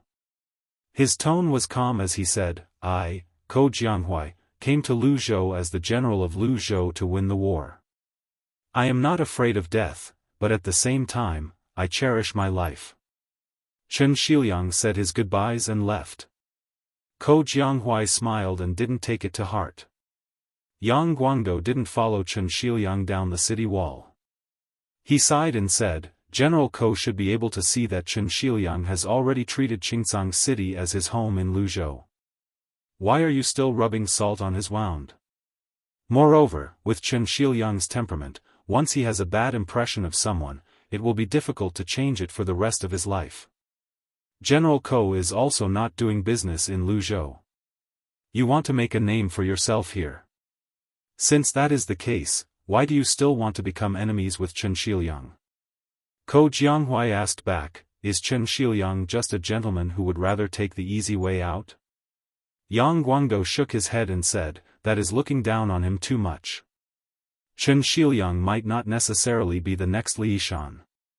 Compared to Su Beiji who is successful in Lingzhou, I am more optimistic about Chen Shiliang. Ko Jianghu stretched out his hand and slid it across the slightly hot arrow stacks on the wall. He said softly, the spy report that Lu Zhou sent to Liangzhou is just to leave the rest to fate. I am betting that Liangzhou has someone who can see through the situation. In short, this time, Lu Zhou will either lose completely or make a huge profit. Yang Guangdou sighed, if only I had half a year to create a rough beacon system on the southern line of Lu Zhou, I would not be so passive. Unfortunately, time does not wait for me. Ko Jianghui's eyes were complicated. No one knew what this general of Lu Zhou, who had taken over a hot potato the moment he took office, was planning. The Longxiang army camp south of Qingcang City was different from Lu Gui's army, which was filled with resentment and undercurrents. It was also different from the hesitation in Qingcang City. From top to bottom, the entire Dragon Elephant army didn't have any distracting thoughts.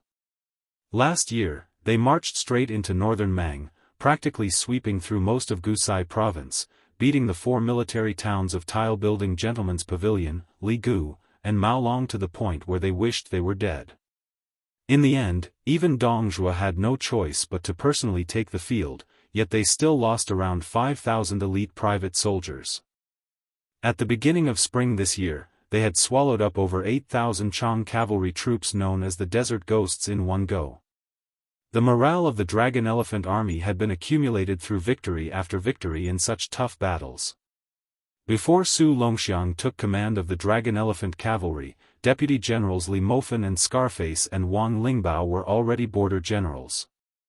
In these 10 years, when did they not fight a few battles with the Beimang barbarians? The black-clothed teen sat on a small hill. Beside him lay the shockingly huge black tiger. It was lazily dozing off, occasionally shaking its body and kicking up a large cloud of dust. Li Mofen and Wang Lingbao each held their horses and stood not far away. The fierce-looking Scarface asked softly, looking at the situation, the Beimang barbarians are going to make their move tomorrow. We will definitely fight this battle, but how should we fight? Old Li, do you have any ideas? Li Mofen's warhorse was like a mobile armory. Not only was there an iron spear hanging from it, there was also a riding bow and 2 light crossbows. There was also a pouch full of short halberds. Li Mofen himself was also carrying a sword. After hearing Wang Lingbao's question, this deputy general of the Longxiang army, who had a mixed reputation, said unhappily, ideas? The 30,000 Longxiang army is all cavalry. Isn't it just a cavalry versus cavalry? What other tricks can they play? That old man Lu Gui is clearly using Qingcang City as bait to catch a big fish like our Longxiang army. Then we will take the bait. However, we have to drag this fisherman into the water and tell them that it is not so easy to pull chestnuts out of the fire. It is very easy to play with fire and burn themselves. Wang Lingbao chuckled and said, our Deputy General Li also has times when he is nervous. In the past, when you talked about how to use the troops, you were always clear and logical. You wanted to use every single cavalry on the blade. If I didn't interrupt you, you would be able to talk for a few hours without panting. Li Mofen's face was gloomy, but he did not refute. Wang Lingbao leaned over and asked quietly, "Are you worried that you won't be able to stop Tuoba Bodhisattva?" Li Mofen shook his head. Both sides together have about 150,000 soldiers. In such a large battlefield, a martial grandmaster is not that important. Tuoba Bodhisattva has no say in the Beimang Western Front Army. Even if he joins the battle, although he can affect the situation to a certain extent, he cannot truly decide the outcome. Wang Lingbao rolled his eyes and said, "Then what are you worried about? It's not like you don't know what kind of crap the cavalry of Gusai Prefecture's 4 towns are. Unless that old man Lu Gui uses the heavy armored infantry as the central army and sets up a horse-repelling formation to the death, and then places all the cavalry on the 2 wings, using this kind of most inflexible turtle tactic to deal with the dragon-elephant army, then we won't have any opportunity to bite them." Li Mofen still shook his head. If this Beimang were to use a tactic that any mediocre general would use, then he wouldn't be Lu Gui. Wang Lingbao was also a bit irritated. He suddenly thought of something and asked curiously, "That Liuzhou general surnamed Ko wants us to leave him 5,000 elite troops and not use them no matter what the situation is. What's the deal? Did we really agree?" Li Mofen said helplessly, "In any case, the general has already agreed. Just do as he says." There was a long silence. Wang Lingbao suddenly laughed and said, "Old Li, I didn't think that in the end, not a single one of those civil officials from Qingcang City went to Linyao. Do you think that in this world, only our Beiliang has this kind of situation? But it's not that I, Wang Lingbao, don't have a conscience. Whenever I think of this group of civil officials appearing on the city walls to learn how to draw a bow and shoot an arrow, I really want to laugh." Li Mofen's face also had a hint of a smile. Wang Lingbao subconsciously touched the scar on his face and asked, "Old Li, how many years have we fought side by side?" Li Mofen was taken aback and only replied, "I forgot." Wang Lingbao laughed loudly. "I also forgot." In short, it had been many years. Chapter 1564. Beimang's iron hooves passed by Crouching Bao City and Luanhe City before being stopped outside Yozhou's pass by Xiaoguang City. If they couldn't break through this pass and successfully enter Yozhou's territory, all of Beimang's cavalry troops on the eastern front would be useless. Outside the city, 2 Beimang officers on the eastern front were closely guarded by no less than 1,000 elite soldiers. They were inspecting the situation at the top of the city walls. Commander Yang Yuanzhan sighed emotionally. "The ancients really didn't lie to me. Apart from this city, the mouth of the bottle gourd is already in my hands. However, as long as Xiaoguang City is not broken, we will never be able to fight to the death with those 30,000 Yuzhou cavalry troops."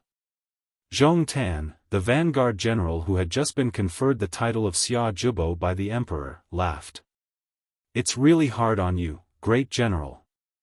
It's like you're leading a nest of baby birds, crying piteously for food. It's so noisy every day." The old general laughed. "Once we pass through Xiaoguang City, the entire Yuzhou will be under our hooves. At that time, it'll be easy to fight. There will be opportunities and military contributions everywhere. However, how much we can stuff into our pockets will depend on our own abilities." Zhong Tan, who had personally gone up to the city to fight yesterday, was covered in a bloody aura. He said softly, "Now, we just have to wait for Yan Wenluan to bring his Yuzhou infantry to fill the gap in Xiaoguang City. Otherwise, Xiaoguang City will fall in 3 days at most." Yang Yuanzhan sneered, "Xiaoguang City is not Huda City. The city is only so big. How many people can stand on the city walls? Yan Wenluan will at most send 6,000 people to Xiaoguang City to participate in the defense. Any more and they'll only be able to squeeze into the city to watch the show, let alone go to the city walls. Yang Yuanzhan looked at Xiaoguang city in the distance, whose defenses were already stretched to the limit. All of the large ballistae had been destroyed, especially after their infantry had almost destroyed Crouching Bao city and Luanhe city. During this period of time, hundreds of catapults had been madly hurling boulders at Xiaoguang city. As a result, during this summer, there was a lot of rain above Xiaoguang city. Apart from the fortresses on the two sides of Xiaoguang city and Luanhe city, all of the other strongholds had already been cleaned out by the Beimang cavalry troops who were crazed for military contributions. The beacons at the mouth of the Bottle Gourd were undoubtedly the first to bear the brunt of the attacks and had long become the best hunting targets. Some of the larger fortresses with slightly more soldiers were also broken through after a few or even a dozen private cavalry troops converged. This action had saved Yang Yuanzhan lot of trouble. Right now, after Crouching Bao city and Luanhe city had been destroyed, the mouth of the Bottle Gourd was actually very suitable for cavalry to gallop over long distances. It could be said that as long as Yang Yuanzhan's army on the eastern front took Xiaoguang city, not only would Yuzhou be wide open, given the absolute disadvantage of the Yuzhou cavalry, the eastern front of Beimang would be able to attack and retreat all the way to the mouth of the Bottle Gourd to the north of Xiaoguang city. No matter how outstanding Yan Wenluan's infantry troops were, how could two-legged infantrymen outrun four-legged cavalry troops? As a result, even though Zhong Tan's infantry troops suffered astonishing losses, with 2,000 or 3,000 man squads collapsing miserably every day, the old general who was frowning on the surface was actually not too worried. In the depths of his heart, he even secretly rejoiced in the misfortune of his old friend, Lu Gui, who was in charge of the Western Front. Back then, Xi Jing wanted Lu Gui to go to Lu Province, where the Beiliang frontier army did not have any strongholds to rely on, but wanted Yang Yuanzhan to attack Yuzhou, wanting him to lead his troops through the mouth of the Bottle Gourd, a terrifying region that was said to be capable of burying 150,000 Beimang soldiers. How could Yang Yuanzhan not have any complaints? However, looking back now, fortune and misfortune truly came hand in hand. The will of the heavens was hard to fathom. Out of the corner of his eye, Zhong Tan caught a glimpse of the old general's confident expression. This vanguard general with illustrious military achievements wanted to say something but stopped on second thought. In the end, he swallowed the words back into his stomach and did not voice his conjecture. The reason why he was able to squeeze out Yelu Yuhu and become the new Xia Zhibo with less than a year of military service was because of the words of an A-rank tycoon in the imperial court of Shijing. Zhong Tan alone has caused the deaths of 50,000 soldiers of our Eastern Front army at the mouth of the Bottle Gourd. It's no different from having 50,000 more brave infantrymen who are adept at sieging cities and raiding strongholds. How can I not become Xia Zhibo? Logically speaking, as a member of the Zhong family who had leaped to the same level as Xia of the Central Plains and Ko Jianghuai of the Western Frontier and Song Li of the Central Plains should be the most complacent. However, Zhong Tan always felt that the situation in Yuzhou was not so simple.